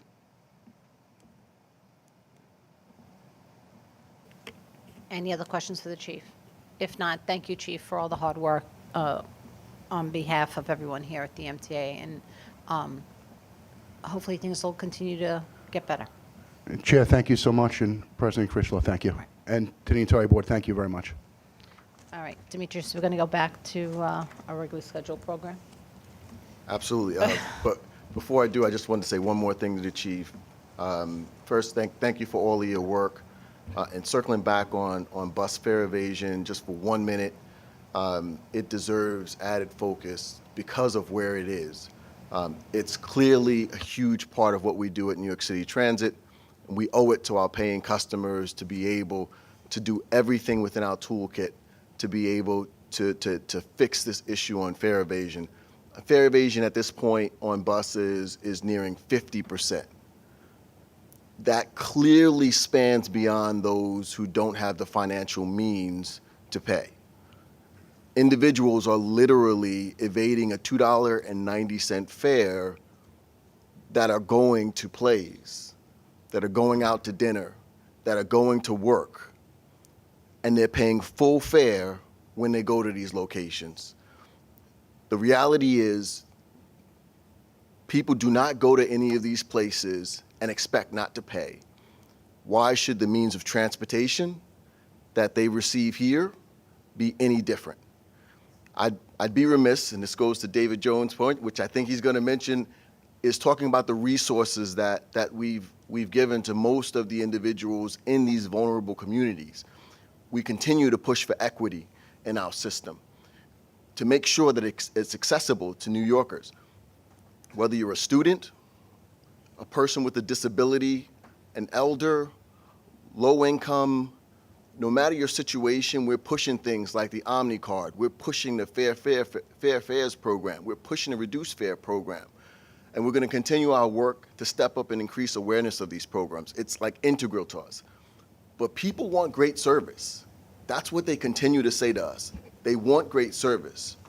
And we want to deliver upon that. However, you need to do your fare, do your share, and pay your fare. I think so. David?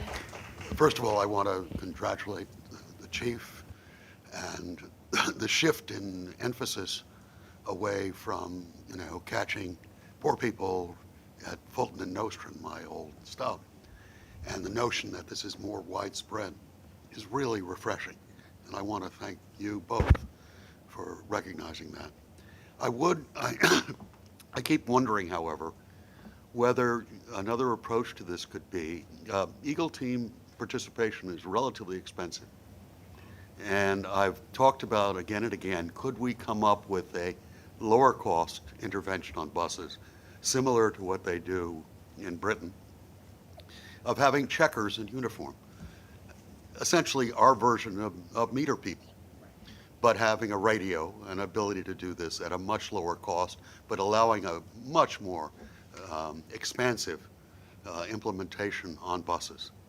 I don't know how the meter people have operated and what they're trained to do if in case of confrontation, but I think that may be allowed to double or treble or quadruple the number of interactions that occur with bus users who fail to pay. I'm just wondering, this is a suggestion. I don't know the conditions that we had, but I get the impression Eagle teams are relatively expensive. Meter people are not so expensive, though, they get paid. But I'm wondering if you're really going to deal with 50% failure to pay, we have to find a more expansive way of having people on every bus that we can deal with. So I just put that out there. I'm not directing how this should happen, but I would like you to at least explore it and whether the NYPD could tell us their experience with meter people and those kinds of interventions. Thank you. So I appreciate it, David. I think, one thing that you can, without question, tell by our efforts on the subway side is we were very intentional with the things that are within our control to be able to make changes in this area, right? So a lot of the mechanical interactions with customers is what we targeted.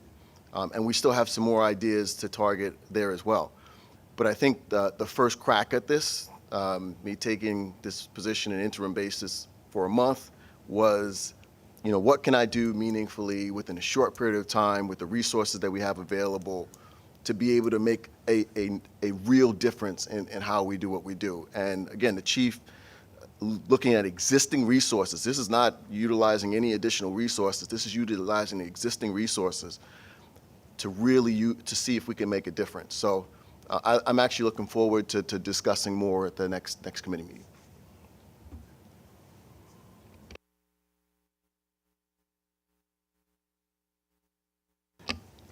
All right. So we'll start with the regular committee presentation at this point. July was a busy time for us.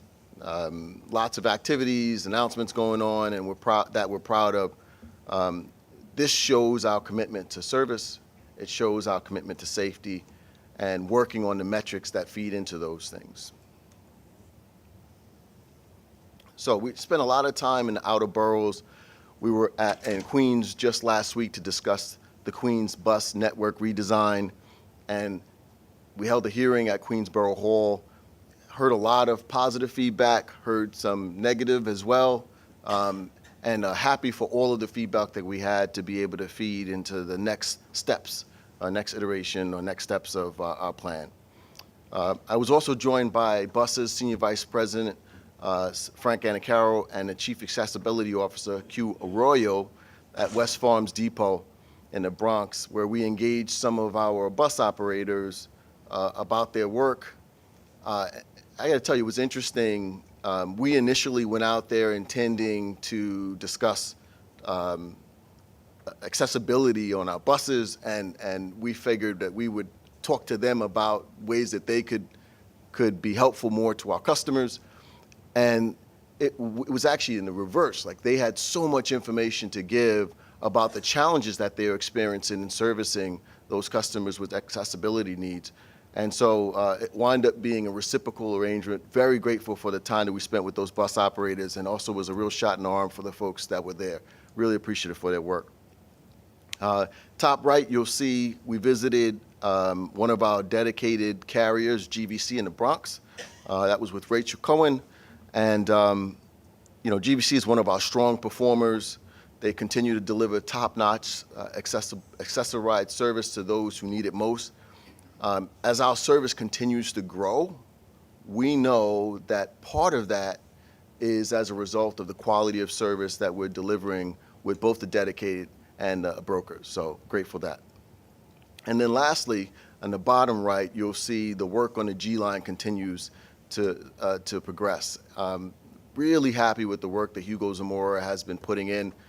He's really tied the knot on several different challenges that we used to have in the past, which is communicating between buses, our shuttles, and the trains themselves, our customer service agents, the traffic checkers, the schedule, just one person that's able to see everything and experience it from a customer's perspective.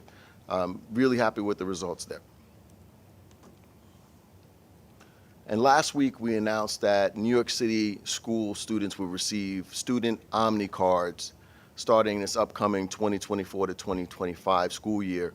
The new student Omni card expands the benefits that the previous student MetroCard had and provides the semester students with, this program has been in place since 1997. It's now being replaced with these Omni cards for all eligible students. The differences for this is the new student Omni cards will be valid for 24/7 day, 365 years. So you don't have to worry about just being within the school year. You don't have to worry about, well, school hours are here to here, so therefore you have to use it. In our time out at the transit school, we saw different students who talked about their experiences real time, the challenges that they have. But the fact that they have, their school doesn't end at the bell when it closes, right? They have after school curricular activities. If they're really well in advance, they're doing all types of things to try to better themselves for that college opportunity. So this will be a really good opportunity for those students. It will be valid for all subway, local, limited, select buses, Staten Island Railway, Roosevelt Island Tram, and the Hudson Rail Link. And it will include the free transfers from one mode to the next. You'll keep the same card for the entire year, which also encourages students to get in the habit of paying their fare with Omni cards. So really happy with that progress. And celebrating Disability Pride. We spent some time in the month of July celebrating Disability Pride at New York City Transit, including the MTA's Accessibility Awards. For too long, our public institutions have been inaccessible. However, it's great to be able to say that at New York City Transit, we're chipping away at those things. Whether that's the work of C&D by putting new elevators into our system, or our elevator and escalator team maintaining as great a service as possible with the existing equipment. I'm proud to be a part of the significant work that's being done on this front. We now have 151 accessible stations across our system, and to top all of that, just the stations themselves, we also have a number of initiatives that we're dealing with between the board area decals, Navilens, and tactile braille line maps. So there's a lot more work to do. There's no question we could be doing more, but I want to take the time to acknowledge the work and the people who are doing the amazing things that they are doing to make the system more accessible than it is now. And now we're going to go back to the way we used to do it was have the agency heads talk about performance. And so we're going to turn it over to Lisa, who will talk a little bit about subways. Thank you, Demetrius. For June 2024, weekday on-time performance for the subways was 83.7%, up 0.9% from May, and the highest since June of 2023. This continued a trend of incremental improvements each month since January. The completion of major projects like CPTC on the Queens Boulevard West Line continues producing positive results, and trains on those lines are adhering to schedules better than in previous months. Service delivered was 94.5% above the year-to-date average, and CJTP reached 85%. Subways was pleased to kick off July with the next phase of service increases. On weekdays, midday, and early evenings, B, D, J, and M trains now operate every 8 minutes instead of every 10, and weekend 3 and 5 trains now operate as frequently as every 10 minutes instead of a maximum of every 12. Demetria spoke of the great work that Hugo Zamora and team are doing to help customers navigate service changes on the G line. In addition to the signal work, Subway's teams are out there making sure that the G train stations get cleaned, receive new LED lighting, painting, and repairs ahead of reopening stations. And finally, I'd like to congratulate the Assistant Chief Officer of Facilities, Miriam Standing, who was profiled in Railway Track and Structures magazine's feature on women in railroad engineering. That concludes my report. Thank you, Lisa. Any questions for Lisa? Midori. Thank you, Chair. Lisa, can you, and this doesn't have to be right now, maybe a little bit later as a follow-up, can you provide the breakdown of subway lines and the typical headways? I think we were talking about subway service increases, I think on the weekdays and the weekends, and so I'm curious about what other subway lines really are having like the 12-minute headways, which is, a little bit, it's definitely longer headways than, I know we always tout the 7 train and how great the 7 train is, but there's a lot of other subway lines that, have maybe some of those 12-minute headways, but I'd like to understand that a little bit more. Thank you. Yes, we'll get you the data. Thanks. Great. We're now going to move over to Frank. Hi, Frank. Hello. Thank you. And for buses, bus performance in June improved in all key areas compared to May, and we remained stable versus June of last year. Buses delivered 95.1% of service while managed to complete 96.4% of trips. Customer journey time improved by 2.3% as compared to May of 24. Bus speeds in June slightly improved by 1.3% versus May, but no surprise here, where, congestion's real. We're at 8 miles per hour, right where we were pre-COVID. Our average paid weekday paid ridership is leveled at 1.26 million. And I just want a few notables here. The bus team continues to implement our targeted route improvement initiatives to our lowest 30 performing routes this year. In June of 24, 40% of these routes, or 12 out of 30, showed improvements on 3 or more performance categories relative to their division. A prime example is the B12 in Brooklyn, which improved performance in all categories, including increases in customer journey time and service delivery by 12 and 3.3% respectively. I'm happy to report that the latest spring customer count survey shows an improvement in customer satisfaction for these routes. Satisfaction for these routes is at 67%, a 5% improvement from fall of 23. Additionally, the 10 routes that graduated from last year's route improvement initiative have maintained their progress, achieving a 70% satisfaction rate and also a 5% increase from the fall. As mentioned about the G line, it's been a great collaboration here from buses, subways, and the entire transit team. And I just want to give a shout out to the buses road operations team and depot management team for their hard work in here. Setting up, implementing, and manage this. It's really a great example. A couple other things. In June, we were also successfully launched our ACE, automated camera enforcement, on the 14 routes throughout the boroughs, and we are giving warnings for 60 days. So the warning period will end on August 18th. So everyone, please do not block our buses. We're out there. And then finally, this week, we're excited to begin distribution of our Safe Bus Operator Awards for 2023. So we'll be handing out over 4,000 awards to operators who operated last year with 0 accidents. So I want to congratulate to them all for the best team in the business. And now that concludes my remarks, and I will hand it over to Rachel. Thank you, Frank. Hi, Rachel. Good afternoon. Thanks, Chair Mahatzis. June was a very strong month for paratransit as well, meeting and exceeding our key performance indicator goals. On-time performance remains strong and trending positively, particularly for our broker service, which is at 93% on-time performance in our 20-minute window. No-shows also remain very, very low, which is a point that we track very closely, of course. In the month of June, we served more than 1.1 million riders on paratransit on over 760,000 completed trips.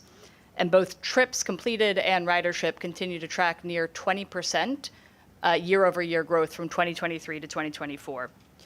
With those numbers, we marked our busiest first half of the year ever in 2024, the most trips completed and riders served in that 6-month period for paratransit. We're back to and exceeding those pre-COVID levels, which is really a testament to the positive impact of our improved service and just the critical need for paratransit to keep New Yorkers moving. Other notables for the month of June include continued slow but steady increase in adoption of the My AAR app. This was the first month where we exceeded 15% of our trips being booked by app, and we continue to increase that number. We released our technology RFP for our new scheduling and dispatch system, and we'll be back early next year to continue reporting on that. And we did all the prep work, and on July 1st marked the successful transition to phase 3 of our eHealth program. And again, look forward to reporting back on that in the fall once we have some good data to share. Thanks. Thank you, Rachel. Any questions for Frank or for Rachel? Okay, if not, we're moving on to Q? Or no? Sorry, I'm all confused. No, Back you're to good. Sorry, it's Demetrius. my fault. I'll take the hit. Okay. So, thank you, team. Up next, we have a presentation by John Kaufman, the Chief of Strategic Initiatives, and Chris Pangilinan, the Chief of Operations Planet, to report on a fare-free bus pilot, Great. which will sunset at the end of August. So now, just to tee this up, there was a lot of fanfare on this pilot. Want to remind folks that our hope was that this pilot would get people out of their cars and onto buses on these routes. The data they will present today shows a lot, but we did not see anything that aligned with that initial intent. So, John, Chris, the floor is yours. Who knew? Great. Thank you all for joining us today to give you this update on the fare-free bus pilot. I know we're a bit limited for time, so I'll do a lot of the talking here, but Chris will be available to help with questions as we get through the end of this. Just to remind you all, last year as part of the budget, New York State mandated the MTA Select to operate one bus route in each borough for be fare-free for 6 to 12 months. We're going to talk today about the first 9 months of that pilot, and as Demetrius just mentioned, we'll be ending this at the end of August. Originally, again, the criteria we used for these routes are looking for low-income areas with disadvantaged communities, where maybe additional access to employment commercial areas would be desirable. We looked for routes that weren't overcrowded today. We didn't want to create an instant problem, and routes that had significant regular service already. We want to make sure it wasn't near other buses that it could easily accidentally cannibalize the service for. And we wanted to make sure these routes didn't have any unusual fare evasion trends, so just kind of a normal fare evasion situation. On the right-hand side, you can see which routes were chosen: B60, Williamsburg to Canarsie, Q4, Jamaica to Cambria Heights, Crosstown, M116 in Harlem, Mount Eden at the BX18, and a route in S46 in St. George. Let me give you the high-level findings here. Firstly, we did see ridership increase in all routes. Things that are free are desirable, and this is a good service.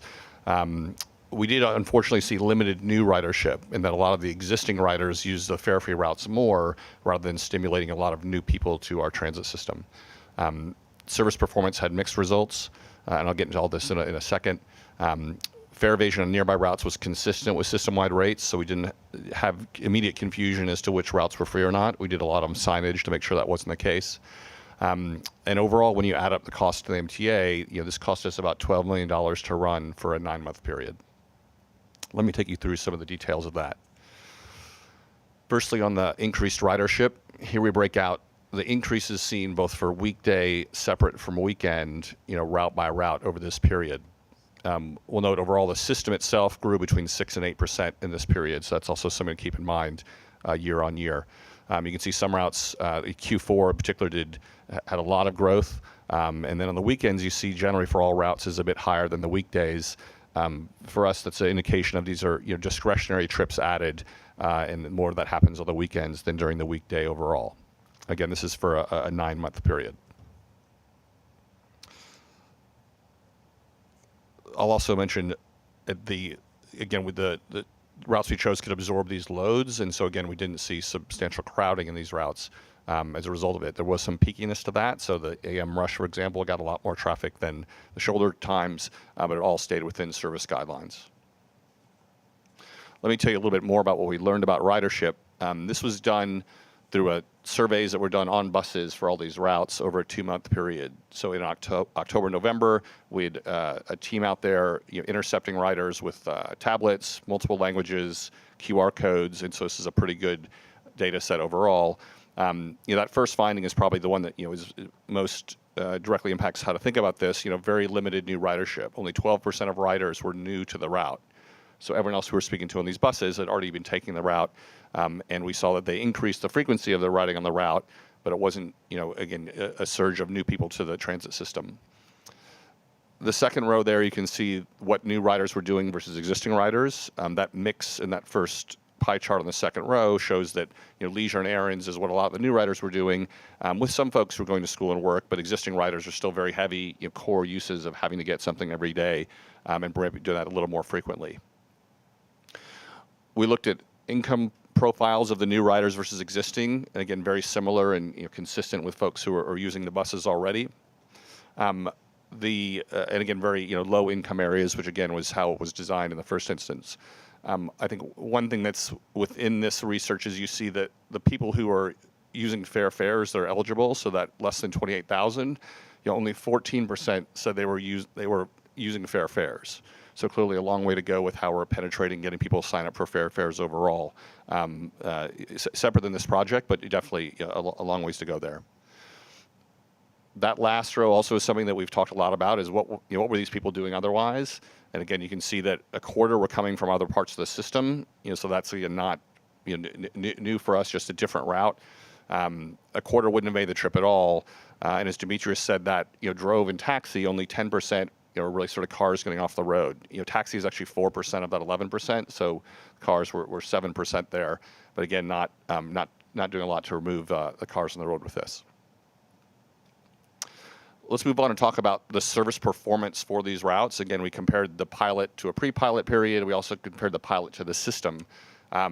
Bus speeds decreased on these routes. It was consistent with how the system itself had decreased. Perhaps the most obvious effect is the dwell times increased on these routes. When you're putting 30% more passengers on the routes, it's going to take longer to pick all those people up.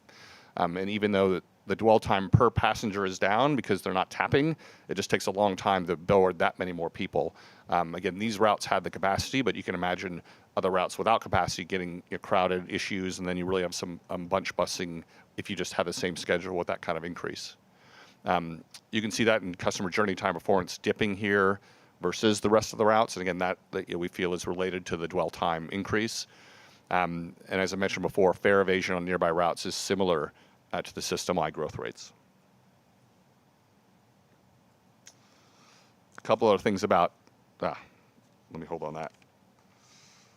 In terms of financial impact overall, again, this is the breakdown of getting to 12 million in this 9-month period. Most prominently, the fare box loss for people who are already paying today, who would gladly paying for the service at the levels providing, or not, perhaps not gladly all the time, but it would the level they paid at in previous years is $8 million foregone from what was already on that route. We did look at ridership nearby the routes while we tried to avoid cannibalization. We did see ridership on the nearby routes decreased. It's probably not people doing end-to-end, but if they're just doing a segment of the ride and they can walk a block and get a free bus, that's what we're imagining is happening, and we're sort of, again, diverting some of those folks with the nearby service.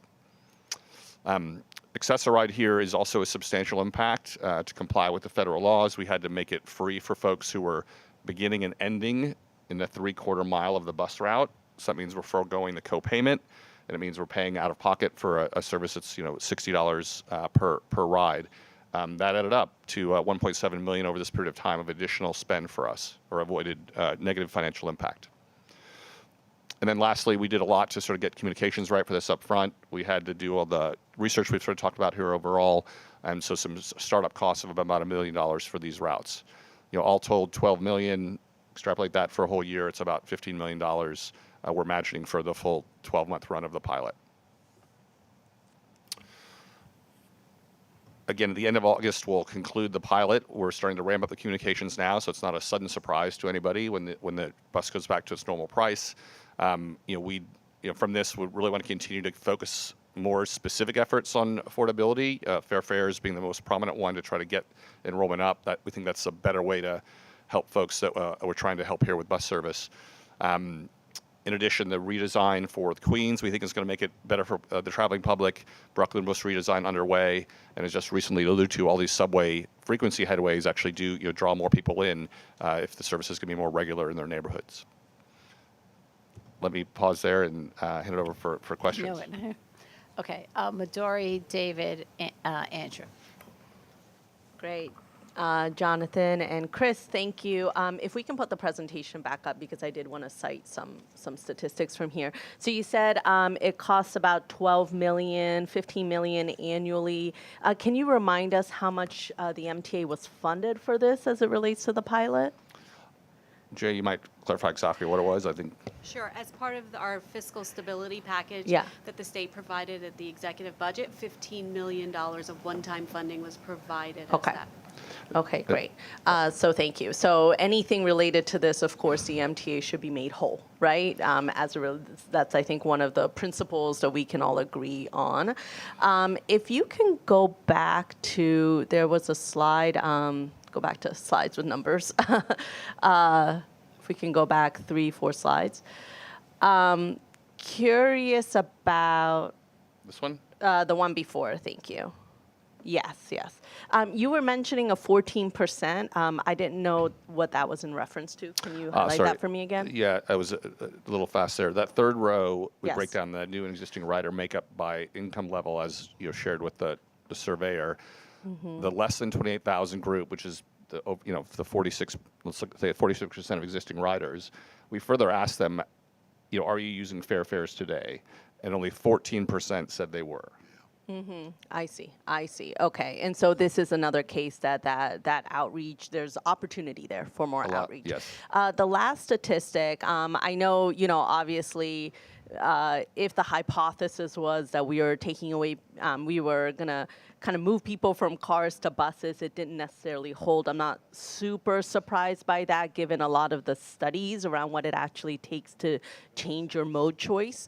The bus system and the headways have to look really different than what I'm sure your existing routes have. But I do want to highlight what it means when 23% of the people didn't even make that trip, and now they're making that trip. And when we talk about ridership and increase, it's just interesting to me. I think the walking number is interesting too. I'm curious about what the other means. Like what? Yeah. Is this like bike scooting? In this instance, we had other was a choice for folks, and so we didn't have a write-in. So it's a lot of people who say, we think it is another bus, or maybe they biked or things like that. But I had the same question, which is why is that so large? But I understand your point about cannibalization as well taken. You don't necessarily want to just take from other buses and bus routes that are probably a little bit more balanced in terms of passenger ridership into these routes that there's performance impact to those routes because of increase in ridership, which is good, but we really want to balance it out. So I appreciate you looking into this. And was that the only, quote, measure of success for the pilot? Were there any other measures of success? I think, again, how the state lays out the legislation, I think there were different people who had different ideas as to what success here would be like. We're reporting back on all the metrics we were supposed to report back on. There's some other stuff that will be posted complying with the legislation. Again, different folks have different ideas of what is success here, but I think to the cars off the road, we're not seeing that here from this. And again, for me, the fact that existing riders, it's predominantly benefiting existing riders, is an interesting finding about. You're starting about if your goal is helping them with affordability, and there's smarter ways to do that than this. Okay, thank you. So it also, in that case, is only helping people on this route, and that's where broader affordability helps them wherever they're going. David? Yeah, I would like to see the full report. I don't think it's in our director's thing, but I want to see it. It's sort of difficult for us with eyesight that's not so hot. But I think more to the point, I've been worried about this, obviously. Dimitri mentioned a 50% failure to pay on buses already, and the possibility that people will take this as yet another opportunity to say, well, I wasn't paying before, now you're asking me to pay, whether we may be driving up our numbers of people who fare evade. Moreover, I think the shock to the system of people suddenly saying, oh, it's over, and being then asked to pay, you're going to have some difficulty. So, the question is, how can we, I don't know if there's any appetite in the legislature to continue this. I'd be interested to know, with the asks that we already have in terms of potentially augmenting congestion pricing, I don't know how willing they're going to be to do this, but all of those is less a question to you than the question of whether we can really sustain this kind of thing. So I don't think there's an answer, but I am worried about it. Noted. Andrew? Yeah.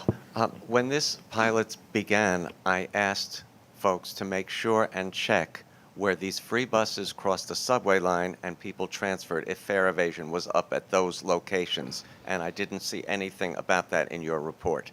Do you have an answer to that? I'll have a look at and this is a bit of the interim report, but it's looking closer to the end sort of a final report. I'll look to see what we've got there. Keep in mind, tracking fare evasion by subway station specifically, as you know, is complicated to do, and we've got this tiering system, which makes it hard to know exactly what's happening at any given station. Yeah, I was told that where these buses crossed the subway, that personnel would be placed there just to make sure that it didn't happen. But let me get back to you. I don't know the answer to that. Norman? Yeah, I don't really have a horse in this race, but they are interesting numbers. I guess that's what you try to do with a pilot. You're supposed to come up with interesting numbers. But at a 40%, what does that represent in terms? I think you had it on a previous slide, but what's that represent in raw asses in the seats? This shows you again the number of trips by route. You can sort of see that overall. So this is actual asses in seats, to use your phrase, of what each route went up by for a given day of service. So 10,000 a day. Sorry, that's the gray is the baseline, what we saw before the pilot, and then the 3,400. 3,400 is the increase we saw on average. Plus 3, but in the total, you gave me a total number for the cost. Sorry, overall it's 30%. I'd have to do the math on what that is of a total. About 13,000. 13,000. Yep. Okay, so 13,000, and you got 12 million cost. So how much is that per trip expense? 13,000. Is it $10? Does that sound like $10? We don't tend to do that math that way, board I know you member. don't. I know you don't, but I do. So it's the foregone revenue, right? Which of the gray piece that we're not paying for this, that relates to the $8 million that you saw for. Or $12 million. Yeah. Yeah. Mm-hmm. Right, it's just the gray. The gray is what we use to calculate the math. We feel the revenue foregone by not charging those people. Right. 14,000, 24,000, 34. Thank you.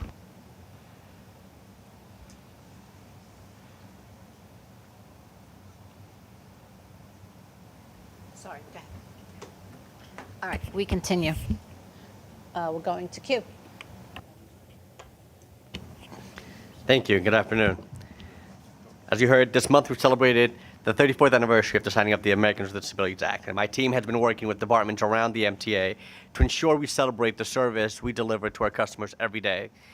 We joined at several events and resource fairs across the 5 boroughs, including our partners like Disability Unites, elected officials, and their events around the city, and cultural institutions like the New York Transit Museums. I want to thank our mobile sales team who have joined us at many of these events and continue to bring service to our seniors and persons with disabilities to communities around the 5 boroughs.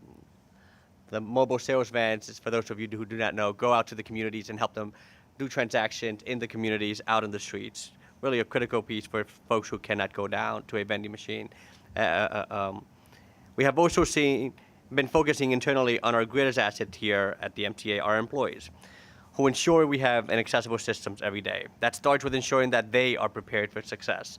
As you heard from Demetrius, we had an amazing trip speaking to some of those operation folks last Friday. And without them, without elevator maintainers, station agents, operators, railroad conductors, and thousands of MTA employees, our system would cease to function for all customers, including those with disabilities. On July 22nd, in this very boardroom, we honored 38 different employees from around the organization that have gone above and beyond in furthering accessibility here at the MTA. This is the second year that we have held this event, and it has become a highlight of disability pride at the MTA. At our visit with Frank and Demetrius, we met frontline employees and heard about their experiences delivering service to customers with disabilities. We took a tour of the facilities, including demonstrations of how we ensure the maintenance of our bus ramps and lifts, and spoke with operators about their biggest challenges while driving the bus. Our bus operators rise to the challenge of ensuring all customers have a safe and comfortable ride every day, and it is important to hear directly from them about how we can improve the service and experience for all, not only our customers. Something that I made sure to tell them was that though we think about our customers as the riding public, to us here at the MTA, our employees are our first customers. I also want to thank our customer communications team and the elevator and escalator team who worked closely with us to ensure that real-time elevator status information was quickly restored following the worldwide CrowdStrike outage. Lastly, due to continued efforts of the teams in partnership with MTA Real Estate, Construction and Development, New York City Transit, and E&E and MTA Legal, the maintenance and performance of elevators owned and maintained by third parties has significantly improved since last year's performances, almost double the availability that we saw last year. And we heard from public speakers earlier about that being one of the stress points. Well, we're proud to see that collaboration internally has really paid off externally, and our customers are seeing better usage at those third-party elevators. We look forward to continued enhancements of services throughout the organization and to work closely with transit and staff leadership. Thank you. So two things. Q, I'm happy to hear that the third-party elevators went up. Is that just because we're talking to them, or there weren't episodes? I don't want to jinx anything, but Let's say my team, C&D, and others have become vigilant. beautiful, beautiful. And I just whispered to Demetrius that you, Frank, Lisa, and Demetrius going out to the employees and them seeing you, whether it's at, the bus depot or whatever, they love that, right? And it makes them feel so proud. So that's wonderful that you guys do that, and keep it up. Thank you. We have no procurements, right? Or do we? No procurements. No procurements. All right. Are we done? Do I ask? Any questions for Q? Any questions for anyone? And we have no procurements? Okay. If not, we'll see everybody on Wednesday. Motion to adjourn. Midori, David, thank you, everyone. Great work.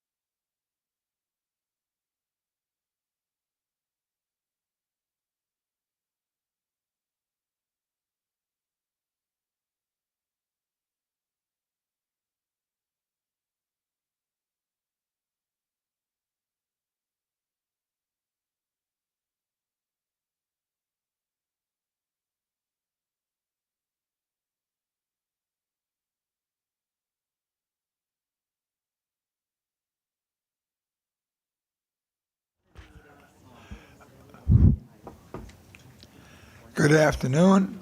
I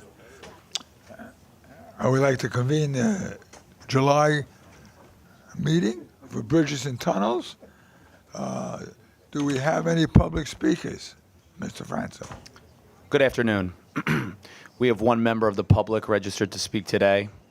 As a reminder, we ask all public speakers to adhere to the MTA's rules of conduct and decorum. I would also like to remind our public speaker that in the interest of time and fairness to all, we limit everyone to 2 minutes. Please be aware that there will be a warning beep to remind you that you have 30 seconds to conclude your remarks.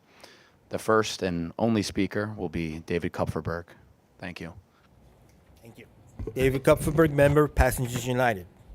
Thanks to Governor Hochul, the MTA took a step in the correct direction of looking at itself to find efficiencies by pausing the Central Business District tolling program. The MTA has proved to the public that it would not be able to handle the influx of riders to the Long Island Railroad, Metro-North Railroad, and the subway bus and express bus networks. Therefore, the MTA board did the right thing and paused implementation of the Central Business District tolling program. Thank you, Governor Hochul, for making the MTA use common sense. Passengers United's position is for all vehicles with New York and New Jersey license plates to be exempt from the Central Business District tolling program, except those registered with Uber or Lyft. Passengers in those vehicles will be charged $3 per trip to enter and exit the congestion zone, and $7 for trips wholly within the congestion zone. Doing this would end Uber's and Lyft's duopoly within the tri-state area. Now is the time for the MTA to encourage the city of New York to toll the East River bridges to the point where they would be at parity to the MTA bridges and tunnels. Once that would be implemented is when the MTA would prove that it is ready to start the Central Business District tolling program. Thank you. Power to the people.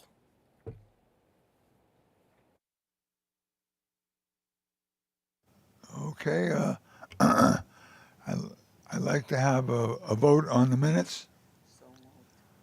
Second? Any questions? Okay. All in favor? Aye. Okay.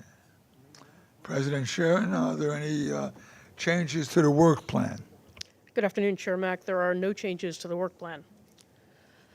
So earlier this month, we marked a notable milestone for our interagency law enforcement partnership in the ongoing crackdown of ghost plates and persistent toll evaders.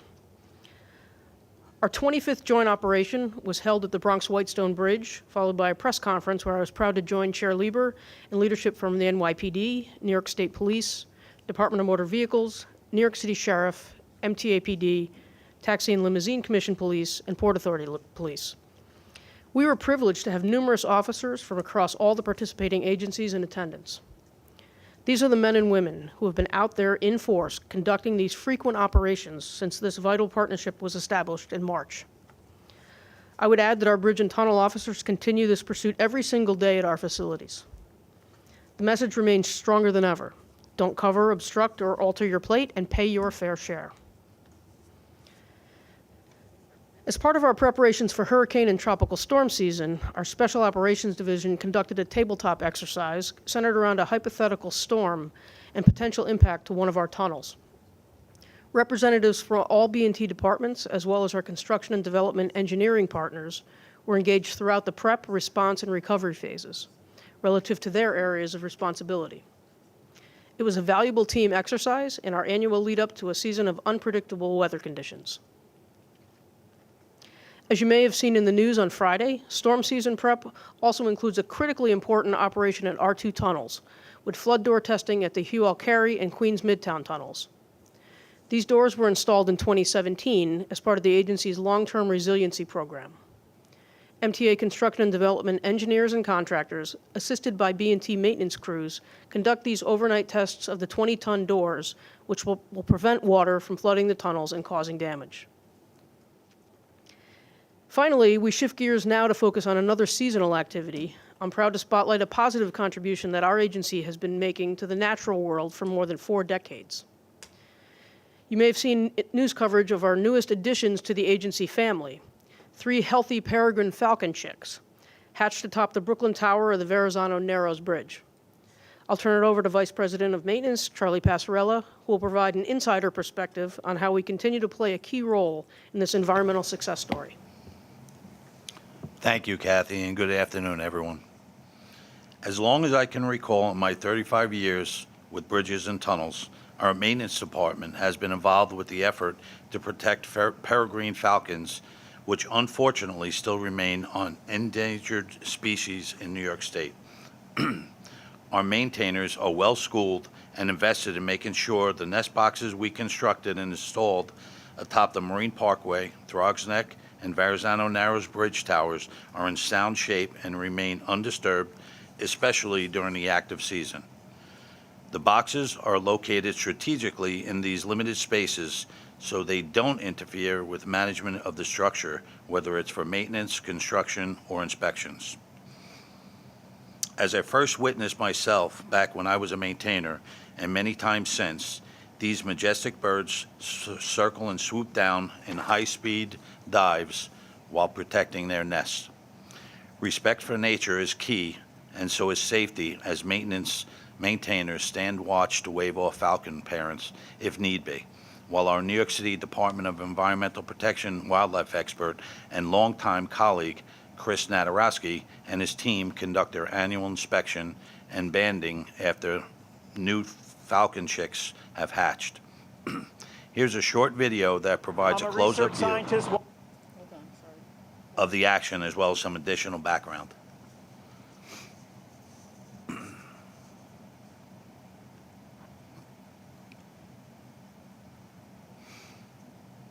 I'm a research scientist, wildlife biologist for the New York City Department of Environmental Protection.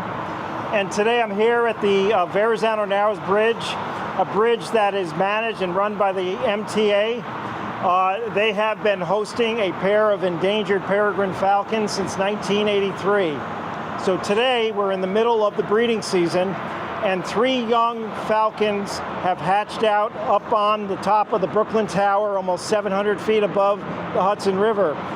The falcons love this bridge because the bridge resembles cliff ledges where they historically would nest.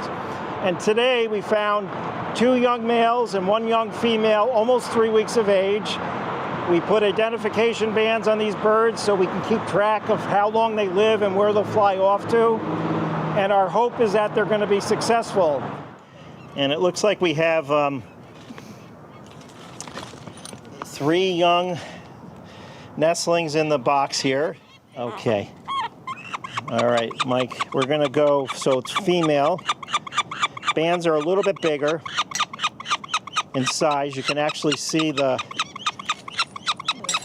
difference in the diameter of these bands. This is open, but it's quite a difference with size comparison. So this female is going to get band number 1947-45364. Well, you're nice and calm. You're nice and quiet. Yes, I know. How are you? Okay. All right. Yes, it's very much appreciated. Thank you. So the MTA has been a phenomenal cooperator with this endangered species program, helping to protect our birds. Here at the Verrazano Narrows and also at the Throgs Neck Bridge, they were the first 2 locations where the peregrine falcon, after the restoration effort took place, the first 2 nests in New York State again, following a local extinction from the early 1960s until 1983.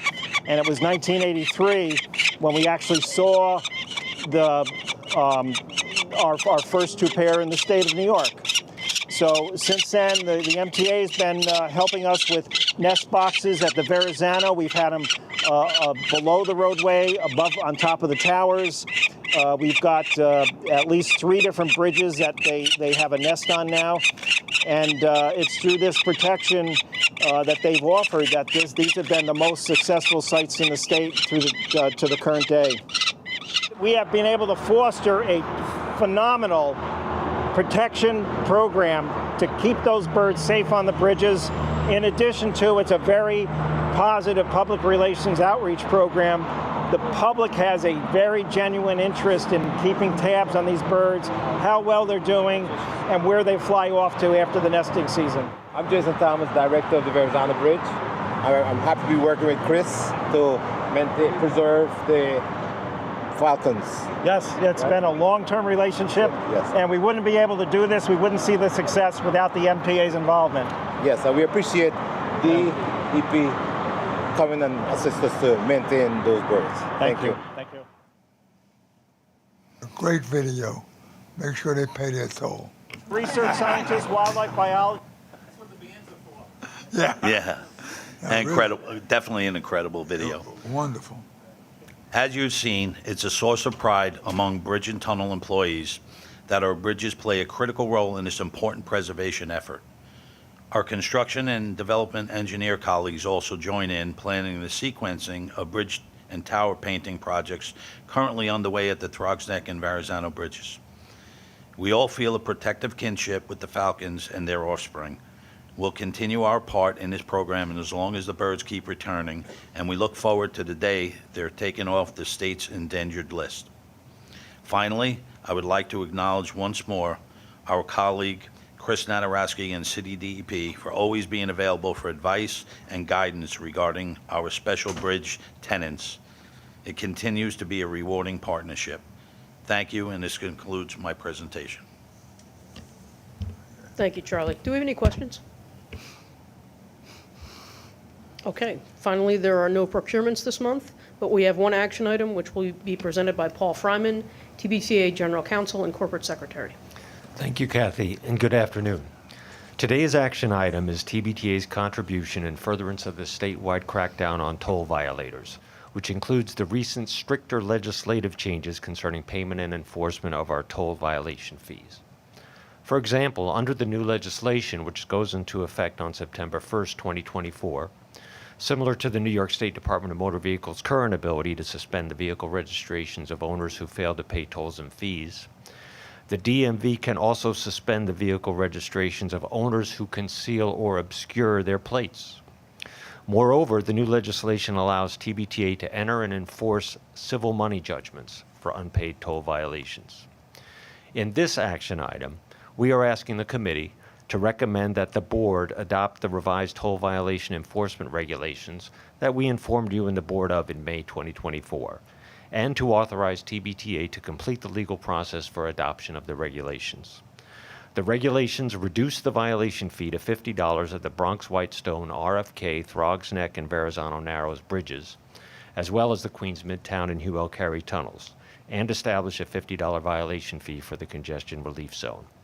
This action item is described in the committee's report's staff summary on page 46 and is submitted for the committee's approval to move to the board. I'd like to have a motion.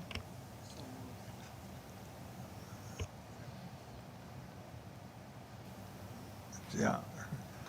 Are there any questions on this?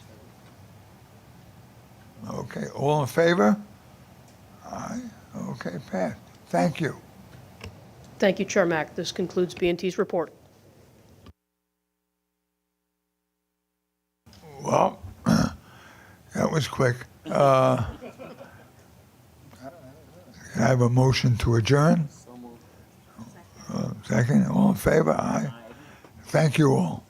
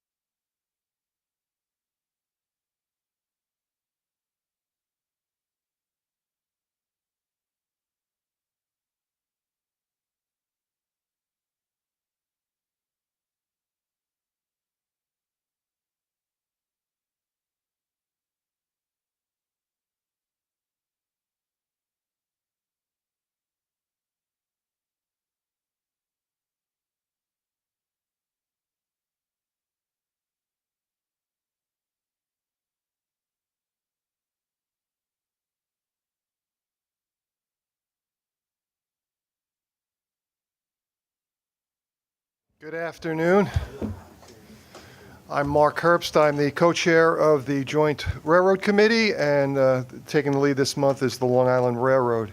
And we will begin with the public comments. Do we have speakers for this afternoon? Good afternoon. We have 8 members of the public registered to speak today. As a reminder, we ask that all public speakers adhere to the MTA's rules of decorum and conduct, including speaking on topic. I would also like to remind our public speakers that in the interest of time and fairness to all, we limit everyone to 2 minutes. Please be aware that there will be a warning beep to remind you that you have 30 seconds to conclude your remarks. The first speaker will be Iris Kelly, followed by David Kupferberg.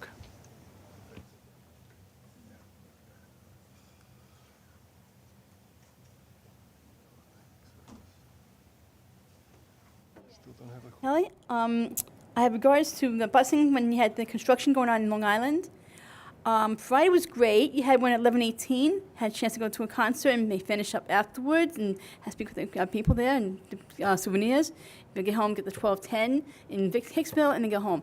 But no, Saturday you not even had that. You had to leave at 10:45, middle of a concert. Couldn't enjoy myself there because you had the last bus would be 10:45 and shouldn't be. There should be 11:18 because that's when people get out of their places doing stuff and even going places, doing things, and be able to get home by after and take the last one 12:10. It was still running in Hicksville. The trains were still running. That's what it should be, not to try people from doing things. Thank you. Our next speaker will be David Kupferberg, followed by Daniel Carpin. Hi, David Kupferberg, member of Passengers United. The MTA is trying to pull a fast one with the renovations of the Long Island Railroad's Forest Hills and Hollis stations. The MTA is attempting to separate the platform lengthening and accessibility parts of the project for each station. According to Forte Construction Corporation, the contractor hired to do the renovations, the MTA issued a general stop work order. MTA, it is a fait accompli. Either the entire renovations are done or none of it. Because if the platform lengthening part of the project would continue, but not the accessibility part of the project, it could be a violation of the Americans with Disabilities Act and Title VI of the Civil Rights Act. We will not be intimidated. Thank you. Power to the people. Our next speaker will be Daniel Carpin, followed by Christopher Greif.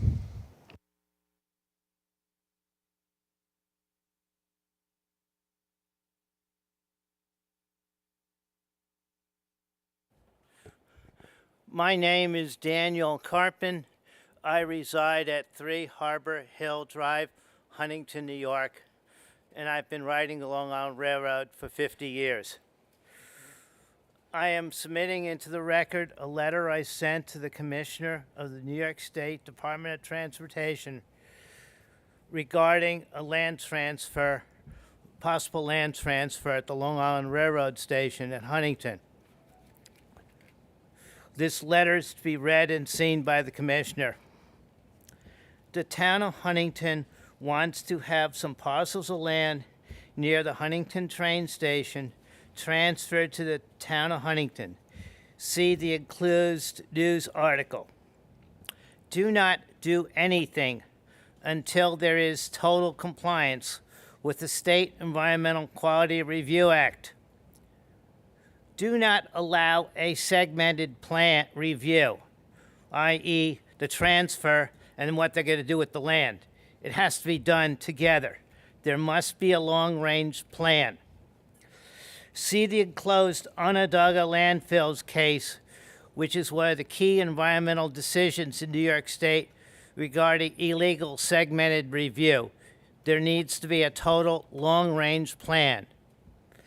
The town of Huntington does not know how to comply with SECRA.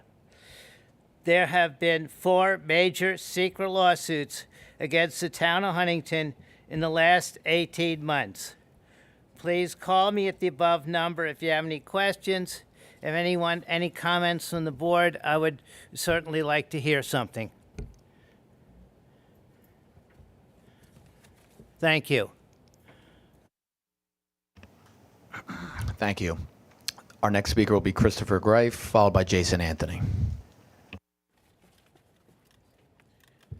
Good afternoon, everyone, and happy ADA 34 Disability Prime Month. First, I wanted to thank everyone as we do celebrate the Disability Prime Month. It's a great day to celebrate either way from now to the end, which is this Wednesday. But I'm here to talk about Long Island Cares and Metro North Cares. Glad to see that Long Island Railroad does have signs that tell us to contact. But we do need to continue on the future of accessibility to mentioning our cares very much. We're glad to see their signs, but we need to do more advertising, announcements, and how can we work together with the community. Especially, it will help the MTA police to work together, because if a person's waiting on the platform, and thanks to you, MTA police do assist very much, for the record, on both railroads, we do need to make sure that both cares are very much, yes, and I do keep it seriously because MTA Police does work with our population very much in all areas. But we need to remind that we need to advertise more about the cares in both, because signs might help, digital signs might help, but advertising, announcing it needs to be more. We as advocates will help working together to remind people, and that's including our officials, to know they are cares. And as I said this at Capitol, I'll say this now. We need to make sure that those alert buttons are available at all stations. Thank God they're on the railroad, Long Island Railroad, but Metro North needs them as well. So lets the crew know to get on the train, so they know there's an accessible customer. It could be a senior, a disabled person, or a baby stroller. We need to work together and keep everyone safe. Especially Disability Prime Month is a nice way to celebrate to keep the safe of everyone. Everyone, happy Disability Prime Month, 8834. Thank you. Thank you. Our next speaker will be Jason Anthony, followed by Kara Girl. Good afternoon, Rob, Kathy, and the rest of the Joint Committee of Rails. Let's start off yesterday. Luckily, yours truly was at both Penn Station and Grand Central. It is glad to see that Long Island Railroad Cares is being visible, having staff with their red vests, and it's good that Rob Free is doing an awesome job like always. But Cassie, not so much. We need is not a criticism, but we need to improve. When I was at Grand Central, no Metro North Cares personnel present. But yes, the signage is there. But when I was down in Grand Central Madison, staff was present, probably wearing the red vest. So what does that mean? Long Island Railroad is always ahead of the game.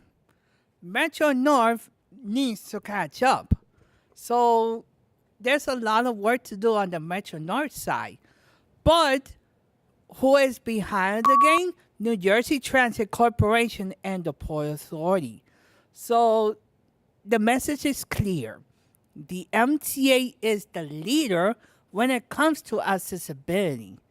So both railroads are the pioneer when it comes to accessibility, and this is why the Train Time app is the best app that we could use. So let's keep it up, guys. I'll see you guys later.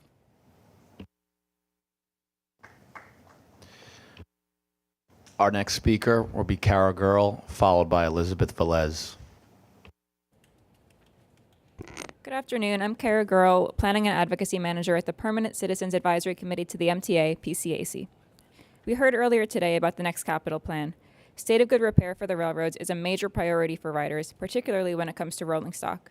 We were glad to see that rolling stock upgrades and state of good repair are a similarly high priority for the MTA in the 2025 to 2029 capital plan.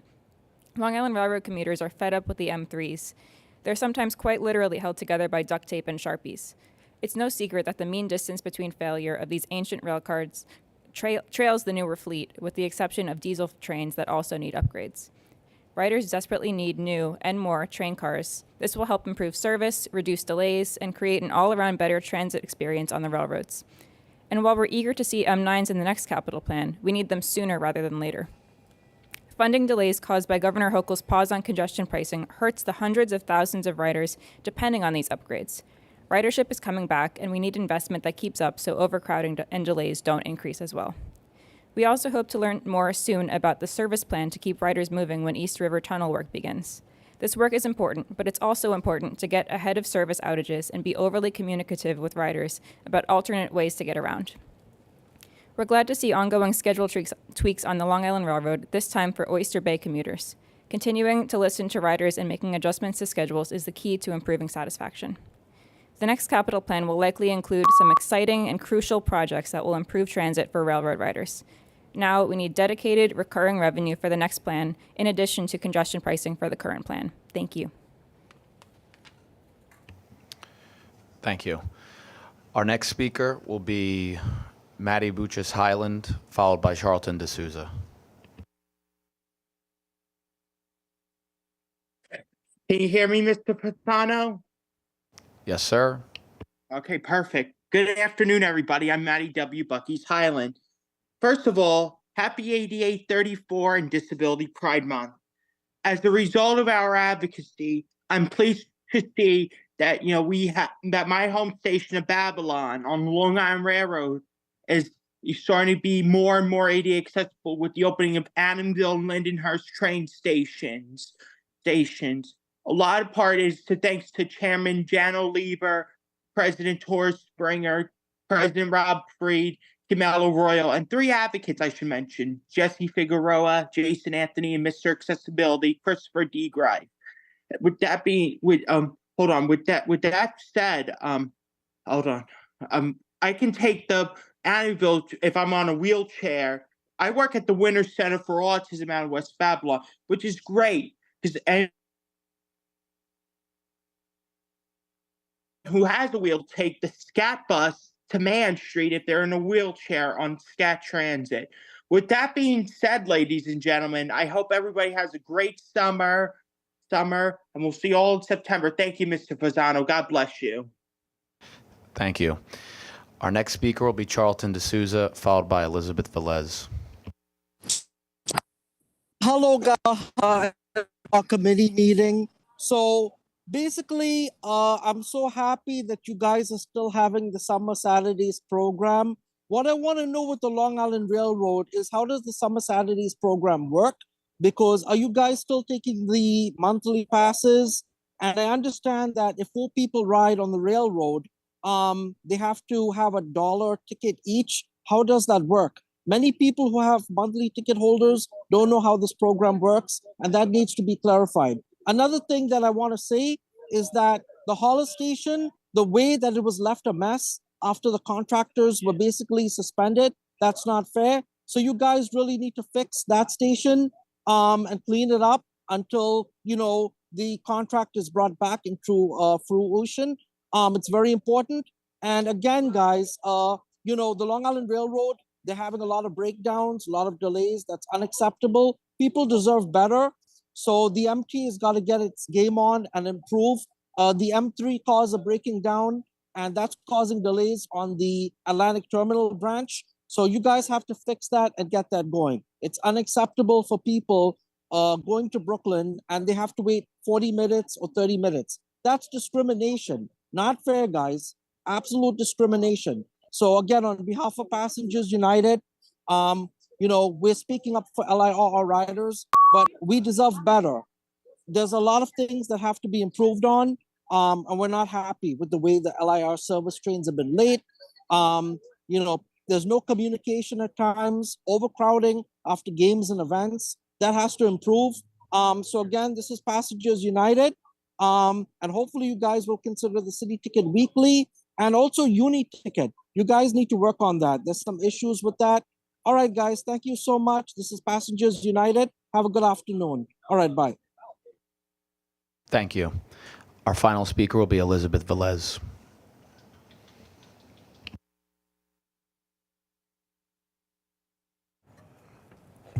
Good afternoon. I'm Elizabeth Valdez of the Brooklyn Center for Independence of the Disabled, BCID. I'm just testifying at this meeting because of the late change in the timing of today's Transit Committee meeting. However, but my comments are still relevant to all transit riders in the region. Last month, 17 disability groups and allies sent letters to Governor Hochul and legislative leaders. New groups included independent living centers from Long Island and Westchester County. We urged them to immediately find other funding sources for the MTA in the absence of congestion pricing so that accessibility projects and other essential work could move forward. BCID also testified at last month's board meeting. We said, along with Albany and the mayor, you here at the MTA have a job too. Your job at the MTA isn't only to tell us what won't happen with the loss of this particular source of funding. It is your job to put together the other non-regressive options for funding and to get the governor and the legislature to adopt them now. Don't wait for governor to come up with ideas. Your job is to convince the governor to get her act together, to convince the legislature that blaming the governor doesn't get them elevators or cleaner buses or new signals. A month later, we're still waiting for you to do your job here at the MTA. Let's get moving. Hopes this works.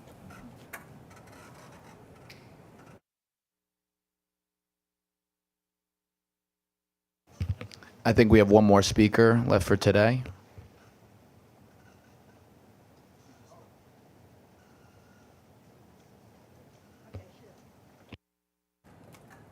Hi, sorry to keep you waiting. My name is Kathy Collins. I know I testified earlier today, but I needed to testify again today because I was on the Long Island Railroad over the 4th of July weekend. I want to thank Dennis Schindler, a Long Island Railroad employee, and his team at the Hampton Bays and the Spivak station out in Long Island because they saved my day that day.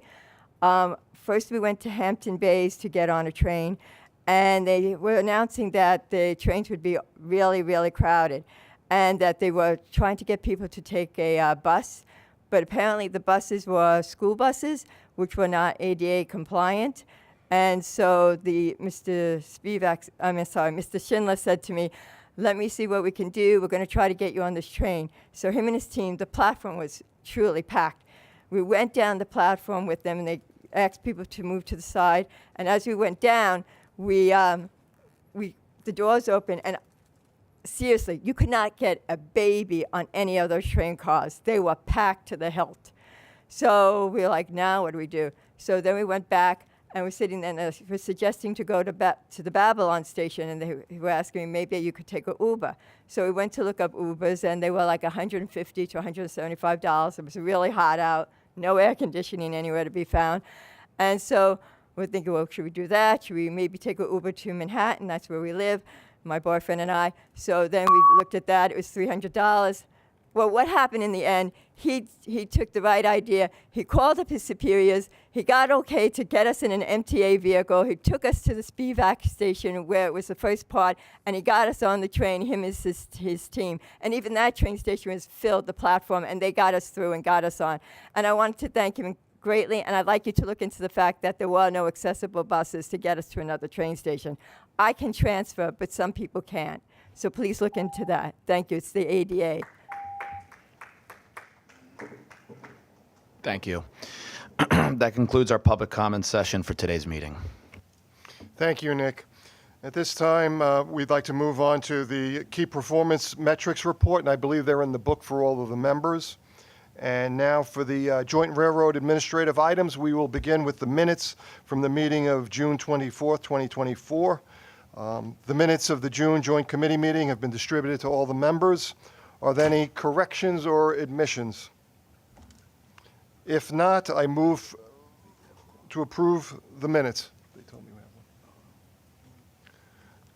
Moved by Blanca. Do I have second?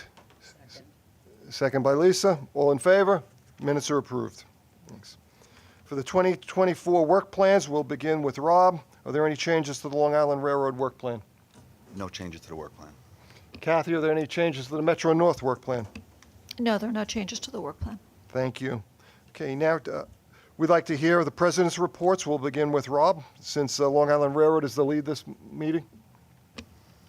Thank you, Chair. Good afternoon this month. June was another busy month for the Long Island Railroad in terms of ridership, particularly non-commutation off-peak ridership, driven by our summer service, sporting events, concerts, and the cricket tournament out in Nassau County this past month. June 2024 ridership increased by 14.6% compared to June of last year, and we actually surpassed 83% for the month of June in terms of ridership. So that's great news that we hit that mark over 83%. Year-to-date total ridership is 17.3% over 2023, excuse me. Non-commutation ridership increased over 24% versus last year and was the 10th month in a row that we surpassed 2019, this time by 15.8%. We had another record in terms of post-COVID daily ridership. We achieved 271,784 riders on June 25th, and on June 8th and 9th, we had our highest Saturday and Sunday driven by the Cricket Championship out east. And for on-time performance, we achieved a mark of 94.3%. All right, I'm going to test the skills of my abilities and control the slides this time, so bear with me. I already slipped. I didn't show them for a slide.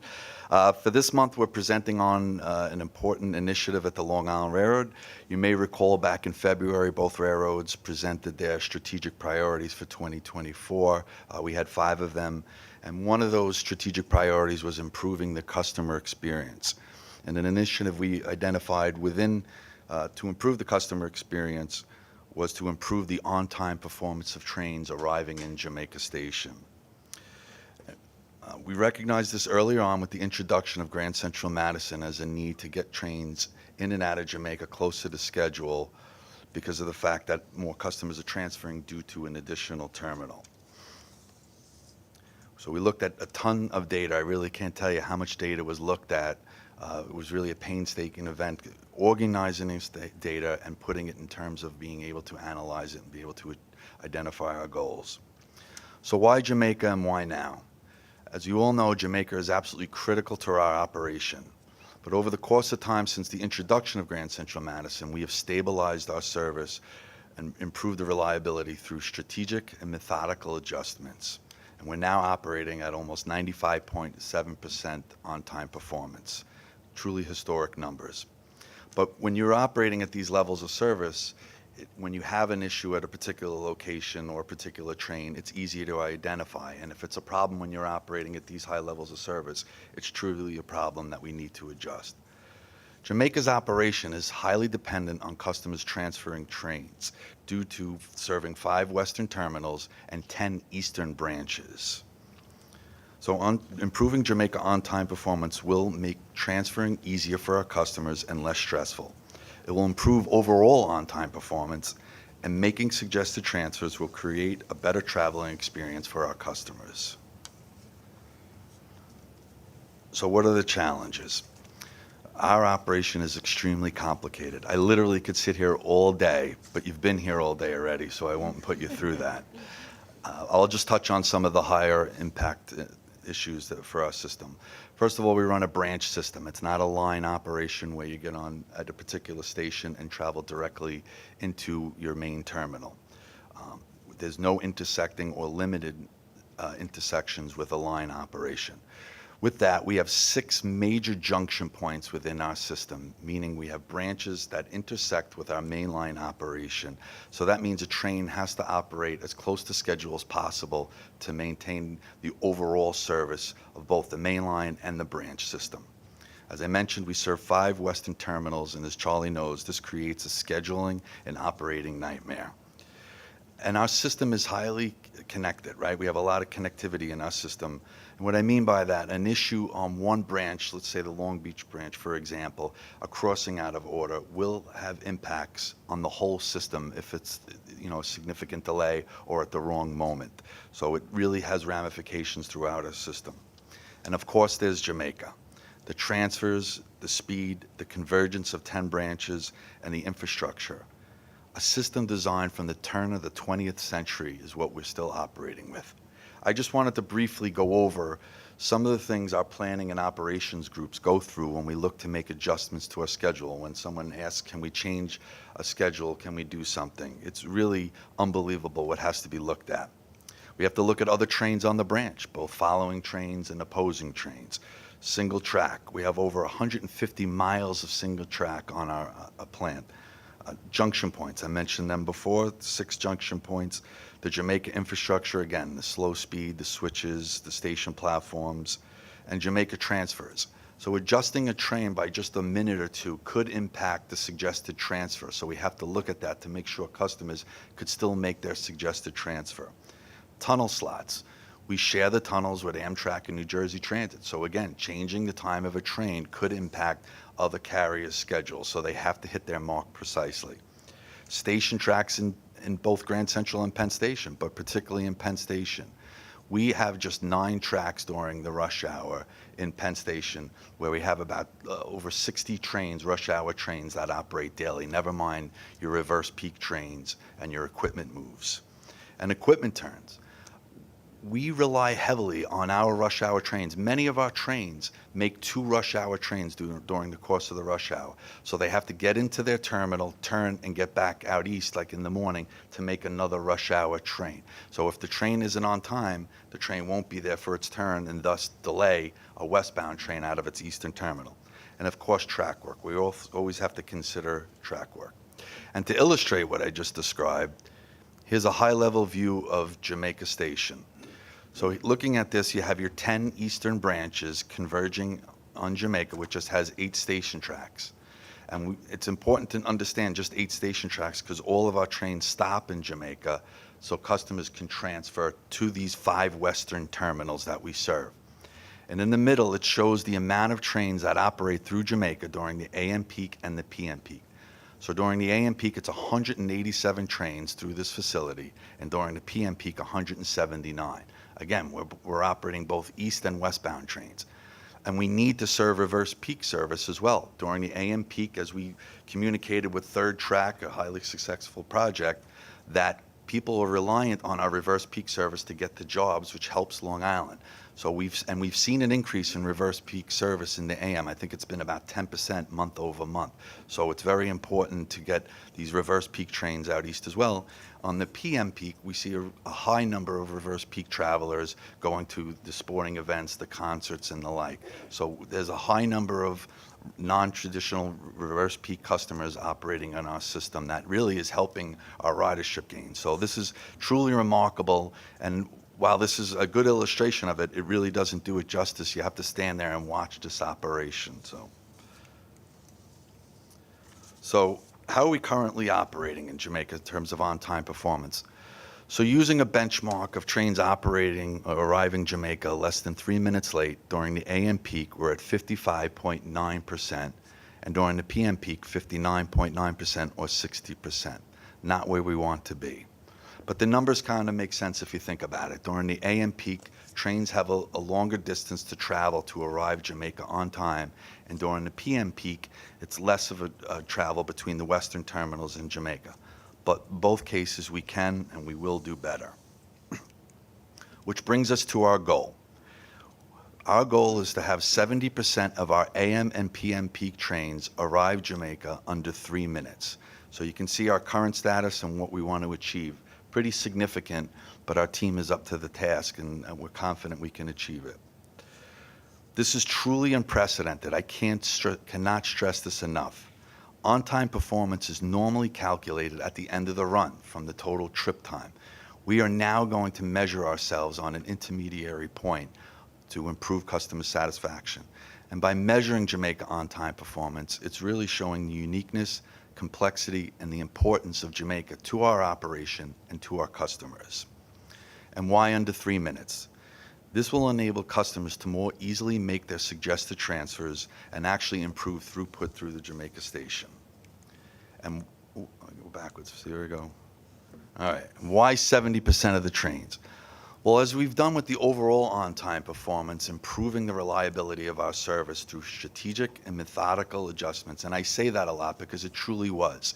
We looked at it. We didn't make wholesale changes. We were surgical in how we went about making these changes to achieve the high levels of on-time performance that we are currently seeing. And this is just the beginning. As we continue to improve our operation, we'll adjust our goals accordingly. And again, our system is highly complicated. We need to be surgical, with our efforts and not make wholesale changes to negatively impact overall service. We have to be very careful of that. I always equate our service to like a sweater. You pull the thread and it all comes undone because of the connectivity of our service. So we have to be very surgical again. All right, now the really hard part. How do we do it? How do we improve the on-time performance in Jamaica? Well, we're taking a multifaceted approach to do so, both short-term and long-term. Routing. We want as many trains to move at once through the Jamaica plant. And a lot of this is achieved by doing what's called parallel routing, being able to move trains simultaneously. Personnel on the station platforms. Our personnel on the platforms are going to help assist get the trains out closer to schedule. So we're going to be a little more pushy in getting our trains out, but hopefully it'll be easier because the trains will arrive on time. MTA PD on the platforms. Chief has done an incredible job responding to the increase in requests for police assistance. Having the police on the platform is not only a safety and security measure, it also helps on-time performance as it helps resolve issues and gets the trains through Jamaica Station. And looking at our schedules, fine-tuning our schedules, there's several avenues that we're looking at.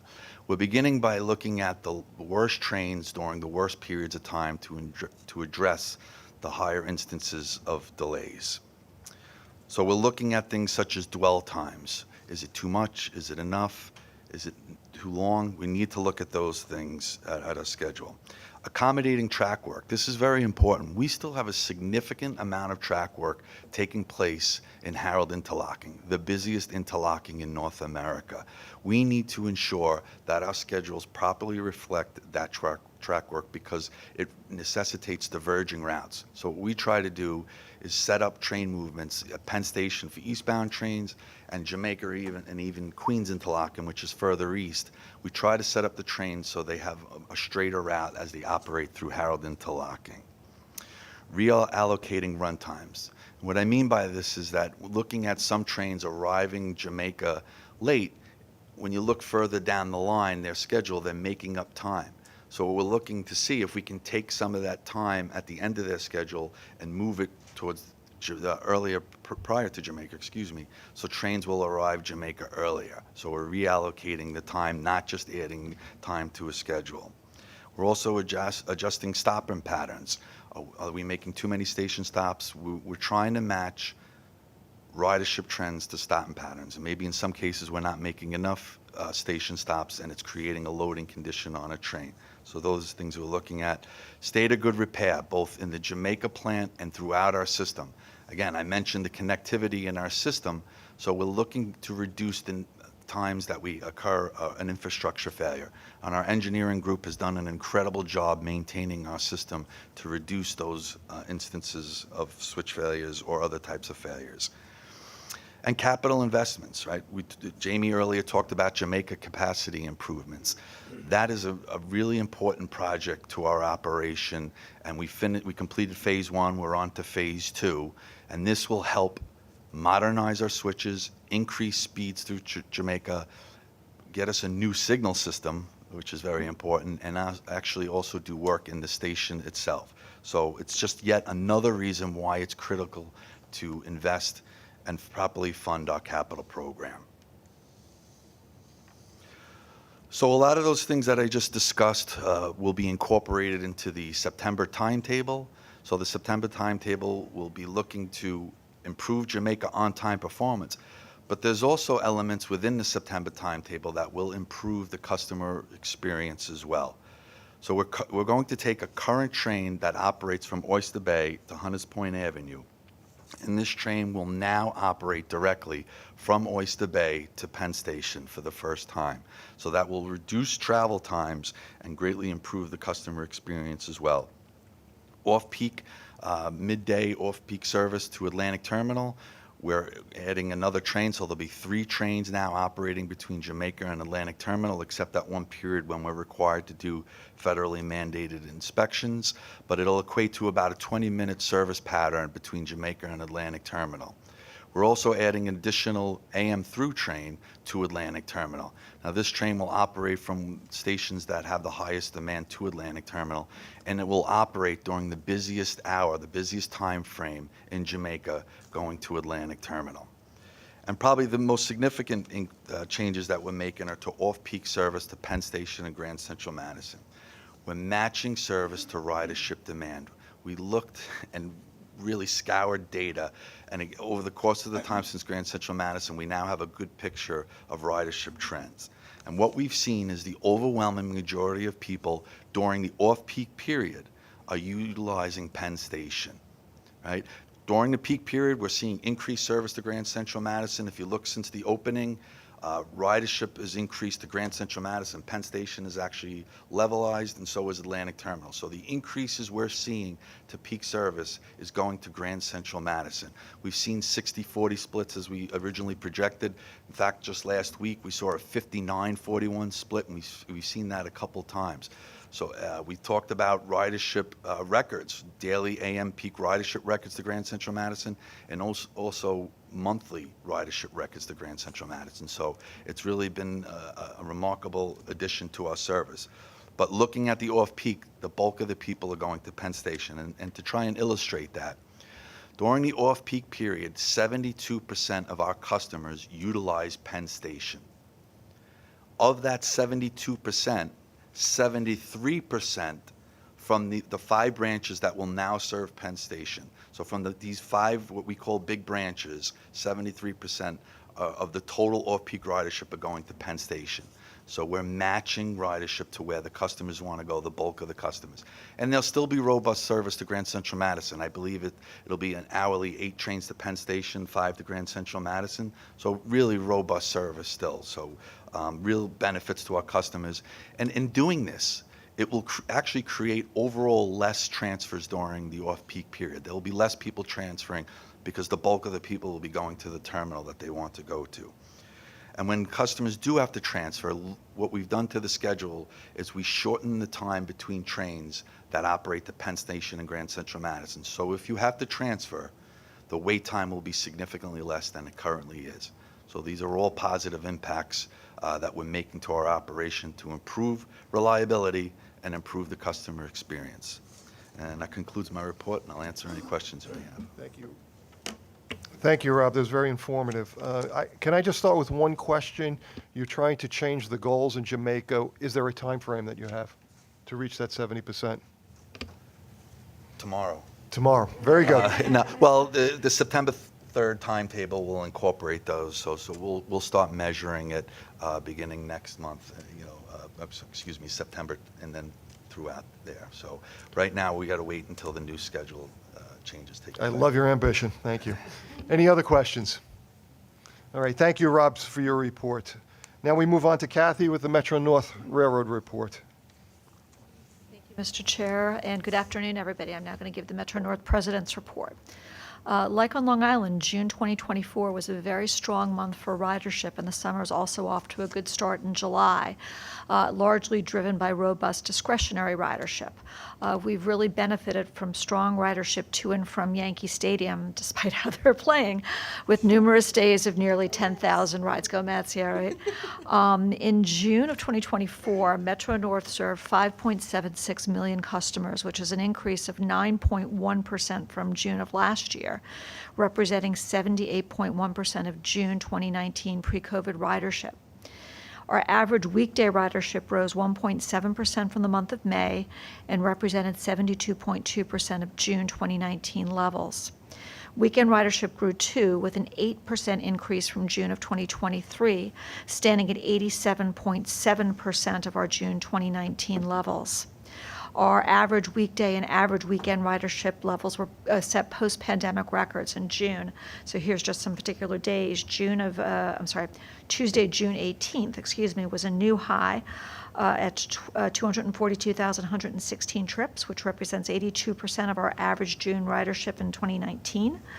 We set a record on June 20th and for the highest Thursday, and then bested it the following Thursday, June 27th, our best Thursday ever at 227,648 rides, which is great. One service note, the Wassaic branch has been taken out of service for a long-term continuous outage to accommodate track work for 6 weeks. The outage began this past Saturday, the 27th of July, will continue through Sunday, September 8th, with service resuming on Monday, September 9th. Our engineering team will be installing new cross ties and rail, replacing track switches, elevating a portion of track, and remediating mud spots through this boggy area. We're providing substitute bus service during this time for all scheduled trains. Southbound buses between Wassaic and Patterson are departing stations earlier than normal to allow for the longer driving time, and northbound buses will arrive slightly later than normal train times. And those schedules are on our app and on our website. I want to briefly mention, as Jano did this morning during the Safety Committee, the protest that had been planned for Grand Central Terminal on Thursday, July 18th. To mitigate potential risks to our customers, employees, and property, we proactively restricted access to the main concourse beginning at 1:30 that afternoon. But it's important to note that all terminal functions remained operational throughout the afternoon. We communicated well with our passengers about detours in advance, encouraging our customers to use the Train Time app for track assignments. We had robust support from our station and transportation personnel throughout the terminal to assist customers and visitors. And thanks to the thorough planning and great execution by the team, the protest groups moved on to other locations. There was no disruption to terminal operations or transportation, and we were able to remove those restrictions later on that evening. I want to extend my gratitude to the Metro North workforce for their planning during this event, and I also want to extend my thanks to the MTA PD for their fantastic partnership throughout this incident. Just a brief mention, now that we're talking about our great service over the summer, our weekend ferry pilot service between Haverstraw and Ossining has been fantastic. It really has exceeded expectations. On Sunday, July 21st, we had a record day of 822 trips, and this past Saturday, we broke a Saturday record with 481 trips. So it's been very healthy discretionary ridership over the weekend. Very happy to see that. 2 weeks ago, Assemblymember Mary Jane Shimsky, the District Director for Majority Leader Andrea Stewart-Cousin, joined members of our MTA board, including our co-chairs Blanca Lopez and Mark Herbst, who came all the way up from Suffolk County to visit Greystone Station. This was a tour of the Hudson Line. This was intended to reinforce the importance of investments in resiliency along the Hudson Line, among other investments necessary to restore the Metro North infrastructure to a state of good repair. That was discussed this morning at CPC, and we're always happy for opportunities to be able to reinforce the importance of these investments in the Metro North infrastructure. So again, thanks to Mark and to Blanca for making the trip up there. We have been, it seems like for over a year now, celebrating our 40th year as a regional transportation provider, and part of that effort has been wrapping of our locomotives. The most recent effort, which launched 2 weeks ago now, was our fifth and last effort, which is a locomotive that's wrapped as a tribute to Metro North employees. This is the event where we launched this locomotive at our right outside our North White Plains paint shop. We reached out to employees and retirees to submit photos of themselves, and we canvassed the system, taking photos of team members on the job, collecting about 2,000 photos, which were arranged graphically to display scenes from the lines on each side of the locomotive. Our skilled TWU craftspeople, in the North White Plains paint shop applied the wraps to each side of the locomotive. One side of the locomotive has employee photos arranged to show the original MTA logo, along with depictions of the clock tower and White Plains stations, Blanca, representing the Harlem Line and Grand Central. The other line of the locomotive has the current MTA logo with the vista of the Hudson River Valley, as seen from Bear Mountain, symbolizing the Hudson Line, and the Black Rock Lighthouse near Bridgeport, which symbolizes our New Haven line. I'm so proud that this was a project that was conceived, executed, it's been months and months of work, but it's by our employees, for our employees, and it's just been a tremendous effort and represents a tremendous tribute to the contributions of all of our employees over the past 41 years. It's been an amazing team effort. As I said, I want to specifically recognize the efforts of Emily Moser. She is the brainchild behind this idea, and she worked tirelessly to bring it to full fruition. So I want to thank Emily and the entire team for a job well done on the locomotive. While we're on the topic of employee recognition, I had the privilege last week of being part of our Safety Excellence Awards. You'll hear a little bit more of that from Shelley. Individuals and teams were recognized for their efforts to promote safe practices for our peers and our customers. These awards are a powerful reminder that safety excellence truly is a corporate commitment and a team effort. We recognized 4 individuals and 6 teams for their achievements in enhancing safety. Our individual winners were Varhendra Bunsi, an electrician in our MV department, Patrick Harbalik, the district manager of station operations, Johnny Klasowski, assistant deputy director compliance maintenance of way, and also a Progressive Railroading rising star, and Neil Sweeting, system-wide fire chief in the Office of System Safety. Our team and group honorees were the Grand Central Terminal Station Master's Office, the Metro-North Security Department Video Operations Team, the Grand Central Terminal Bumping Block Team, the PTC New Canaan Bumping Block Enforcement Team, the Grand Central Terminal Train Shed Appearance Team, and the Roadway Worker Protection Audit Group. So congratulations and thanks to these wonderful employees for all the jobs that they do every single day to keep our employees and our customers safe. While we're on the topic of awards, we had 2 employees who were recognized at the Accessibility Awards ceremony last week that MTA held in honor of Disability Pride Month. These 2 Metro North employees represent the MTA's mission to create an inclusive environment for all of our customers. Jennifer Barry, who's our Director of Accessibility and Historic Preservation, received the Leaders Award. This honor acknowledges individuals who have pioneered innovative projects and initiatives that have significantly enhanced how we serve our customers and have redefined accessibility across operations. Jennifer has 27 years of experience in Metro-North, where she collaborates with various agencies and departments to ensure regulatory compliance with federal and state accessibility and historic preservation laws. She leads our accessibility task force that involves Metro-North stakeholders in accessibility outreach. Caroline Kim has been with Metro-North since December of 2021, and she was awarded the Hero Accessibility Award. This award celebrated everyday champions who ensure every customer has a safe and accommodating journey regardless of their needs. Caroline is the Safety Education Program Manager for our Office of System Safety, leading our TRACS program. Through tailored outreach events, she educates communities about railroad safety, promoting safe behaviors around tracks and grade crossings. Finally, I want to acknowledge the passing of George Godfrey, officially known as the unofficial mayor of Brewster Station. He died on May 13th.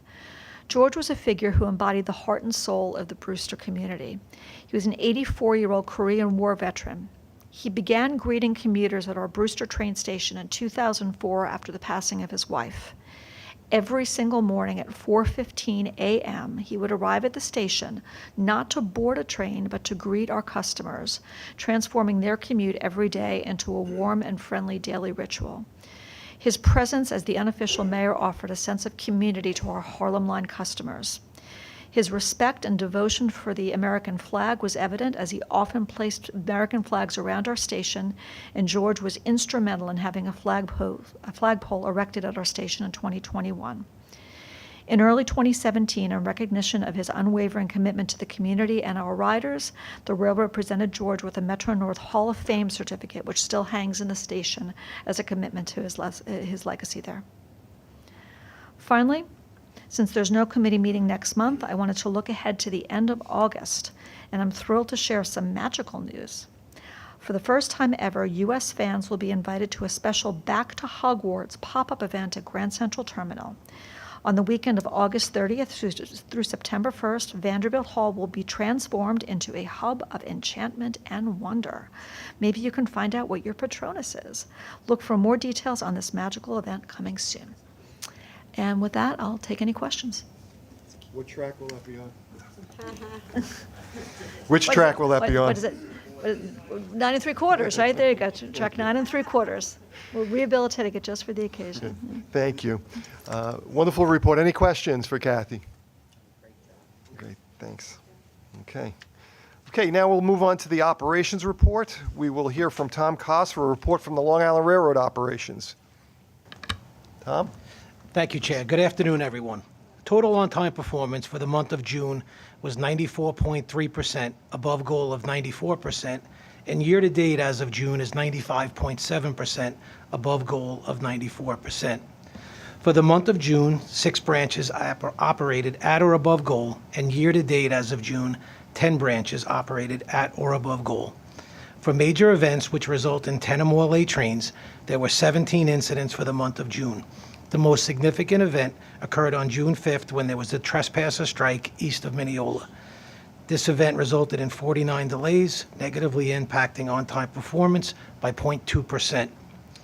For our fleet performance, the MDBF for the month of May was 152,588 miles, above goal of 150,000 miles, and MDBF year-to-date as of May is 159,367 miles, above goal of 150,000 miles.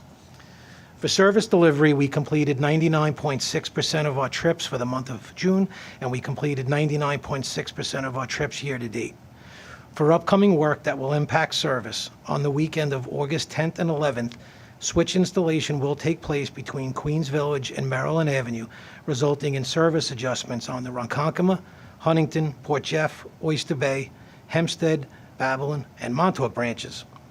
Please check the website and train time app for updated schedules. That concludes my report. I'll be happy to answer any questions you may have. Thank you. Any questions for Tom?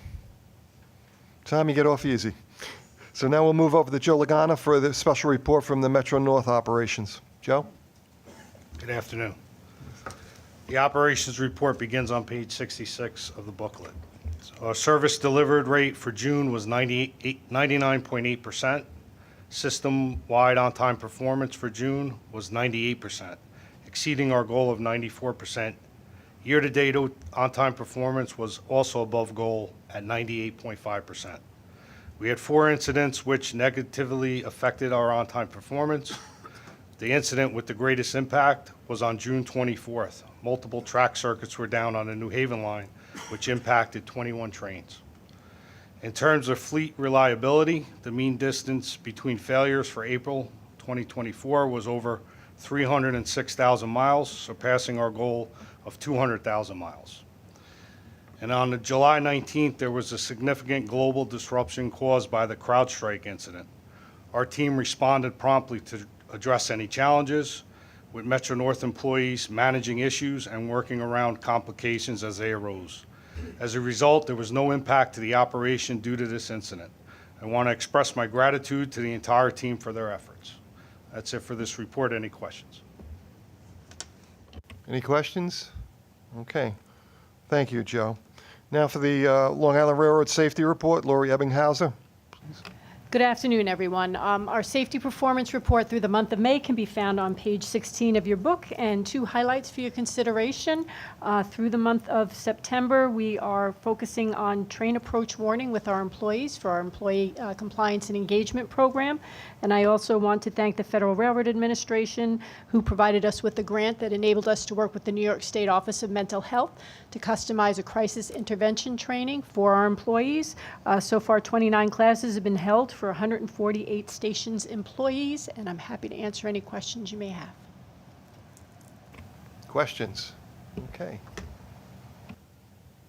Thank you, Lori.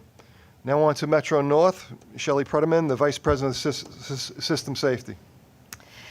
Good afternoon. Metro North Safety Report can be found on page 32 of the Performance Metrics book. Our customer employee injury rates continue to show improvement over the prior reporting period. The current 12-month reporting period ending May 2024 is compared to the prior 12 months ending May 2023. The reportable customer injury rate decreased from 2.15 to 1.82 per 1 million customers, and the reportable employee lost time injury rate decreased from 2.11 to 1.80 per 200,000 working hours. As President Rinaldi reported, Metro North held our 2024 Safety Excellence Awards ceremony this past Thursday, honoring colleagues who champion safety at Metro North every day. You've heard about the event and the winners, and I'd like to take just a moment to thank all of those who contributed to the success of the event. First, I want to thank all those who worked to organize and deliver the overall event, from the call for nominations through the celebration. I want to extend special thanks to Barbara Sarsich, Brandon Tate, and their colleagues in the MTA Creative Services for their artwork and the materials they created to support the event. Well, I can't possibly thank everyone at Metro North who supported the event. I'd like to call out just a few names among the many: Annalicia Espinoza and Jamie Spordone of the Office of System Safety, Linda Morris, Tony Greco, Maureen Taylor, Frank Colavito, Lauren Lieb, Emily Moser, and Fire Chief Andrew Seacole, and Frank Messa of Operations Training. So I want to thank mostly the co-workers who recognized the positive efforts of their colleagues and took the time to nominate them for this honor. Peer recognition is one of the things that makes these awards so special. And last of all, but certainly not least, I want to thank all of our winners for the example they set in their commitment to the safety of our customers and our employees. Congratulations once again. That concludes my remarks. I'd be happy to answer any questions. Do we have any questions for Shelley? Okay, thank you, Shelley. Now we'll have the MTA Police Chief, John Muller, who's going to provide us with the MTA Police Report. Thank you, Chief? Mr. Chair. For the month of June 2024, for our major 7 crimes, we had 9 grand larcenies, we had 8 felony assaults, we had 3 robberies, 2 burglaries, and 1 lone grand larceny auto. For the felony assaults, again, of the 8 that we had, 3 of those were against members of the MTA PD, and 2 were against MTA employees, which leaves the other 3 remaining. And just to underscore how safe our system is, none of those were commuters. We had 2 people that were joint combatants that assaulted each other. They were both worked for the same restaurant. And then there was the domestic violence incident. So, and that is my report. Thank you. Any questions for the Chief? I'll just, no comment. Thank you. Now we have special presentations. Back to Tom Kost for a special presentation on the Long Island Railroad mid-year update.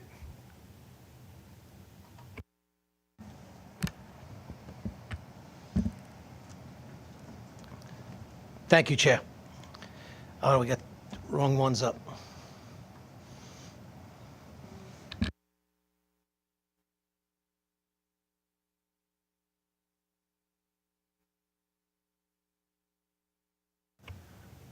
You can do Metro Norths as well.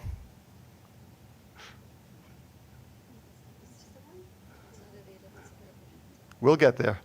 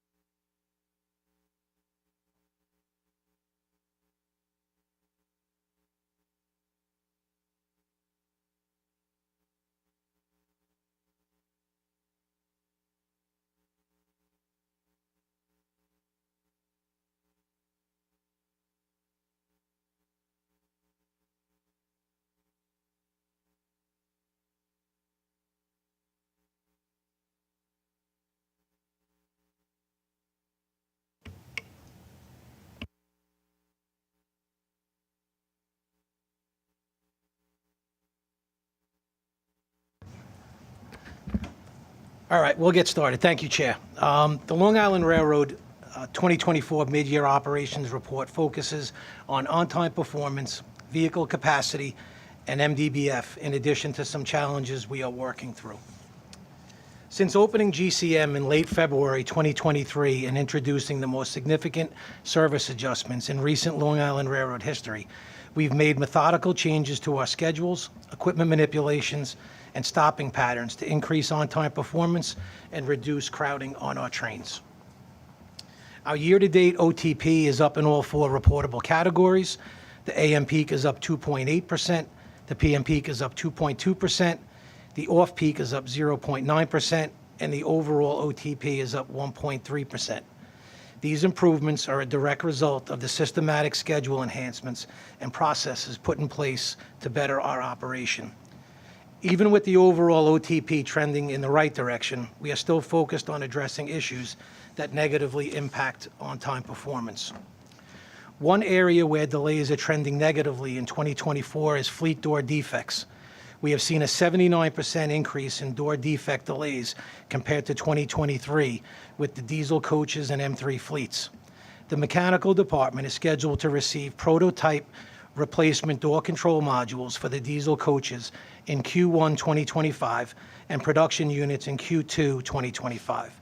These necessary replacement components will play a pivotal role in reducing door-related issues once they are installed on the fleet. The diesel fleet has also been experiencing some difficulty in other areas, but our mechanical group is taking proactive measures to address those concerns. An area we're seeing a positive trend in 2024 is signal delays. As part of our 2024 goals, we established a 5% reduction in switch failures, which are part of the signal category. Thus far, we've had 184 switch incidents year-to-date compared to 288 during the same time in 2023. This represents a 36% reduction in failures, exceeding our goal. Year-to-date overall signal delays were also lowered by 40%. The number of major events which caused 10 or more late trains has decreased by 16 events in 2024 compared to 2023, resulting in an 18% reduction.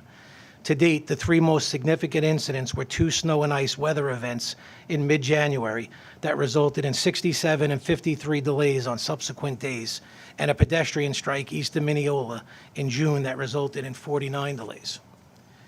Our service delivery remains strong, fluctuating between 99.4% and 99.8%. In January, we had an issue with a movable drawbridge near Long Beach that was stuck open, resulting in numerous train cancellations. Then in February, we had overhead wires down near East New York Station, which also caused numerous train cancellations. In 2024, we established a goal of reducing our crowded trains, which we classify as being at 90% VC or higher. VC is vehicle to capacity. We've been utilizing data to get the proper number of cars on the correct trains since GCM service launched. Our operating groups track the crowded trains daily and adjust consist sizes and schedules when possible. Some of the frequently crowded trains operate with the maximum number of cars at highly desired times on branches that cannot support additional service due to infrastructure constraints, but the team is always looking for a solution. We operated 155,980 trains through June and had a total of 439 crowded trains, equating to 0.3%. I really wish you could see my slide because I had a great pie chart, but it's kind of... So overall, ridership continues to trend upward for 2024, with just over 35.8 million riders through June, resulting in an increase in 17.3% compared to 2023. We have also seen a steady increase in ridership each month compared to 2023. Area events increased by 24% thanks to many of the local sports teams experiencing a resurgence in 2024, and that coupled with concerts at MSG, UBS, Barclays, Citi Field, and Forest Hills has led to 67 more events year to date. Many of our residents use the railroad to attend these sporting events and concerts. We even had a few sports teams travel by train for their games, as you may remember from Rob's report a few months ago. I'd like to point out we had a 34% reduction in crowded trains, while ridership increased by 17% and area events increased by 24%. Those are impressive statistics. For MDBF, we are above goal year to date, but we're slightly below goal on both our older M3 fleet and the M7 fleet. Some of the difficulties we're experiencing with the M3 fleet are linked to door trouble. These types of defects typically require the crew to walk the train to identify the affected door. The M7 fleet has had some issues with propulsion control units, which convert DC power to AC power for propulsion. The recently approved MTA procurement to upgrade the propulsion units will provide much-needed improvement for those units once installation begins in 2026. I'd personally like to thank all the men and women who work in our operating departments. These exceptional results are a testament to their hard work and dedication. Our collective success is a result of their teamwork and collaboration. That concludes our 2024 mid-year operations report. I'll be happy to answer any questions you may have. Any questions for Tom? Well, Tom, thank you for the report. Now we'll move on to Kathy, who's going to give us a presentation about the Metro North mid-year update. Kathy? Thanks, Mr. Chair. Justin is out today, so I will deliver this report on his behalf. And I'd actually start where Tom finished by thanking the operating departments and, all the people who work in the Metro North operation who contribute every day to the safe and reliable service that we're proud to provide our customers. So I'm going to start out with just some high-level service metrics year to date, and then I'm going to transition into some just a high-level discussion of some of our accomplishments for the year.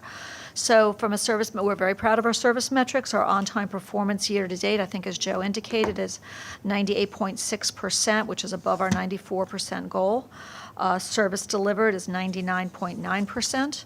And our fare not collected rate, which you're going to hear a little bit more about in the presentation that Nate and Beth are going to give in a little bit about our fare evasion efforts. Our fare not collected rate year to date is 2.1%, which is significantly below our 4% target.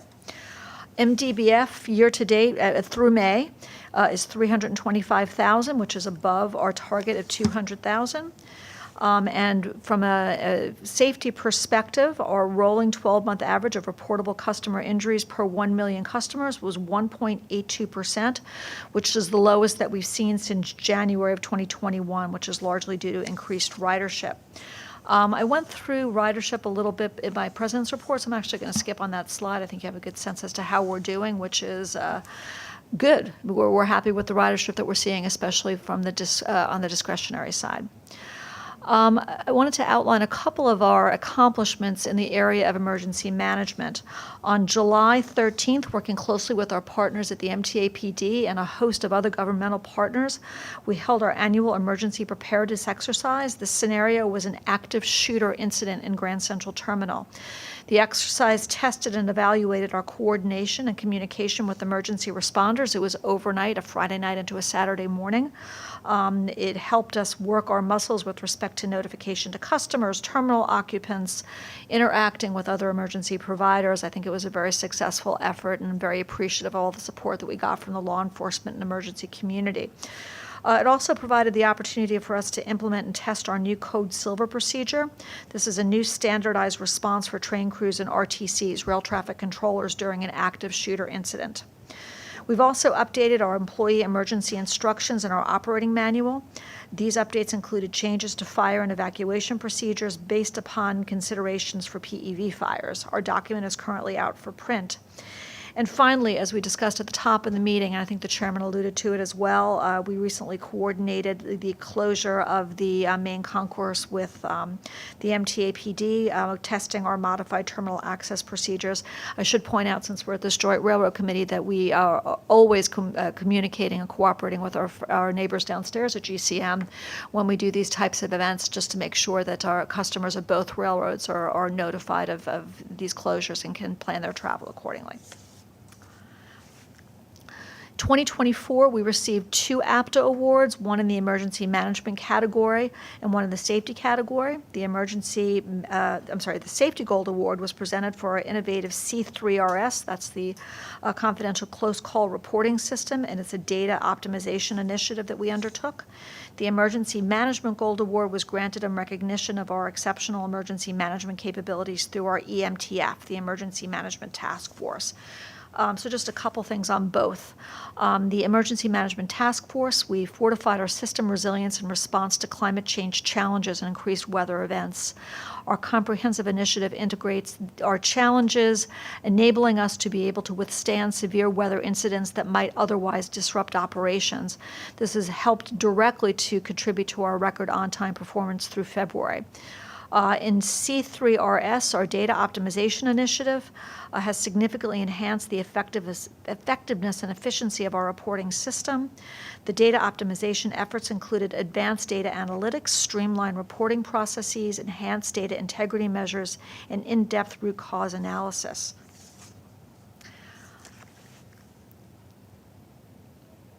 Specifically with respect to the EMTF, we have had up to this point 7 events that have triggered EMTF response. 3 of them were winter storm related. 3 of them involved power issues on our New Haven line. 1 of them was an engine fire of a Providence and Worcester freight engine. The other was a downed wire on May 20th. Within 12 hours of that incident, we were successfully able to restore service, allowing us to resume our normal schedule. And the final incident was a July 10th signal power issue at Stamford, which began around 6 a.m. and by 8:30, signal power had been restored, allowing normal service to resume. The final incident was the 4.8 magnitude earthquake, which resulted in no service disruptions. Looping back to the enhancements that we've made to our confidential close call reporting system, we continue to lead the way with our program, setting a benchmark for other rail carriers. In 2023, we hosted the first C3RS Symposium at Grand Central Terminal. This event brought together 75 industry leaders from organizations like Metra, Amtrak, SEPTA, NJT, of course, Long Island Railroad, FRA, Volpe, NASA, TSI, and Union Pacific Freight Carrier. This symposium was a success, fostering valuable discussions and collaboration on the evolution of this program. The Volpe Center recognized Metro-North as a model case study in their upcoming report to the FRA, highlighting our leadership in this field. We've implemented 2 key pilot programs with outstanding result. The Harlem 125th Street Universal Spotting Pilot reduced incidents from 4 per month to 0 since its implementation in March. And the Fordham 3D sign pilot brought down incidents from 3 per month to just 1. These pilots were implemented by recommendations from our peer review team meetings and PRT-led interviews with employees involved with close call events, and they've improved safety at these locations.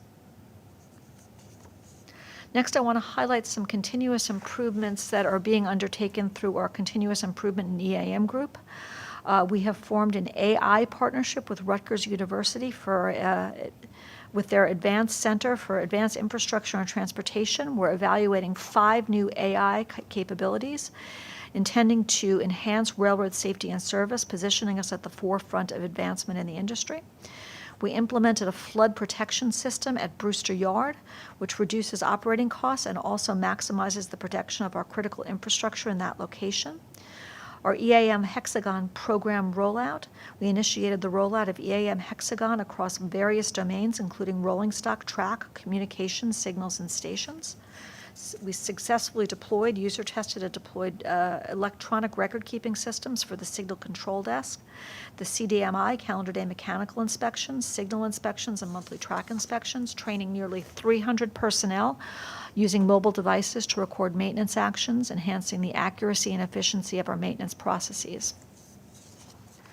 We already spoke during the main meeting on the Haverstraw-Ossining Weekend Ferry. A pilot that we implemented on Memorial Day will run through November and is continuing to really outperform what we expected with respect to weekend ridership. In our stations operations department, we're again trying to use data with respect to how we can improve our performance. All GCT and outlying groups are now providing monthly performance data to showcase the work being done throughout station operations.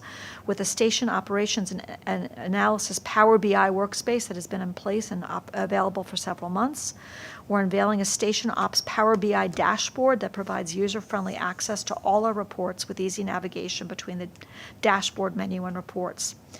We're just about to undertake a secure bike shelter pilot at Beacon, Mount Vernon East, and Irvington. The RFP for the pilot has been released with a proposal deadline of July, and the expectation is that the contract will be awarded by the third quarter of 2024. With respect to our MAV operations, we designed and installed emergency ladders on our Shoreliner fleet cab cars. Installation on all 51 cab cars is expected by July of next year.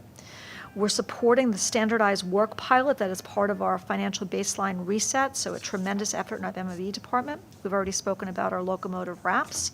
You're going to be hearing a little bit more, I think, in the rescheduled CPC meeting this afternoon with respect to the Penn Station Access Project.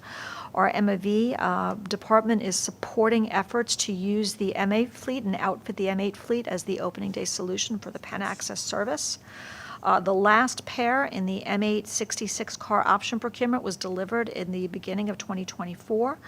Our M8 fleet is now 446 AB cars and 25 S cars for a total fleet size of 471 cars. And we've reported in the past upon the opening of the Building 6, the Harmon Electric Shop, which opened its doors earlier this year. Capital projects, we just completed, or I should say our partners at C&D just completed the latest phase of the viaduct replacement project. Really value the partnership that we've built up with C&D with respect to the replacement of the viaduct, which is probably one of the single most important capital projects currently underway in the Metro North system. Resiliency efforts, we've spoken a little bit about this. We've already spoken about the Garrison track raise. We talked a little bit before about the trip that we took up the Hudson, and mentioned that we're going to be undertaking a track raise project as part of the Wasaic outage that just started on Saturday. And then I've already reported on this next slide, which is resiliency efforts on the Harlem line. We elevated a problematic signal location by depositing 200 tons of foul ballast and riprap from the Briarcliff Manor mudslide, as well as 100 recycled concrete ties. This is a homegrown effort that we're doing now with operating funding to be able to make resiliency investments as the larger resiliency program is rolled out as part of the capital program. On the subject of safety, we already spoke about the Safety Excellence Awards last week. We undertook a safety culture assessment in partnership with the Short Line Institute. They were on our property in the middle of July. This was one of our goals for the year, and we will be expecting that report in the coming weeks, and we'll be working with our union partners and our other employees to be able to roll out recommended improvements. Finally, with the customer experience, just some statistics with respect to some of the revenue sources. We got $6.2 million year-to-date in city ticket revenue from 1.2 million tickets sold.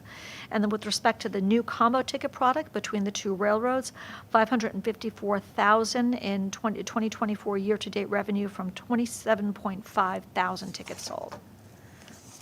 Looking ahead on some upcoming projects, I just mentioned the Wasaic branch raising of track between milepost 56.9 and 57.5. And then also we're very excited that we're going to be taking delivery of our Siemens Charger locomotive. Locomotives 301 and another number, which is not here, are undergoing dynamic testing in Pueblo at the Transportation Technology Center, and we're scheduled to begin testing these two trains in our service territory at the end of this year. So this concludes my report, and I'm happy to take any questions. Thank you. Questions? Jerry?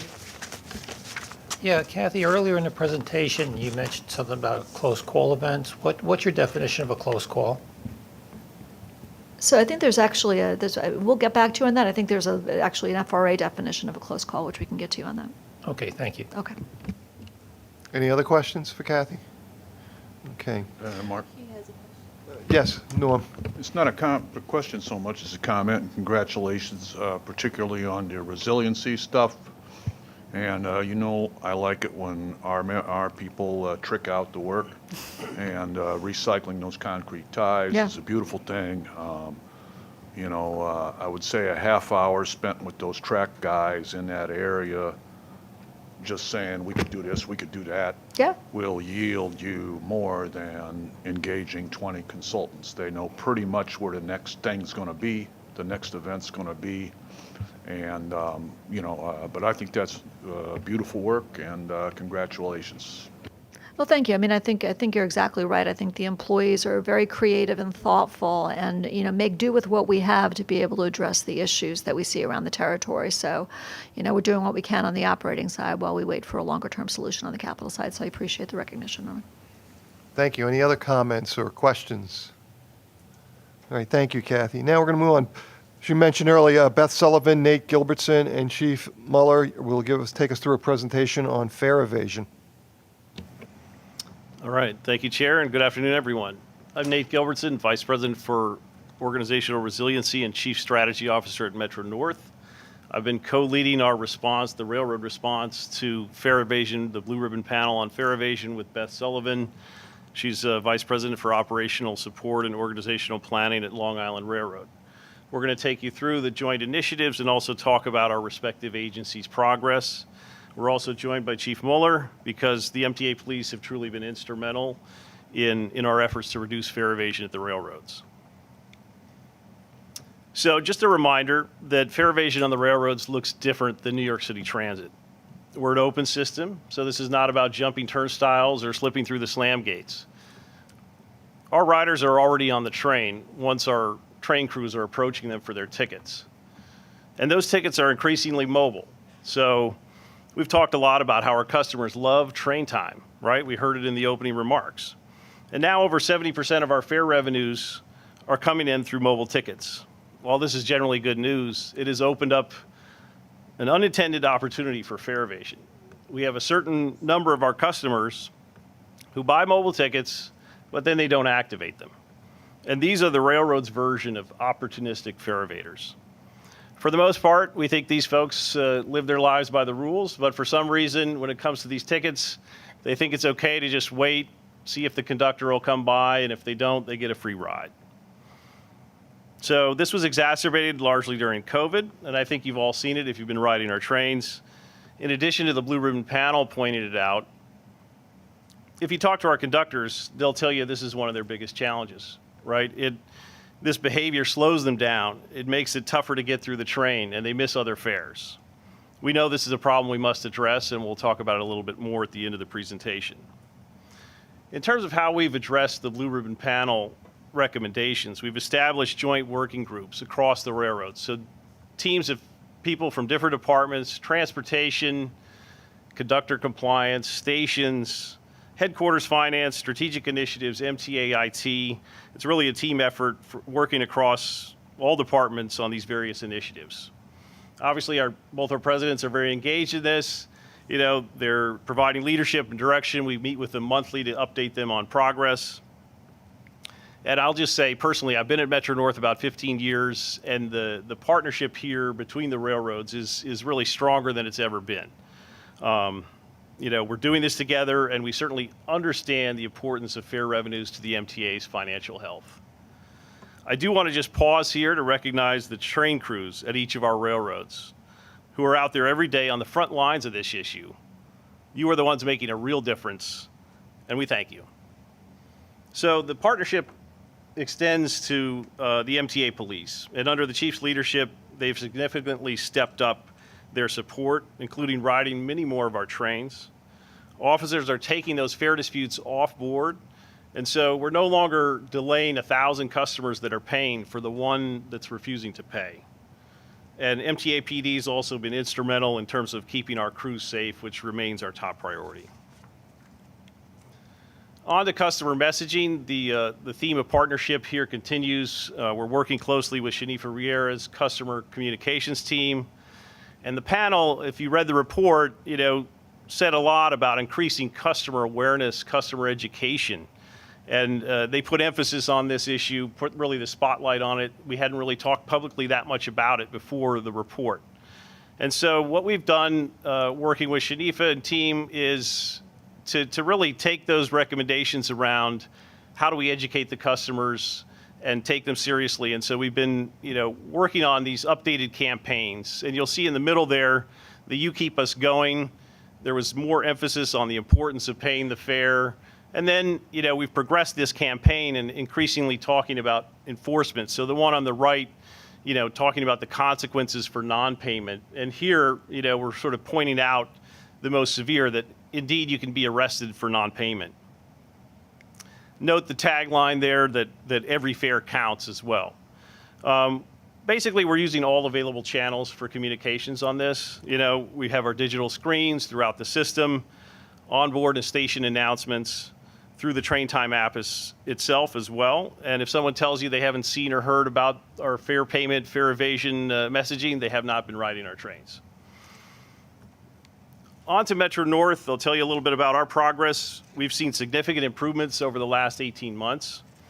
When the Blue Ribbon panel came out, they estimated evasion across the railroads was about $40 to $45 million problem. This was calculated based on an MTA audit program, right? So we have MTA audit spotters that are out there every month. They're riding our trains and testing to see whether or not conductors come up to them and ask them for a fare. The primary metric that we key off of is called fare not collected. And I just want to explain what that means, just in simplistic terms. If the spotters ride 100 times and 5 times a conductor does not come up to them, that's the 5% FNC. And so but I also want to make it clear that 5% FNC does not mean we're losing 5% of our revenues. There's a lot more that goes into it, right? We have monthly customers who pay us up front. But I guess just want to make sure that you know that the bottom line is we're trying to drive down FNC. The lower the number, the less revenue we're losing. Our FNC rate at Metro North went from 5.7% in 2022 down to 2.8% in 2023, and you'll see what translated into a significant drop in fare losses.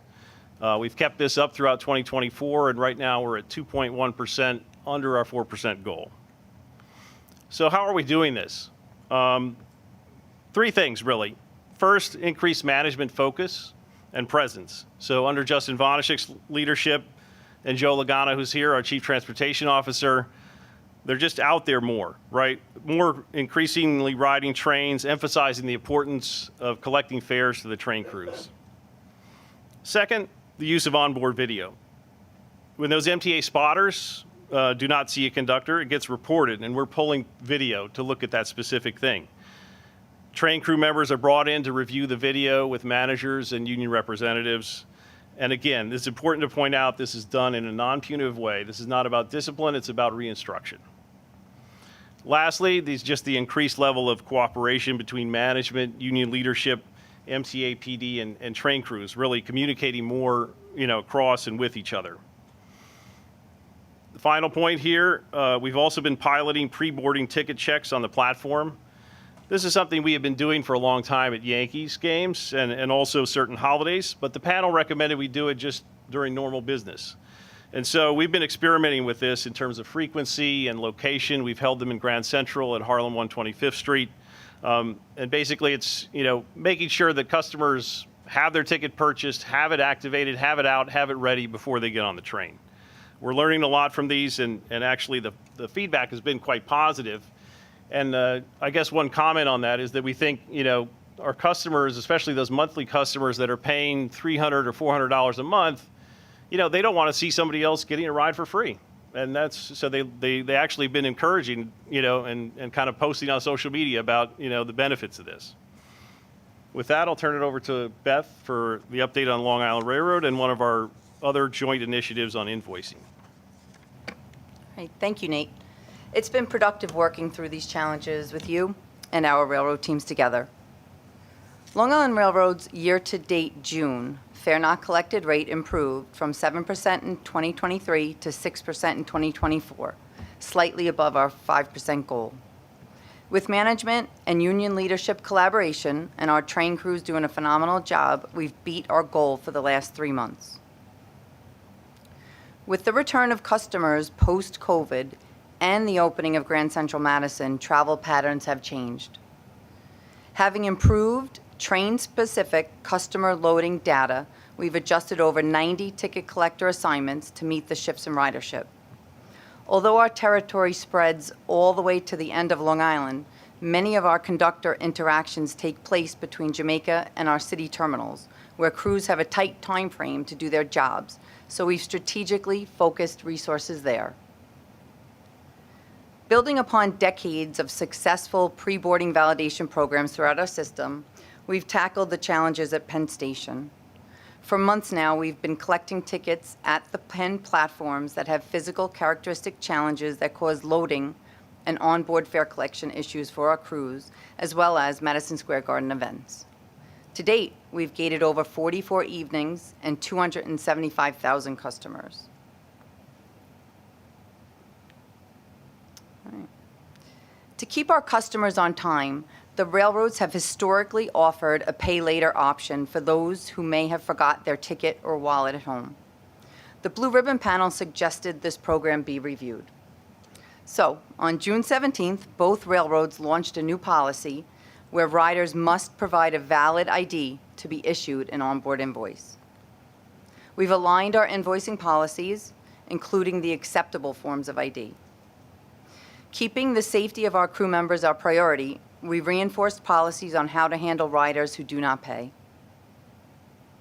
Just prior to launch, we built upon the customer messaging campaign by having our train crews hand out flyers to riders not providing IDs and added an upfront message to the Train Time app. This message ran for 3 days and almost 600,000 customers acknowledged it. Since policy implementation, our onboard invoice issuance has decreased 30%. And up next, Chief Muller will share the increase in MTA PD interactions. Thank you, Beth. So there's really 4 components to this MTA piece of the strategy that we have here in driving down fare evasion on the railroads. The first one was town hall with conductors and train crews. We felt like nobody more than the train crews know exactly what's happening, when it's happening, and how it's happening. So by going to town halls and talking to the different conductor groups, the engineers, like really getting an idea of what was happening out there and what they felt they needed more than anything. We view them as our platinum clients. So it was very important to have those conversations, and they've taken place now past 2 years ago, and we got a lot of really valuable information out of that. The second piece was discussed already, the fare evasion policy, and just conceptually, very simple. We don't want to keep 3,000 people, inconvenience 3,000 people because of one person decides not to pay the fare. So the best, easiest, most equitable way to handle that was just to take the one person off the platform. Still means that the officers can exercise discretion. They may arrest, they may issue a summons, they may give the person a ride home. But at the end of the day, the train moves on. The paying customers get where they need to go on time, and we'll deal with the issue on the platform. It's also a great de-escalation piece, and that did also come out of our conversations with the conductors, who felt very uncomfortable that they called about a fare evasion issue, and then the person who was disputing the fare remained on the train through the trip all the way to the end of the line. So that was something that also came out of this idea. Real-time train patrol coordination is very important. It's something relatively new. We have now put police supervision, MTA police supervision, into rail control centers. We learned very quickly that no matter how many lights and sirens you have, a police car cannot beat a train as far as speed. So instead of chasing trains, what we're doing now is that we have supervisors in rail control centers. We can know very specifically and very accurately where officers are, so the train will go to where the officers are positioned, and that also helps alleviate, performance and on-time performance issues. So the train patrol coordination and the supervisors and rail centers all is kind of tributed. And if you look at the slides, particularly the bottom left and the 2 on the right, there is a causal relationship here, I believe, that you're seeing that fare dispute calls through the conductors and the train staff is really, really way up from 23 to 24, and there's a reason for that. And the reason for that is if you look to the right, you see a massive increase in summonses and a massive increases in arrests. So we think that we're instilling confidence and we're building trust with our train crews that when they call us, we're going to get there quickly and we're going to adjudicate the situation as quickly as possible. So I just want to thank our 2 railroad presidents, their teams and their staff, the conductors unions for giving us input and all the support we get every day. This truly is, as Nate said, it's a collaborative effort where everyone has to weigh in and work hard on this, and we're going to continue to move this number down. And you can see we're still we're at 25,000 trains patrolled and 87,000 station inspections. So we're going to continue to really be very strategic on our deployment, where we put officers, where they're needed, what are the most problematic lines, when are those lines most problematic, and we'll knock down fare evasion as far as we can get it. So thank you. Thank you. Thank you, Chief. To wrap up, I'll quickly touch on what else we're working on. Beth spoke about the onboard invoicing. We're working with finance and IT on some additional enhancements on how we handle that data, and we think it'll speed up our ability to go after the repeat offenders. We're reworking the actual printed document that's handed to someone who gets these, calling it a commitment to pay, and adding some stronger language around having it be a stronger warning. Also, the panel had some very specific recommendations focused on fares and ticketing. We're directly keen off of these recommendations, looking into ticket validity periods, mobile ticket activation, and ways to simplify fare collection on board. While they're not necessarily easy or quick fixes here, we think we can leverage a combination of policy and technology solutions to address those opportunistic fare evaders. Finally, we'll continue to experiment with the pre-boarding pilots and make them as effective as possible. This concludes our update. I just want to thank Kim Grant on my staff, who's making sure the whole effort stays organized. So thank you, Kim, and we're happy to take any questions. Thank you. Are there any questions? Yes. Jerry. Just a comment. I want to congratulate you on the work that you've done as a commuter for over 40 years. This has been something that's bothered a lot of us, to see the guys get the free rides, and I'm glad that you're finally cracking down on it. One question, though, you're talking about rebranding and like commitment to pay. You can bring back the expression that we used to use 20, 30 years ago, theft of service. Fare evasion it's too soft. It's theft of service. Fare evasion is the guy who doesn't activate his ticket right away, hoping the conductor doesn't come by. That's fare evasion. Someone who knowingly and willingly does not want to pay their fare, that's theft of service, and that's where Mr. Mueller should step in, All right, but again, thank you for all your work. It's really appreciated by the commuters. Blanca? Thank you, Mr. Co-Chair. Thank you to the three of you for this presentation. I think one of you had mentioned that there may be different types of ID that a passenger could show, aside obviously from my driver's license. Can they show any type of photo ID, or is there a specific list of acceptable IDs? We have a list of IDs that are acceptable. They're primarily government or, a secondary, like New York City Transit issued it and we accept it. But they're primarily government, and a majority of them have the photos. You're welcome. Any other questions? Okay, well, thank you for a wonderful presentation. Keep up the good work, and we appreciate all that you're doing. Thanks. Okay, now we're going to move on to the joint information item on customer accounts. Presentation on key performance metrics. I believe the report is in the book, correct? Okay, so we don't have to do that. Agency information items, Chair, Rob, can you take us through the information items for the railroad, Long Island Railroad? The mid-year operations report, as Tommy went through, and this time you'll get to see it because it'll be in the book, his presentation. The September timetable changes also that Tommy went through, and the track work will be in the book as well. Thank you. Kathy, can you please bring us through the information items for the Metro-North Railroad? Sure. We also have our mid-year update, which we just delivered in the book.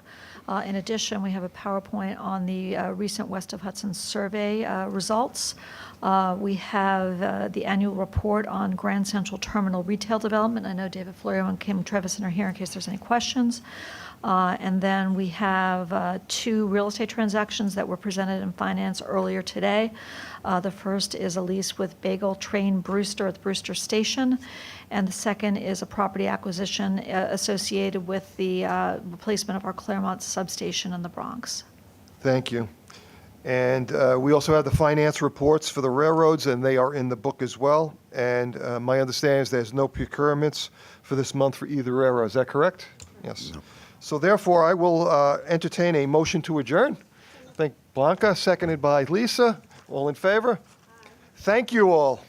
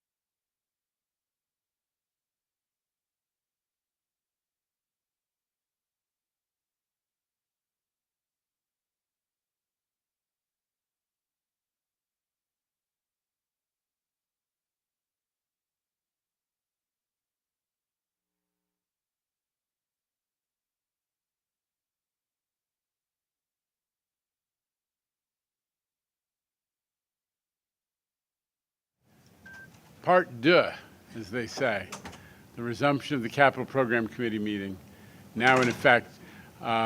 Thank you. Word of thanks to the three folks who are doing presentations on mega projects. We wanted to try to stay on schedule. That did not happen. Railroad Committee took a long time, but here we are, and we will hear from the project leaders on those three projects. Mr. Torres Springer. Thank you, Chair. So we're reporting on mega projects today, two in construction, Penn Station Access, 2nd Avenue Subway Phase 2, and the Interborough Express in planning. As we turn it over, I just want to note it's a testament to the quality of project executives, construction managers that we've been able to attract, that we have these three gentlemen sitting here who are running these three, multi-billion-dollar projects.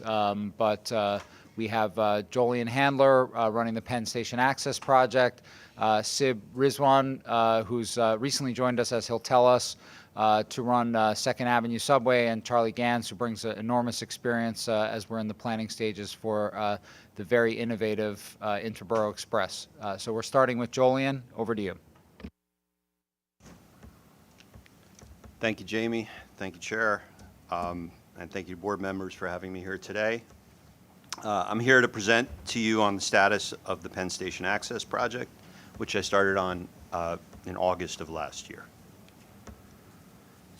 As a reminder, Penn Station Access creates new Metro-North service, which runs on the existing two-track Amtrak Hellgate line between New Rochelle and Penn Station. We will deliver a four-track railroad with 4 new accessible stations in the Bronx. This brings access to over 500,000 people in areas where there were limited public transportation options. In addition, we are bringing Amtrak's out-of-date infrastructure up to a state of good repair, including 19 miles of new track, 5 new substations, an entirely new catenary system, 4 new interlockings, and 1 reconfigured interlocking, 4 bridge rehabilitations, and a significant upgrades to the Metro-North New Rochelle Yard to support this new service. This is our project schedule and budget. As discussed in last year's meeting, the project has suffered significant delays, which I will get into in the following slides. However, we did receive a $1.6 billion grant from the FRA. So thanks to our federal partners, both within the administration and in Congress, for supporting this key infrastructure project. Also known as thank you, Senator Schumer, right? Yes. Amen. And others. So railroad coordination has taken significant effort on this project. As Amtrak owns the right-of-way and CSX operates on this right-of-way, this project requires substantial coordination with both railroads. This requires extensive worker support, also known as force account, and outages. For example, the project was entitled to 30 55-hour weekend outages a year and a certain supply of force account. For the first 2 years of this project, those commitments were not met. Amtrak was unable to provide the force account workers and therefore did not grant us the outages. So instead, Amtrak provided 2 extended long-term outages. We've also seen performance issues by our contractor working under these constrained conditions. Early on in the project, there were several issues which you can see here. Because of these issues, the 2023 long-term outage from March to September was not as productive as we all would have hoped. And after the long-term outage, we were working at night only and completing at most 1 activity per shift. These issues have significantly delayed the project schedule. We recognize the need to address these issues by taking the following steps. The basic problem was there was an inadequate supply of workforce to support safe activity on and adjacent to tracks. And what workforce was supplies were constrained by many rules preventing us from working more efficiently. This is what we did about it. We evaluated work rules on site, which were causing significant access and progress issues, and built a new book of rules that we all can work from. Amtrak increased their force account staffing to meet contractual requirements, and some of the rules allowed for creation of larger zones where work can be accomplished under the protection of railroad staff. CSX added an additional flagger as well to assist the project. We saw a lot of issues with how designs were getting created and approved, so instead of back and forth on comments and design packages, we set up workshops to discuss open items on design and build consensus. The results have been very good. Contractor productivity in design and construction has improved, and now we're completing multiple activities, 5 to 6 activities a night in several different work areas. We've agreed that the project schedule needed to be resequenced to ensure that a new way of working was represented. We've now started a second long-term outage, which we've coordinated through our regional scheduling process, and we're getting much better productivity to complete Leggett interlocking and install new track in Van Nest, though not as much as we would have hoped to get caught up on the schedule after the problems of the first 2 years. Leggett interlocking is the key to opening up work on the right-of-way. Currently, there's only one control point between the majority of our work and Harold interlocking in Queens. As you can see here, Leggett also allows for existing train traffic to be routed around the Penn Station access work zone. By installing Leggett, we separate our work zone from Harold and create a smaller block that will allow for the project to be done in a series of long-term single-track outages. Here's the status of Leggett from a construction perspective, and you can see the progress we've made in the last year. We had only footings installed this time last year, and now all the catenary structures needed to make Leggett operational are erected. In addition, all of the drainage is complete and the track work is largely complete. Finally, much of the signal equipment is on site and installed, and the equipment will be powered up this week where the testing can begin. Here's a similar slide on Van Nest showing the progress comparatively to where we were last year. As you can see, our ability to spread work out and work in multiple zones is starting to show dividends. Portals in Van Nest started to be erected in early June, and we've made significant progress. However, track work continues to be delayed, which shows that we still have some work to do to improve. Finally, here's an update on the stations. We started our underground structural supports, or micropiles, as well as excavation work, and now that the foundation work has progressed, we should soon be starting on station entrances. The center platforms will require tracks to be moved into place before that work can begin in earnest. Now that work is progressing, we are evaluating delays, completing our resequencing, and trying to mitigate those impacts by working with Amtrak to open larger work windows, looking to the contractor to be more efficient in their work, and potentially de-scope work items to streamline cost. We're working as hard as we can to save money, especially given the recent capital budget issues. When we have completed that work, we will come back to this committee and provide an update. Going to hear from the IEC on this now? I have some questions, but I'll let the IEC go first. Okay. Thank you. Good afternoon, Mr. Chairman and members of the board. Our detailed report can be found on page 16 of your committee book. With respect to the schedule, the design-build contract had an original contract duration of 63 months and a substantial completion of March 2027. After 30 months, both design and construction activities continue to forge ahead despite having suffered significant delays. As you just heard from CND, the project schedule has been predominantly impacted by Amtrak's and CNX's inability to provide track access and sufficient support resources. In addition, early on in the project, contractor productivity during long-term outages was not being met. The project team worked with Amtrak to modify contractor work rules and increase the number of available resources and track outages. This has resulted in a marked improvement in the level of force account support for Penn Station access in the past few months, along with an increase in contractor productivity. However, in the opinion of the IEC, full recovery of the PSA schedule is unlikely. As such, the project management team is working to, one, focus its efforts on completion of the new Leggett interlocking by November 2024 to allow for extended single-track outages so that the construction work can move forward without disruptions to Amtrak passenger service. And secondly, resequence the project schedule based on available Amtrak force account resources while considering further mitigations that may include scope deferral and/or scope reduction. The IEC finds that the November 2024 date for a fully functional Leggett interlocking is achievable and awaits the approved resequence schedule prior to providing the IEC forecast for revenue service and substantial completion dates. With respect to the budget, the current project budget and estimated completion stands at $2.867 billion. The project will need to be reevaluated once the resequence schedule is agreed to. At that time, the IEC will provide updated budget and schedule analysis.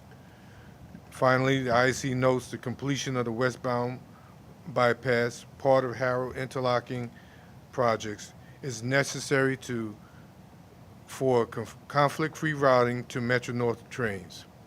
The RFP for this contract was expected to be released in the first quarter 2024, but yet has to be issued. This concludes our comments on Penn Station access, Chairman. Okay. So I'm going to start off because I used to be in this business a lot. Jamie, do you want to comment on what the westbound bypass is? Because that's necessary for Metro North to get into Penn without overloading the system, right? Yeah, there's a series of regional improvements that were funded as part of this current plan that are necessary to get done in Harold. We're making our way through those improvements. Currently, the eastbound reroute, which is really a precursor, then that leads to the East River Tunnel rehabilitation that Amtrak is responsible for, which we're contributing to. That should be starting either later this year or the beginning of 2025. And then after that, we get to westbound bypass. We're following it very carefully to make sure that the schedules line up. I will say that westbound bypass is one of the deferrals resulting from the pause in congestion pricing funding. So we have to get over that hurdle and over the precursor work and then make sure that it's lined up. We do have time at this point to make sure that it's in place. And does Amtrak acknowledge that westbound bypass has to get done for Penn access to allow folks to take Metro North to Penn? It does, and we have an agreement with Amtrak to share responsibility for that project. Okay, super important. Because Mr. Handler has to deal with Amtrak every day, I'm going to direct my question to Mr. Roach. We've made a point in the last couple of years of taking control of mega projects. No more East Side access. Instead, we got third track, $100 million under budget and months ahead in schedule. We did the L train project ahead of schedule and under budget. What is different about this project and that is creating the delays and which appears to be substantial, and the cost impacts which have yet to be evaluated fully? And how specifically does this project compare to what we were able to accomplish on third track? On third track, we had control of all of our stakeholders. On Penn Station access, we do not have control of the behavior and performance of all of our stakeholders. Amtrak is a stakeholder that is out of our control. They are limited by their resources, they're limited by their processes. All of those we could address on third track. All of those we did address on third track. Long Island Railroad provided extra resources when needed. We were able to plan those resources to when they were needed. And we had access to all of their resources, no matter what it took to get the job in on time. And I thank Long Island Railroad for that. We cannot do the same with Amtrak. And is it strictly a matter of the number of force account professionals, or is it Actually, there were references made to the work rules. What's different about the work rules here? Look, I don't want to be overly negative with Amtrak. They have improved much since we have met with them for the last couple of years. They are doing their best. They are changing their rules. The whole rule book was where they literally went back internally to their workforce, to their management, to their procedures, to their training, to change everything that they could to enable us to have a different set of rules to work with to the degree that they could change rules. We are probably a guinea pig project for them to be working on how they're spending all of their new monies for them to be sufficient or efficient. But it is causing us delay. I would add to the lack of resources, I'm not sure that Amtrak are able to work as a design-build type contractor, given all the procedures and processes that they have. So between resources and their behavior and how they make decisions, I think that we are not quite at the end of all the issues we probably have with Amtrak, but they are trying and they are changing what they've been doing. But it is vastly different from the world that we had on East Side Access or on Third Track. Look, project management is all about creating a plan. It's all about managing your stakeholders. That's what we do very well on our own projects. We are much better at planning than we were 5 years ago, but we cannot control all the stakeholders that we cannot control. That's the bottom line. And Mr. Handler, when do you think we'll start to see the schedule and budget consequences of all this, all these developments that you have described? We want to come back before the end of the year and present to this committee again. Okay. Mr. Herbst has a question. I'm just interested in the force accounts. Can you explain the process, how that works with this particular project? I know force accounts mean different things at different projects, so if you could tell me what the implication is with this project. So depending on the particular trade, you need a certain amount of people to oversee different types of work. So for example, if you're doing work on the catenary system, you need electric traction power linemen. You'll need a power director to take the power out. And then if you're working on a communications equipment, you'll need communications supervisors and track personnel for track and so on and so forth. But is this Amtrak employees that we're talking about? These are Amtrak employees or CSX employees, depending on whose track it is that we're working next. So it's a multi-generational, multi-trade issue that you're Yes, dealing and with. when we're in New Rochelle Yard, that will be Metro North force account.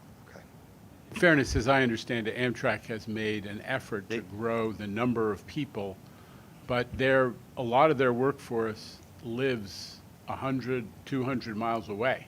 So that you're relying on people willing to take overtime, who knows what. I mean, we've been talking about this since I got to the MTA 7 years ago, and it was already hammering the East Side Access project to a fare thee well. But this is a long-standing issue having to do with how many people they have in these key trades and whether they're available within range, right, Yeah. Jay? Respectfully, there are certain trades that is true for. The most important trade is these electric traction power linemen who do not need to come from other areas. They're actually local to the work zone. And those folks can only work from Harold Interlocking and up towards Boston. What is the funding mechanism? This is MTA project, Amtrak is contributing, who's the lead? This is an MTA project. We have an agreement for a contribution from Amtrak. We are, after all, as Jolien noted at the beginning, rebuilding the Hellgate line for them, bringing it into a state of good repair, and preparing it for high-speed rail. It actually goes to the point Mark was making, which is that all along the Northeast Corridor, there are going to be projects to make improvements to Amtrak right-of-way, and this is really the first one, the first major one, which Amtrak acknowledges. I want to give them credit for that. They hadn't been in a position to invest in a project like this while running service along the Northeast Corridor. So, there's a lot that's being developed and learned along the way in this joint project. We also have an Amtrak commitment to a liability to cover a portion of the costs incurred from delays, but only a portion.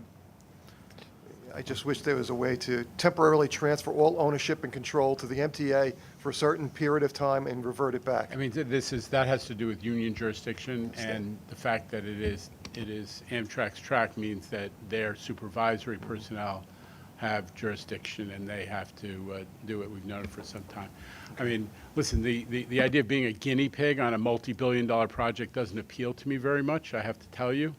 I recall my old boss, Larry Silverstein, saying to Libeskind, "You've never done a mega tower," and his wife said, "You know, but he's a fast learner," and she said, "Not on my dime." We're in that. We're in the same position right now, and I credit Jolyon and the team for having attacked these problems and developed a meaningful partnership with Amtrak. Jamie's obviously been key to that, but this is a very expensive experience to be a guinea pig for the Northeast Corridor in this way, and I'm not. And we have to insist that somehow or another, between the contractor and Amtrak, that the MTA and its customers don't bear the brunt of all of this. So keep negotiating, guys, in my view. Other thoughts or opinions? I've exhausted the opinion category, huh? Let me just pick up on that last point, Chair, just to say that, you know, and it's true that, you know, Jolyon has been doing a great job up there out of New Rochelle. Mark Roche and I, Mark with all of his experience in third track, we are sitting in the room with Amtrak and our team and the contractor multiple times a month, working our way through these problems. And I think the contractor bears a significant amount of responsibility here as well. It's true they're a great contractor. We're always pleased with their performance, and we're on third track, but working within this constrained Amtrak right-of-way was something that they also were not adequately prepared for, and so we've seen, as we call it, concurrent delays as a result of the quality of some of the design submissions, some of the material fabrication, a lot of the coordination work, and that's an active dialogue that we'll be having with the contractor as well as we rebaseline the schedule. As long as the allocation responsibility is reflected in the schedule and the budget solutions that you come back to this committee with, I'm sure we'll be happy, but it has to be fair. Okay? All right. With that punctuation, let us move on. Thank you, Jamie, and Chair Lieber for having me here. I'm Sib Rizwan, Project Executive for 2nd Avenue Subway Phase 2. I'm here to provide a brief overview of the project, including scope, progress to date, and our forward trajectory. Starting off, just a brief overview of what our scope is. The 2nd Avenue Phase 2 extends the existing subway line from 96th Street to 125th Street in Manhattan. The project will require extensive tunneling and infrastructure build-out, including construction of 3 new stations. The first station, which is at 106th Street, is a cut-and-cover station and will tie into the existing tunnel at 105th Street. The second station is at 116th Street. It is to be built by repurposing an existing structure from early works that were done in 1970s. And finally, we have the largest station on the alignment at 125th Street. It's a mine station located at the corner of 125th and Lexington Avenue. It also serves as a transfer station to lines 4, 5, and 6, as well as to Metro North Railroad.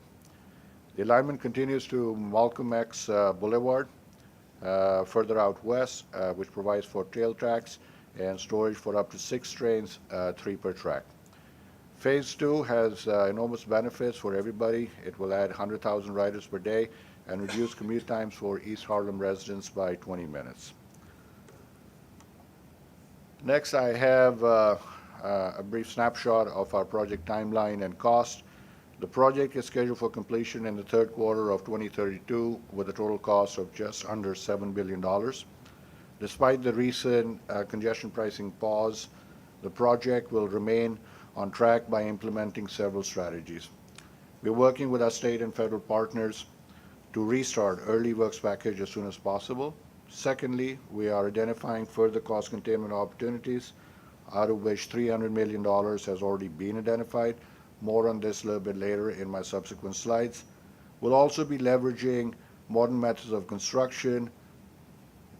These include just-in-time deliveries, streamlining the deliveries to reduce storage costs and any related delays. And we'll be leveraging utilization of modular construction, which means utilization of prefabricated components off-site for faster assembly. And last but not least, we are eager on early contractor engagement, integrating contractor input early for faster execution.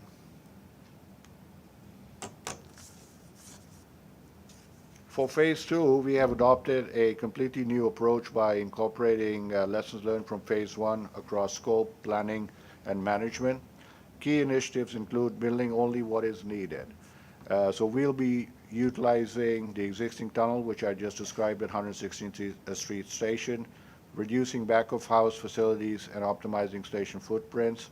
We're also looking at upfront utility relocations as opposed to burying them in individual contracts. Early acquisition of properties is going to be a major player. We are way ahead in progressing and acquiring these key properties for station entrances, ancillary buildings, and lawn shafts ahead of the construction works. And finally, we're looking at a streamlined contracting strategy, which hinges on issuing fewer contracts, leveraging industry expertise, and utilizing smart design-build contracts. Like I mentioned, there have been significant cost savings already through our engineering effort. The existing tunnel at 116th Street Station was slated for demolition. However, through rigorous engineering, we have been able to salvage it. We're going to reuse it. That has led to almost $500 million in savings at this particular station. Our engineering studies conducted so far confirm that the structure is fit for its purpose. We're also optimizing our designs relative to the initial final environmental impact statement that was issued many years back in 2004. We've been able to reduce our back-of-the-house facilities. We have successfully relocated some of the equipment and rooms above ground, and that has led to reduced excavation that is required to progress the works. We have also space-proofed our platform and mezzanine dimensions, taking into account the expected pedestrian flows. And at the 125th Street Station, we have taken it much deeper, taking advantage of the rock layer to reduce the excavation and avoid any surface utility relocations. So all in all, based on what we've accomplished so far, we've been able to save almost $1 billion. And that is not the end of the story. We continue with our value engineering works. The most significant ones include elimination of the tunnel bell mouth for connection to the Bronx. We're also exploring the alternate lateral launching arrangement for the TBM at 125th Street Station instead of the standard vertical drop. And we're also looking at exploring the mezzanine for the 116th Street Station to be located below the tracks to avoid surface utility relocations. These levers potentially can yield up to $300 million in saving on top of the $1 billion that has already been realized and reflected in the $7 billion estimate. Another thing that we have Another thing that we have looked at is to look at a consolidated contract strategy. A key lesson learned from phase 1 was that we had too many contracts, which led to too many interfaces and numerous delays.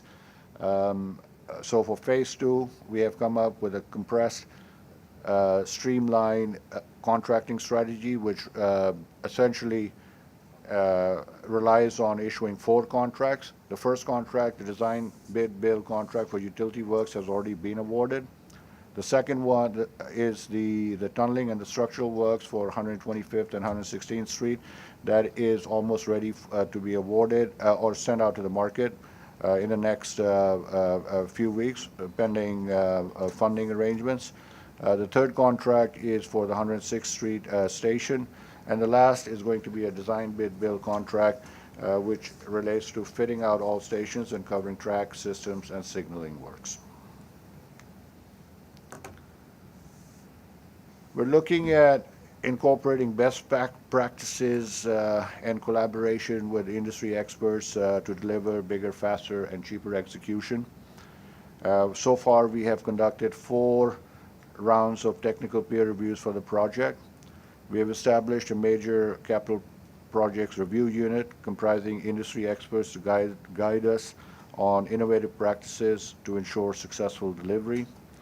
And we have emphasized collaboration with contractors, incorporating alternative solutions that lead to cost and schedule efficiencies. Achievements to date, like I said, we have awarded our first utility relocation package. The bike lane, which is needed to move the bikers away from 2nd Avenue onto the 1st Avenue, is now complete. This was a mission-critical task. Now there's a new bike lane from 102nd to 124th Street. In addition to that, we have acquired all the properties that are needed for heavy construction work. We have developed the RFP contract package for tunneling in 106th Street Station, and we have received proposals from prospective PMCs who are interested to work with us on 2nd Avenue project. Path forward, we'll be continuing to work on our engineering and procurement deliverables. We will conduct limited utility works and continue to secure access agreements and easements on 2nd Avenue. We'll finalize the RFP for Contract 2, which is the tunneling and structural works and advanced design for Contract 4, system and finishes. We're looking at evaluating the PMC proposals and begin early engagement with selected contractors related to Contract 2 design builders. And we'll explore further cost containment and efficiencies by analyzing our soft costs, reassessing our execution approach, and understanding contractors' means and methods to ensure a successful outcome. That concludes my presentation. IEC. The IEC report can be found in your committee book on page 22. The 2nd Avenue Subway Phase 2 project, budgeted at $6.968 billion, will enhance mobility and access for East Harlem residents and businesses by extending the Q subway line service northwest from the existing 96th Street station to a new terminus at 125th Street, Lexington Avenue in Manhattan. Notice to proceed for the first 4 contracts was given in January of this year with a 42-month contract duration. At this time, the relocation of the 2nd Avenue bike lane onto 1st Avenue has been successfully completed, and pre-construction activities for the utility relocation work are underway. After a partial stop work order was issued earlier this month, C&D is working with the contractor to develop resequenced construction plan. Once finalized, an update to the preliminary schedule will determine if the contractual substantial completion date has been impacted. The IEC acknowledges the project's team's efforts to develop mitigations aimed at minimizing potential schedule impacts. We will perform a review of the resequenced schedule once accepted by C&D. To date, the program cost is within budget. The IEC recognizes MTA's focus on ensuring that the program schedule can be maintained while it waits clarity on the funding situation. This concludes the IEC's remarks, Chairman. Thank you. Thank you, IEC.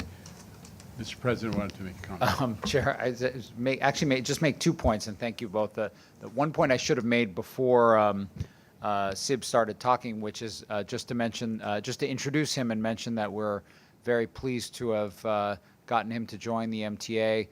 He has many decades of experience, including delivering many significant infrastructure projects in the United States, but also I think, over a $10 billion metro project in the Middle East, and also working for McKinsey globally on developing delivery strategies for infrastructure projects around the world. So I should have mentioned before we started that he certainly knows of which he speaks. And one of the things that's been reassuring for us is that SIB, joining us over the last few months, has come in and looked at how we were approaching value engineering and cost containment opportunities for the project. And I think through his presentation has indicated that he thinks that we are in the right place, and has also identified that there are further opportunities, which I think you were talking about, specifically identifying $300 million of additional scope savings.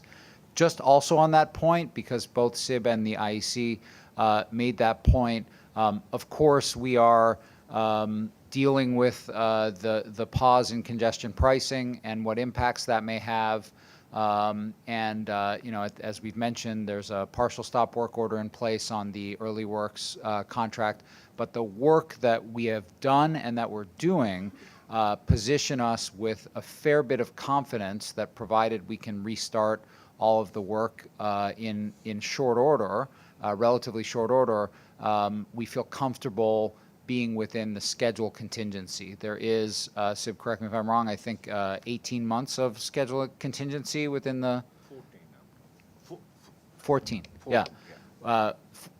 14 months of schedule contingency within our full funding grant agreement commitment.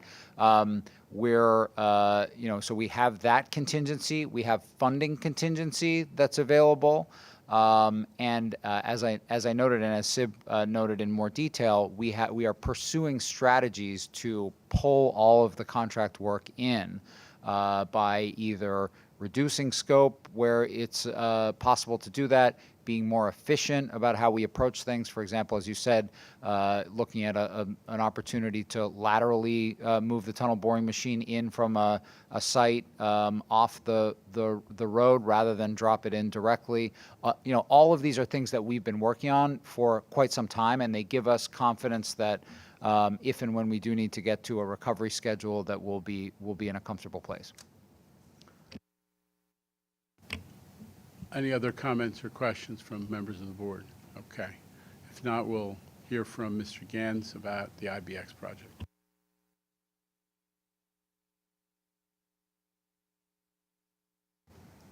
Thank you, Chair Lieber. Thank you, President Jamie Torres-Springer. Good afternoon. My name is Charlie Gans, and I am the project executive of the Interborough Express.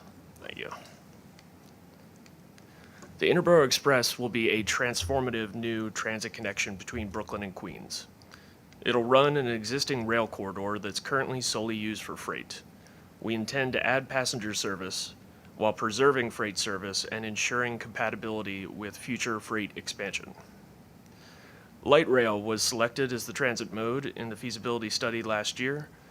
Light rail offers the best value of the modes we studied due to its lower cost and ability to accommodate the projected ridership demand.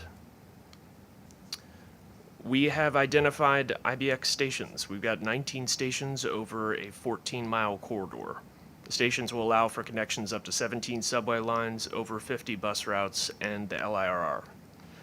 Station locations were chosen based on public feedback, ridership projections, the ability to transfer to other modes, constructability, and spacing. We intend to pursue FTA New Starts funding, which requires us to complete a federal environmental review. The EIS process consists of 3 parts. The scoping step defines what we will study. The draft EIS analyzes different components of the project and their potential impacts. And then a final EIS is published. Importantly, at each stage of the process, there is an opportunity for public comment. And speaking of public comment, we've done extensive outreach on the project, over 35 public meetings.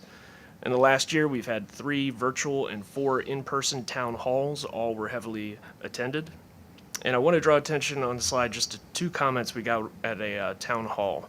The first talks about increased job access, that the IBX allows someone in Bushwick to consider jobs in Sunset Park. And the second anecdote that we got from the town hall is about academic opportunity. Because of IBX, a CUNY student in Brooklyn can more easily access their program at Queens College. We also have a IBX Community Council. It meets quarterly. This includes electeds at all levels of government and community groups. As for recent progress, we've been refining the project scope. For example, we previously anticipated reconstructing 59 overhead and undergrade bridges along the corridor in order to make room for 2 IBX tracks, a freight track, and in some locations, a freight siding. This image shows you what that would look like. In this example, we would excavate the embankments and then rebuild the bridge to widen its abutments. As a result of design development necessitated by the environmental review, we determined that we can avoid rebuilding 11 bridges. So the total number of impacted bridges will now be 48, and many of those will no longer require full replacement. This results in cost savings, reduction of construction risk, and less disruption to surrounding communities. The second example relates to station locations. We're making modest shifts in the station locations to improve connections to other modes. In preliminary planning, the IBX Linden Station in yellow was located south of Linden Boulevard due to concerns about the track curvature. As a result of recent design development, we've determined that we can flatten the curve and move the IBX station, now in green, closer to the new Lots L station in gray. This gives passengers a much easier transfer, and we've made similar changes at 3 stations. The final example concerns platform geometry.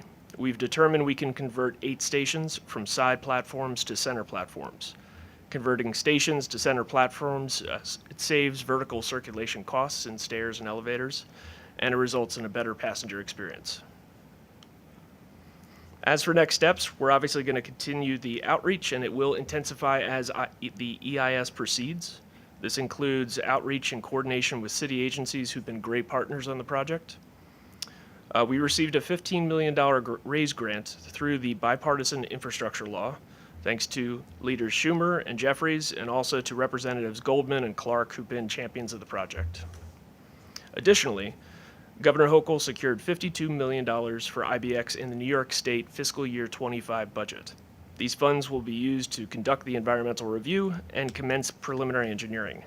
And the RFP for preliminary engineering is in development.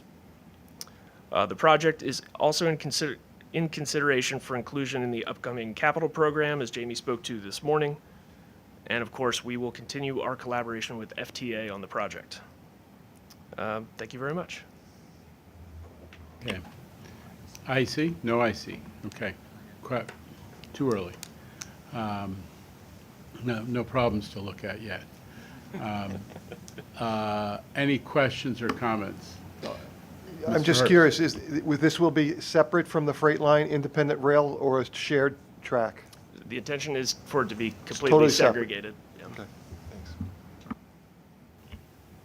But the design is taking place with everybody looking at the designs together, correct? Absolutely. We've got lots of partners on this project, and they're all weighing in. It's been a good collaboration so far. Okay. Not on this project. Anybody else? Okay, this is a hopeful presentation, and I just want to congratulate you. I've gone to a couple of these outreach events, and they are really well attended. The enthusiasm is high, and we got to knock out that EIS. That's the next big part of the process. Okay. Alrighty, unless there's other business, I'll entertain a motion to dismiss. Mr. Herbst, thank you. Mr. Brown, Mr. Jones. We are in adjournment. Thanks.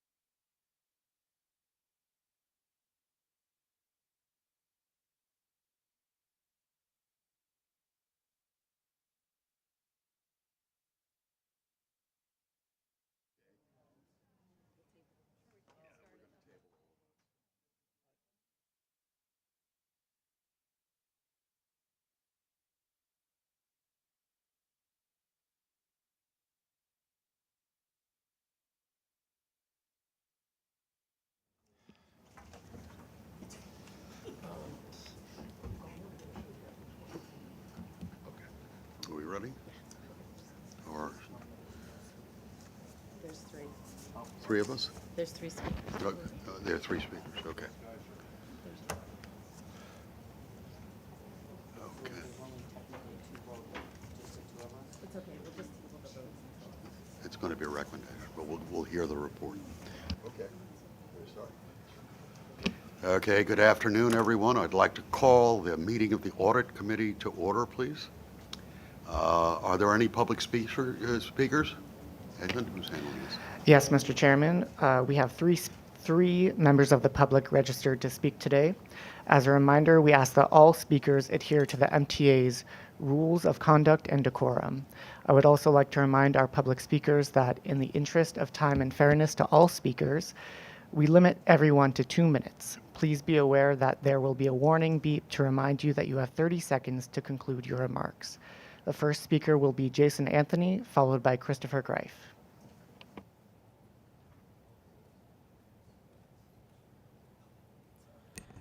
Good afternoon, David and the rest of the Audit Committee members. Let's not forget to do audits regarding accessibility, because we want to know where is the money being spent in projects, like where is the money being spent in accessibility projects, like what money is being spent in elevator projects, what money is being spent in let's say in a ramp, in escalator replacement, and things of that nature. In other words, I'm not criticizing the agency in anything of that nature. That's two agencies across the Hudson. They don't want to show transparency. That's our department, that we show transparency.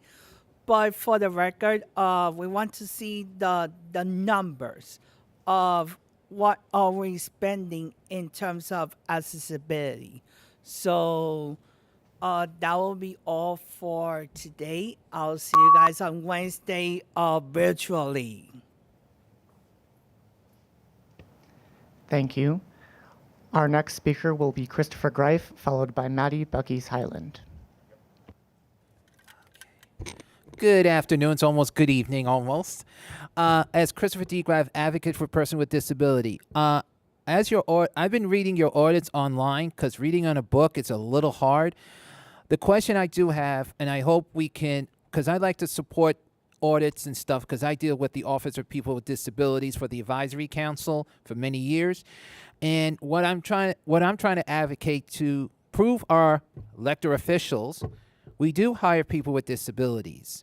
We do have percentage of numbers and stuff. So I hope somewhere in a book or somewhere on a computer, email or something to see better, how many people will we be hiring for people with disabilities? And I'm not talking about, I'm trying to understand the audit stuff, because a lot of us now, and as we celebrate Disability Pride Month, want to make sure that people know that MTA does hire people with disabilities, and that's including our veterans as well. And I'd like to make sure how, as an advocate, to support that strongly and always advocate, because you guys always hire lots of people with disabilities, lots of people who are veterans, and who are like to join the dream of being in the MTA world. And I always want to keep that advocating. So to everyone here, happy Disability Pride Month, and have a great evening, because now it's coming to that evening time. Thank you. Thank you. Our next and last speaker is Maddie Bucky's Highland. You got that right, sir. You got that right, sir. Here, looks like I'm the one to close. Good afternoon, everybody. I'm Matty W. Bucky's Highland. I'm going to speak very briefly on the audit today. I'm curious if the Metropolitan Transportation Authority does an a comprehensive annual financial report where its audits have been completed, for example. Yeah, but I really hope to attend a meeting one day in person and meet all the advocates. Some of them have been here since 8 o'clock this morning. I've been home all day. All right, ladies and gentlemen, girls, boys and girls. With that being said, I hope everyone has a great evening. I will see you all on Wednesday, and please enjoy the rest of your summer. God bless you. Thank you. Mr. Chairman, this concludes the public speakers. Thank you, Nathan. Because we don't have a quorum, we will table the vote on the minutes and any other votes that we take here until the next formal Audit Committee meeting. So essentially what we're going to be doing is recommending, after hearing from the various audit issues, and then recommending that to the next board meeting and Audit Committee meeting. Monica, are there any changes to the work plan? No changes. Okay. Okay, first we have an independent accounting firm with 5 items that will require a vote, though we've just said this will be more of a recommendation. We'll take at least 5, not votes, recommendations at the conclusion of their presentation. Jill Strohmeyer, the Managing Director, will begin with a presentation on the results of the review of the first quarter 2024 MTA Consolidated Interim Financial Statements. The financial statements will be issued in a final form after the Audit Committee review and approval. Jill? Thank you, Mr. Chairman. I'm actually going to pass the first quarter presentation to my colleague to my left, Kostas Makrakis.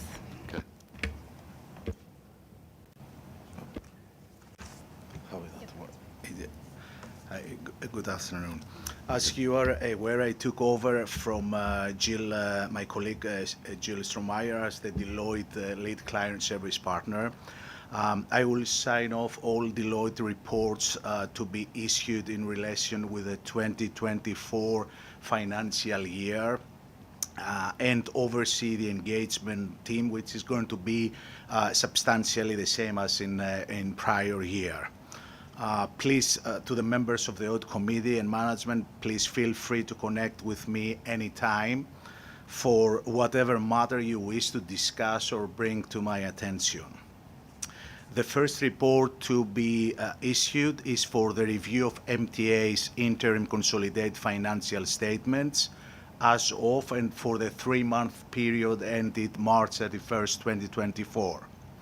For a brief status, we are in the process of completing our quarterly review procedures. A review of interim financial information consists primarily of analytical procedures and making inquiries of those responsible for financial and accounting matters, and of course for those responsible for preparing the financial statements. A review is substantially less in scope than an audit. The objective of an audit is to express an opinion on the financial statements. Accordingly, we do not express such an opinion after our review. Based on the review procedures performed at this time, we are not aware of any material modifications that should be made to interim consolidated financial statements in order for them to be in accordance with accounting principles generally accepted in the U.S.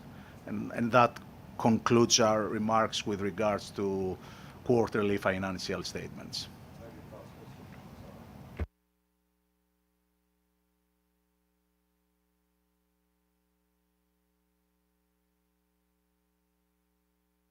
That's very difficult. Any questions? Now I hear in large. Okay. Hearing none, we'll move on. And that goes to the, next we're going to have Jim McGovern, MTA Deputy Controller, to provide management's review of the 2023 employee benefit financial statements, including a discussion on management's analysis and the required supplementary information to the financial statements. Jim? Thank you. Good afternoon, everybody. So I'm going to give you more of an overview right, versus going through each one of the financial statements individually, okay?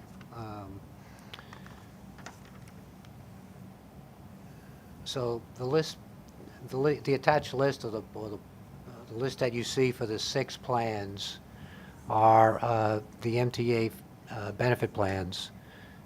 4 of the 6 are pension plans. The first 4 are pension plans, defined benefit plans. Of those plans, numbers 3 and 4 are frozen plans, the Long Island Railroad additional plan and the Metro North commuter cash balance plan. MTA employees also participate in the NICERS and NICERS plan, which is footnoted below, and the number of participants are indicated below. The financial statements for the plans, there's basically 4 sections for the financial statements. The MD&A, the statement of fiduciary net position, which is the balance sheet, the statement of changes in fiduciary net position, which is the income statement, notes to the financial statements, and required supplementary information, which is additional information regarding the pension plan liabilities and the OPEB plan liabilities. This is really the key slide to focus on. What I would just show you is that of the 6 plans, the second column from the right, the funded ratios, indicate liability versus the contributions that the plans have made to the liabilities. Generally speaking, the plans are funded more than adequately relative to the rest of the country. Obviously, the cash balance plan being the smallest and inactive is the highest of that one. And NICERS and NICERS, I always confuse it, NICERS and NICERS. Don't ask me to say it twice. Our percentage is indicated on numbers 5 and 6 as our percentage of participation. So the MTA employees in NICERS is about 0.30%, and in the NICERS, our participation is about 22%, indicating the high level of New York City Transit employees participating in that plan. The only highlight I could want to bring up really is for the OPEB plan. During the year, we transferred $1.3 billion of assets from MTA HQ to fund the OPEB plan. Those assets will be used to pay off fringe benefit plan expenses in the near future. That's really, I think, my presentation today. If there's any questions, please let me know. Are there any questions from members of the committee? That's why they don't let me chair very often. None? Okay. And to continue the discussion on the pension plans, I guess Costas will discuss results of the audit of the various pension plans at this point. No, this actually Jill is going to discuss this because it relates to the 2023. Sorry for that. My final 2023 reporting here, Okay. so a couple of final agenda items. So yes, Deloitte is in the process of completing our audits of the 2023 MTA employee benefit plans for your 6 plans Jim just mentioned. We have performed those audits in accordance with generally accepted auditing standards. We are not aware of any significant changes in previously adopted accounting policies or their application during 2023. So the financial statements are in line and comparative to prior years' reporting. We are not aware of any significant changes in accounting estimates or in management's judgments relating to those estimates. Key estimates include discount rate used by actuaries, investment valuation. There are no uncorrected misstatements or disclosure items passed during our audits that we need to bring to the attention of this committee. We had the full cooperation of management and staff throughout the performance of our audit, and we had no disagreements with management during the performance of our audit. So we're, again, a few final procedures that we're performing to conclude our audits. Once those have been completed, we'll be in a position to issue a clean, unmodified opinion on these 6 plans. I'd be happy to answer any questions that you may have regarding the audits of the plans. Thank you, Jill. Are there any questions by the members? Okay. Next, we have Jill. Okay. We'll provide the results of their federal and state mandated single audit of the MTA and New York City Transit. All right, thank you. We're also in the process of completing our federal and New York State single audits for the year ended December 31, 2023. Deloitte's efforts are really led by Darshan Patel, who's my senior manager to the right. Just a little background on the single audit. MTA had a total of $2.1 billion in federal expenditures during 2023, which covered various grant programs. As part of our federal single audit, we selected 4 of the MTA's grant programs this year for testing. The programs we selected included the FTA cluster, the Public Transportation Emergency Relief Fund, federal state partnership grant, as well as one Department of Homeland Security grant. I will say by us selecting the FTA grant, that covers right away 82% of total federal dollars expended during 2023. We did have one finding to note during our audit this year. There are 3 levels of severity when it comes to findings. A material weakness being the highest severity, significant deficiency is in the middle, and then there's a low-level finding. We had one low-level finding this year, and it related to the Department of Homeland Security grant that we tested. It had to do with procurement. There was one instance where the MTA had a subrecipient, so passed funding down to another organization, and the contract that was written between the MTA and this other organization is required to have certain elements, 13 elements to be exact, and some of those elements were missing. Not considered to be critical, but just something to alert management. We have been informed that there is a process in place to correct this moving forward. Our report over internal control, which is also issued as a part of the single audit, did not include any findings this year. So a clean opinion on what we call our yellow book report. Moving to the state single audit, the MTA had a total of $187 million in New York State expenditures during 2023, related all to one program, the statewide Mass Transportation Operating Assistance Program. We selected that one program for testing. We have no findings, rather compliance or internal control related, based on our audit procedure. So clean opinion on the state work as well. With that, that concludes my prepared remarks related to your federal and state single audits for 2023. Any questions, I'd be happy to field them. Committee? Thank you, Jill. You're welcome. Okay, now we're going to do the management letter. Jill, again, I will do that one. Yes. will now provide a brief statement of the management letter reports and answer any questions if they arise. All right. In your package that you have for today's meeting, there's a management letter comment related to our 2023 audits, which we issued in June. Again, there are 3 levels of severity of internal control deficiencies, as I mentioned: material weakness, significant deficiency, and then a low-level deficiency. All of the comments in this report, but 2 relate to the lowest level severity, a low-level D. 2 of the comments were considered to be a significant deficiency because we do believe it's important to highlight these 2 deficiencies to this committee. The one significant deficiency related to the Tri-Borough Bridge and Tunnel Authority. It related to controls over classification of long-term debt or bonds payable. During the course of our 2023 audit, we noted an instance where debt was classified as non-current or long-term when it should have been classified as current. Management did make this correction before the issuance of the financial statements in June. But just wanted to highlight this matter to the committee. New York City Transit Authority and CERTOA had the same significant deficiency, so I'll just mention it once.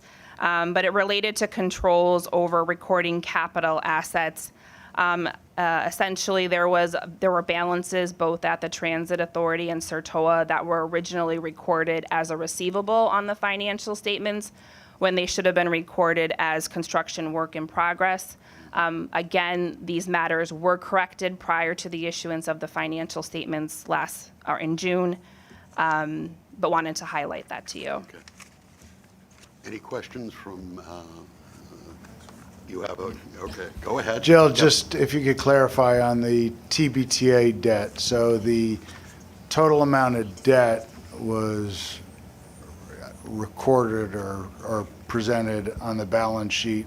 It was just some of the debt was classified as long-term when it should have been short-term, which is, I guess, over a year or under a year. Is that, so there wasn't debt missing from our balance sheet, just classification of it. Absolutely right, Kevin. This was absolutely classification. The total amount of liabilities recorded by management was correct. It was just classification between long-term and short-term. Debt that matures within 1 year of December 31 should be classified as current on the balance sheet. When we originally reviewed debt during our test work, the entire balance was recorded as long-term. Management acknowledged that that shouldn't be the case, and so they made a correcting entry to move approximately $600 million to current prior to the issuance of the financial statements, but no debt was missing at all. Okay. Any further questions by the committee? Okay. Let's move on to the final item from Deloitte. And Jill will brief the committee on the results of their review of the MTA Inspector General's 2023 office operations and expenses based upon agreed upon audit procedures. Yes. Jill? Thank you. So Deloitte has performed our agreed upon procedures as prescribed to us by the MTA and the Office of the Inspector General of the MTA related to budget accountability for the year ended December 31, 2023. There were 14 procedures in total. These procedures primarily consist of us looking at employee information, payroll information, and vouching that type of information back to source documents, reviewing disbursements journals, reviewing petty cash vouchers, making sure that approvals were obtained and that they're evidenced on the documentation. As a result of performing these 14 procedures, we have no significant exceptions to report to this committee, so a clean report. Thank you, Jill. Again, anything by the members of the committee? Now we're going to enter a sort of netherworld because we don't have a quorum. So I've been advised we're going to be recommending back to the full audit committee that these individual reports be accepted. And this will be the first quarter 2024 consolidated financial statements, the pension audits, the single audit report, the management letter report, and the recommendations of the MTA Inspector General's office. So those will be voted on Wednesday. Yeah, okay. So we have to say we recommend.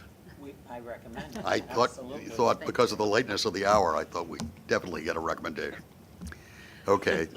And second, and all in favor recommending the reports are accepted and will be moved to the full board for a vote. Okay, next we have Amon Kirs, the MTA Chief Compliance Officer, who will brief the committee on selected aspects of the Enterprise Risk Management Program, the Ethics and Compliance Program, and the Financial Interest Reports. Amon will give a brief update on the implementation status of prior audit recommendations. Lamont? Brief, okay. Yes, very brief. Very brief, okay. So the update on the Enterprise Risk Management Program is in your book. I won't go through it on presentation.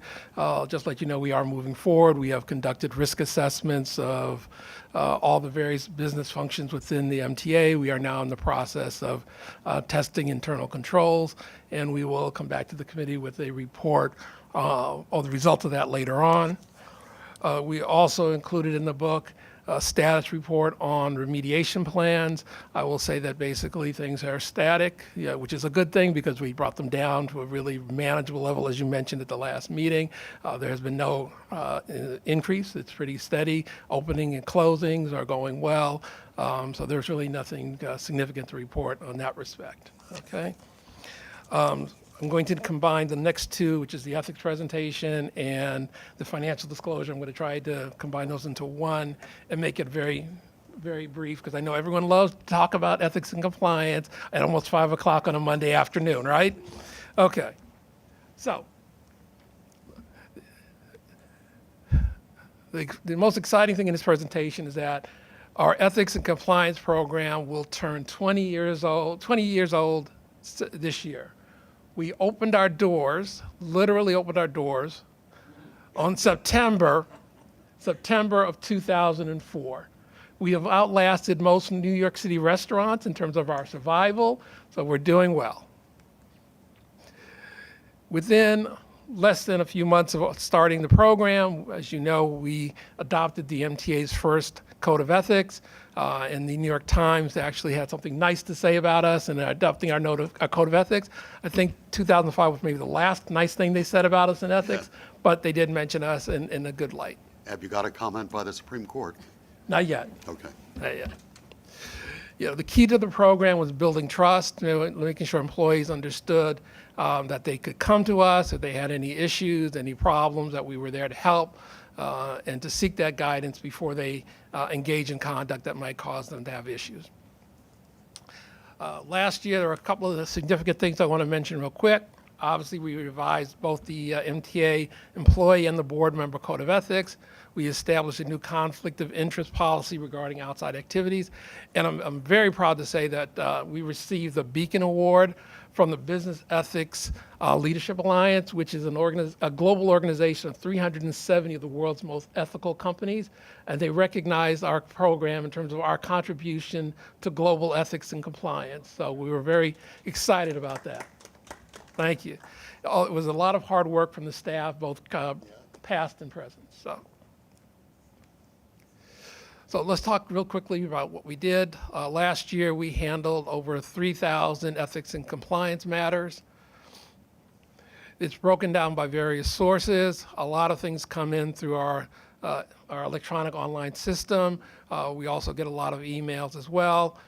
We had a slight uptick in the number of calls that we got on the ethics helpline over prior years. Most of what we're getting are still inquiries versus issues, which is really great. People are coming to us before they make the mistakes versus, coming to us after the fact saying, "Can you help me?" Numerous categories. I won't go into all of them. The other thing that's important, I think, in terms of the program is how many, when people come to us, do they feel comfortable telling us who they are, right? And as you can see from this, almost 100% of people who reach out to us tell us who they are. Right?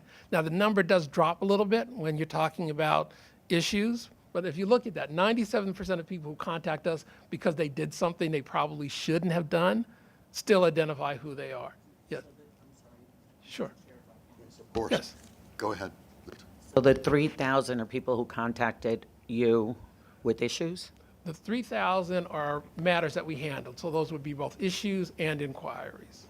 So they're both of those things combined on the prior slide, issues and inquiries. We break it into those two categories. So it increased by almost threefold, from 1,000 something to 3. Did I read that correctly? Let me go back. Percentage. No, back. One more. No, one more. That one. Oh, decreased. Okay. 2023 is the top. 2024 is where we are now. You're welcome. And then the help, even when they call the helpline, when they don't have, and we tell everyone you don't have to identify yourself when you call the helpline, still the majority of people do identify who they are. At a recent conference in Washington of compliance professionals, a member of a Fortune 500 company complimented us on the fact that our employees feel so comfortable with the compliance program that they're willing to identify themselves. So we're very happy about that. conflict of interest types, many different types, outside activities, family relationships, we're dealing with those. Resolutions, we do recusals, sometimes we don't have to do anything. We are managing conflicts of interest across the MTA. We also handled the outside activities that I mentioned before. 528 outside activity requests were vetted by our department in 2023. Ethics training, we continue to do training across the board, both for the board members and our employees. We trained 4,500 employees in ethics last year. And we continue to work on communication because communication is key to make sure that they understand what the requirements are, but more importantly, to understand that they can come to us if they have any issues or concerns. So I'll stop at that and answer any questions. Hopefully that was brief enough. Yeah, thank you very much. Okay. Any questions? Any further questions? The trainings are mandated for all employees? Yes. Okay. Yes. Okay. Last, we have Monica Murray, the MTA Auditor General, to brief the committee on the status of the 2024. Thank you, Mr. Chairman. Before we have an update on the work performed by MTA Audit Services, I want to extend my thanks to the chair for entrusting me with the leadership of the audit department. Spending the last 2 months with the audit team, I appreciate their exceptional professionalism and dedication. A special thanks to Darren Jurgens, Phyllis Richardson, and Judy Beckford for their guidance and support. Their deep knowledge and willingness to assist have been instrumental in my transition. I also want to express my appreciation to this committee for your support. I eagerly anticipate collaborating with all of you to achieve meaningful results. We have a full presentation in the book for your review, but I just wanted to touch on a few today. As a result of our audits, we have recommendations that will help the organization to ensure that engineering and TA labor charges are monitored to avoid or respond to overruns, and force account charges are collected. We're making sure revenue equipment is properly maintained and functioning to receive revenue before going into service, determine Omni pay-as-you-go transactions are correctly captured as revenue and received, ascertain paratransit charges billed by brokers are correct, allowable, and supported, and ensure the inspection and maintenance of power substations and manholes with cables are performed consistently and timely. Finally, our contract group has worked on cost proposal support for sole source procurements and construction impact claims that have helped us find savings in those areas. We have more details in the book, but those are our highlights for our mid-year review. Thank you, Monica. Thank you, Monica. We're going to entertain a motion to adjourn, but before we do that, I want, on behalf of the committee, I wanted to acknowledge Jill. Jill will be, as we've heard from Costas, and Jill will be moving off the MTA accounts, and Costas will be taking over. We want to thank Jill for her responsiveness and leadership and insight into the MTA financial reporting. We look forward to our continued work with you, Costas. And now, much to the relief of everyone, we'll entertain a motion for, we have to clap. I missed that. They didn't put that down in my notes. But we do thank you and look forward to working with Costas. Now we'll need a motion for the Audit Committee to adjourn. Motion. I second. I don't know if I can do that. This is a vote, I guess. And that concludes the Audit Committee. Thank you very much.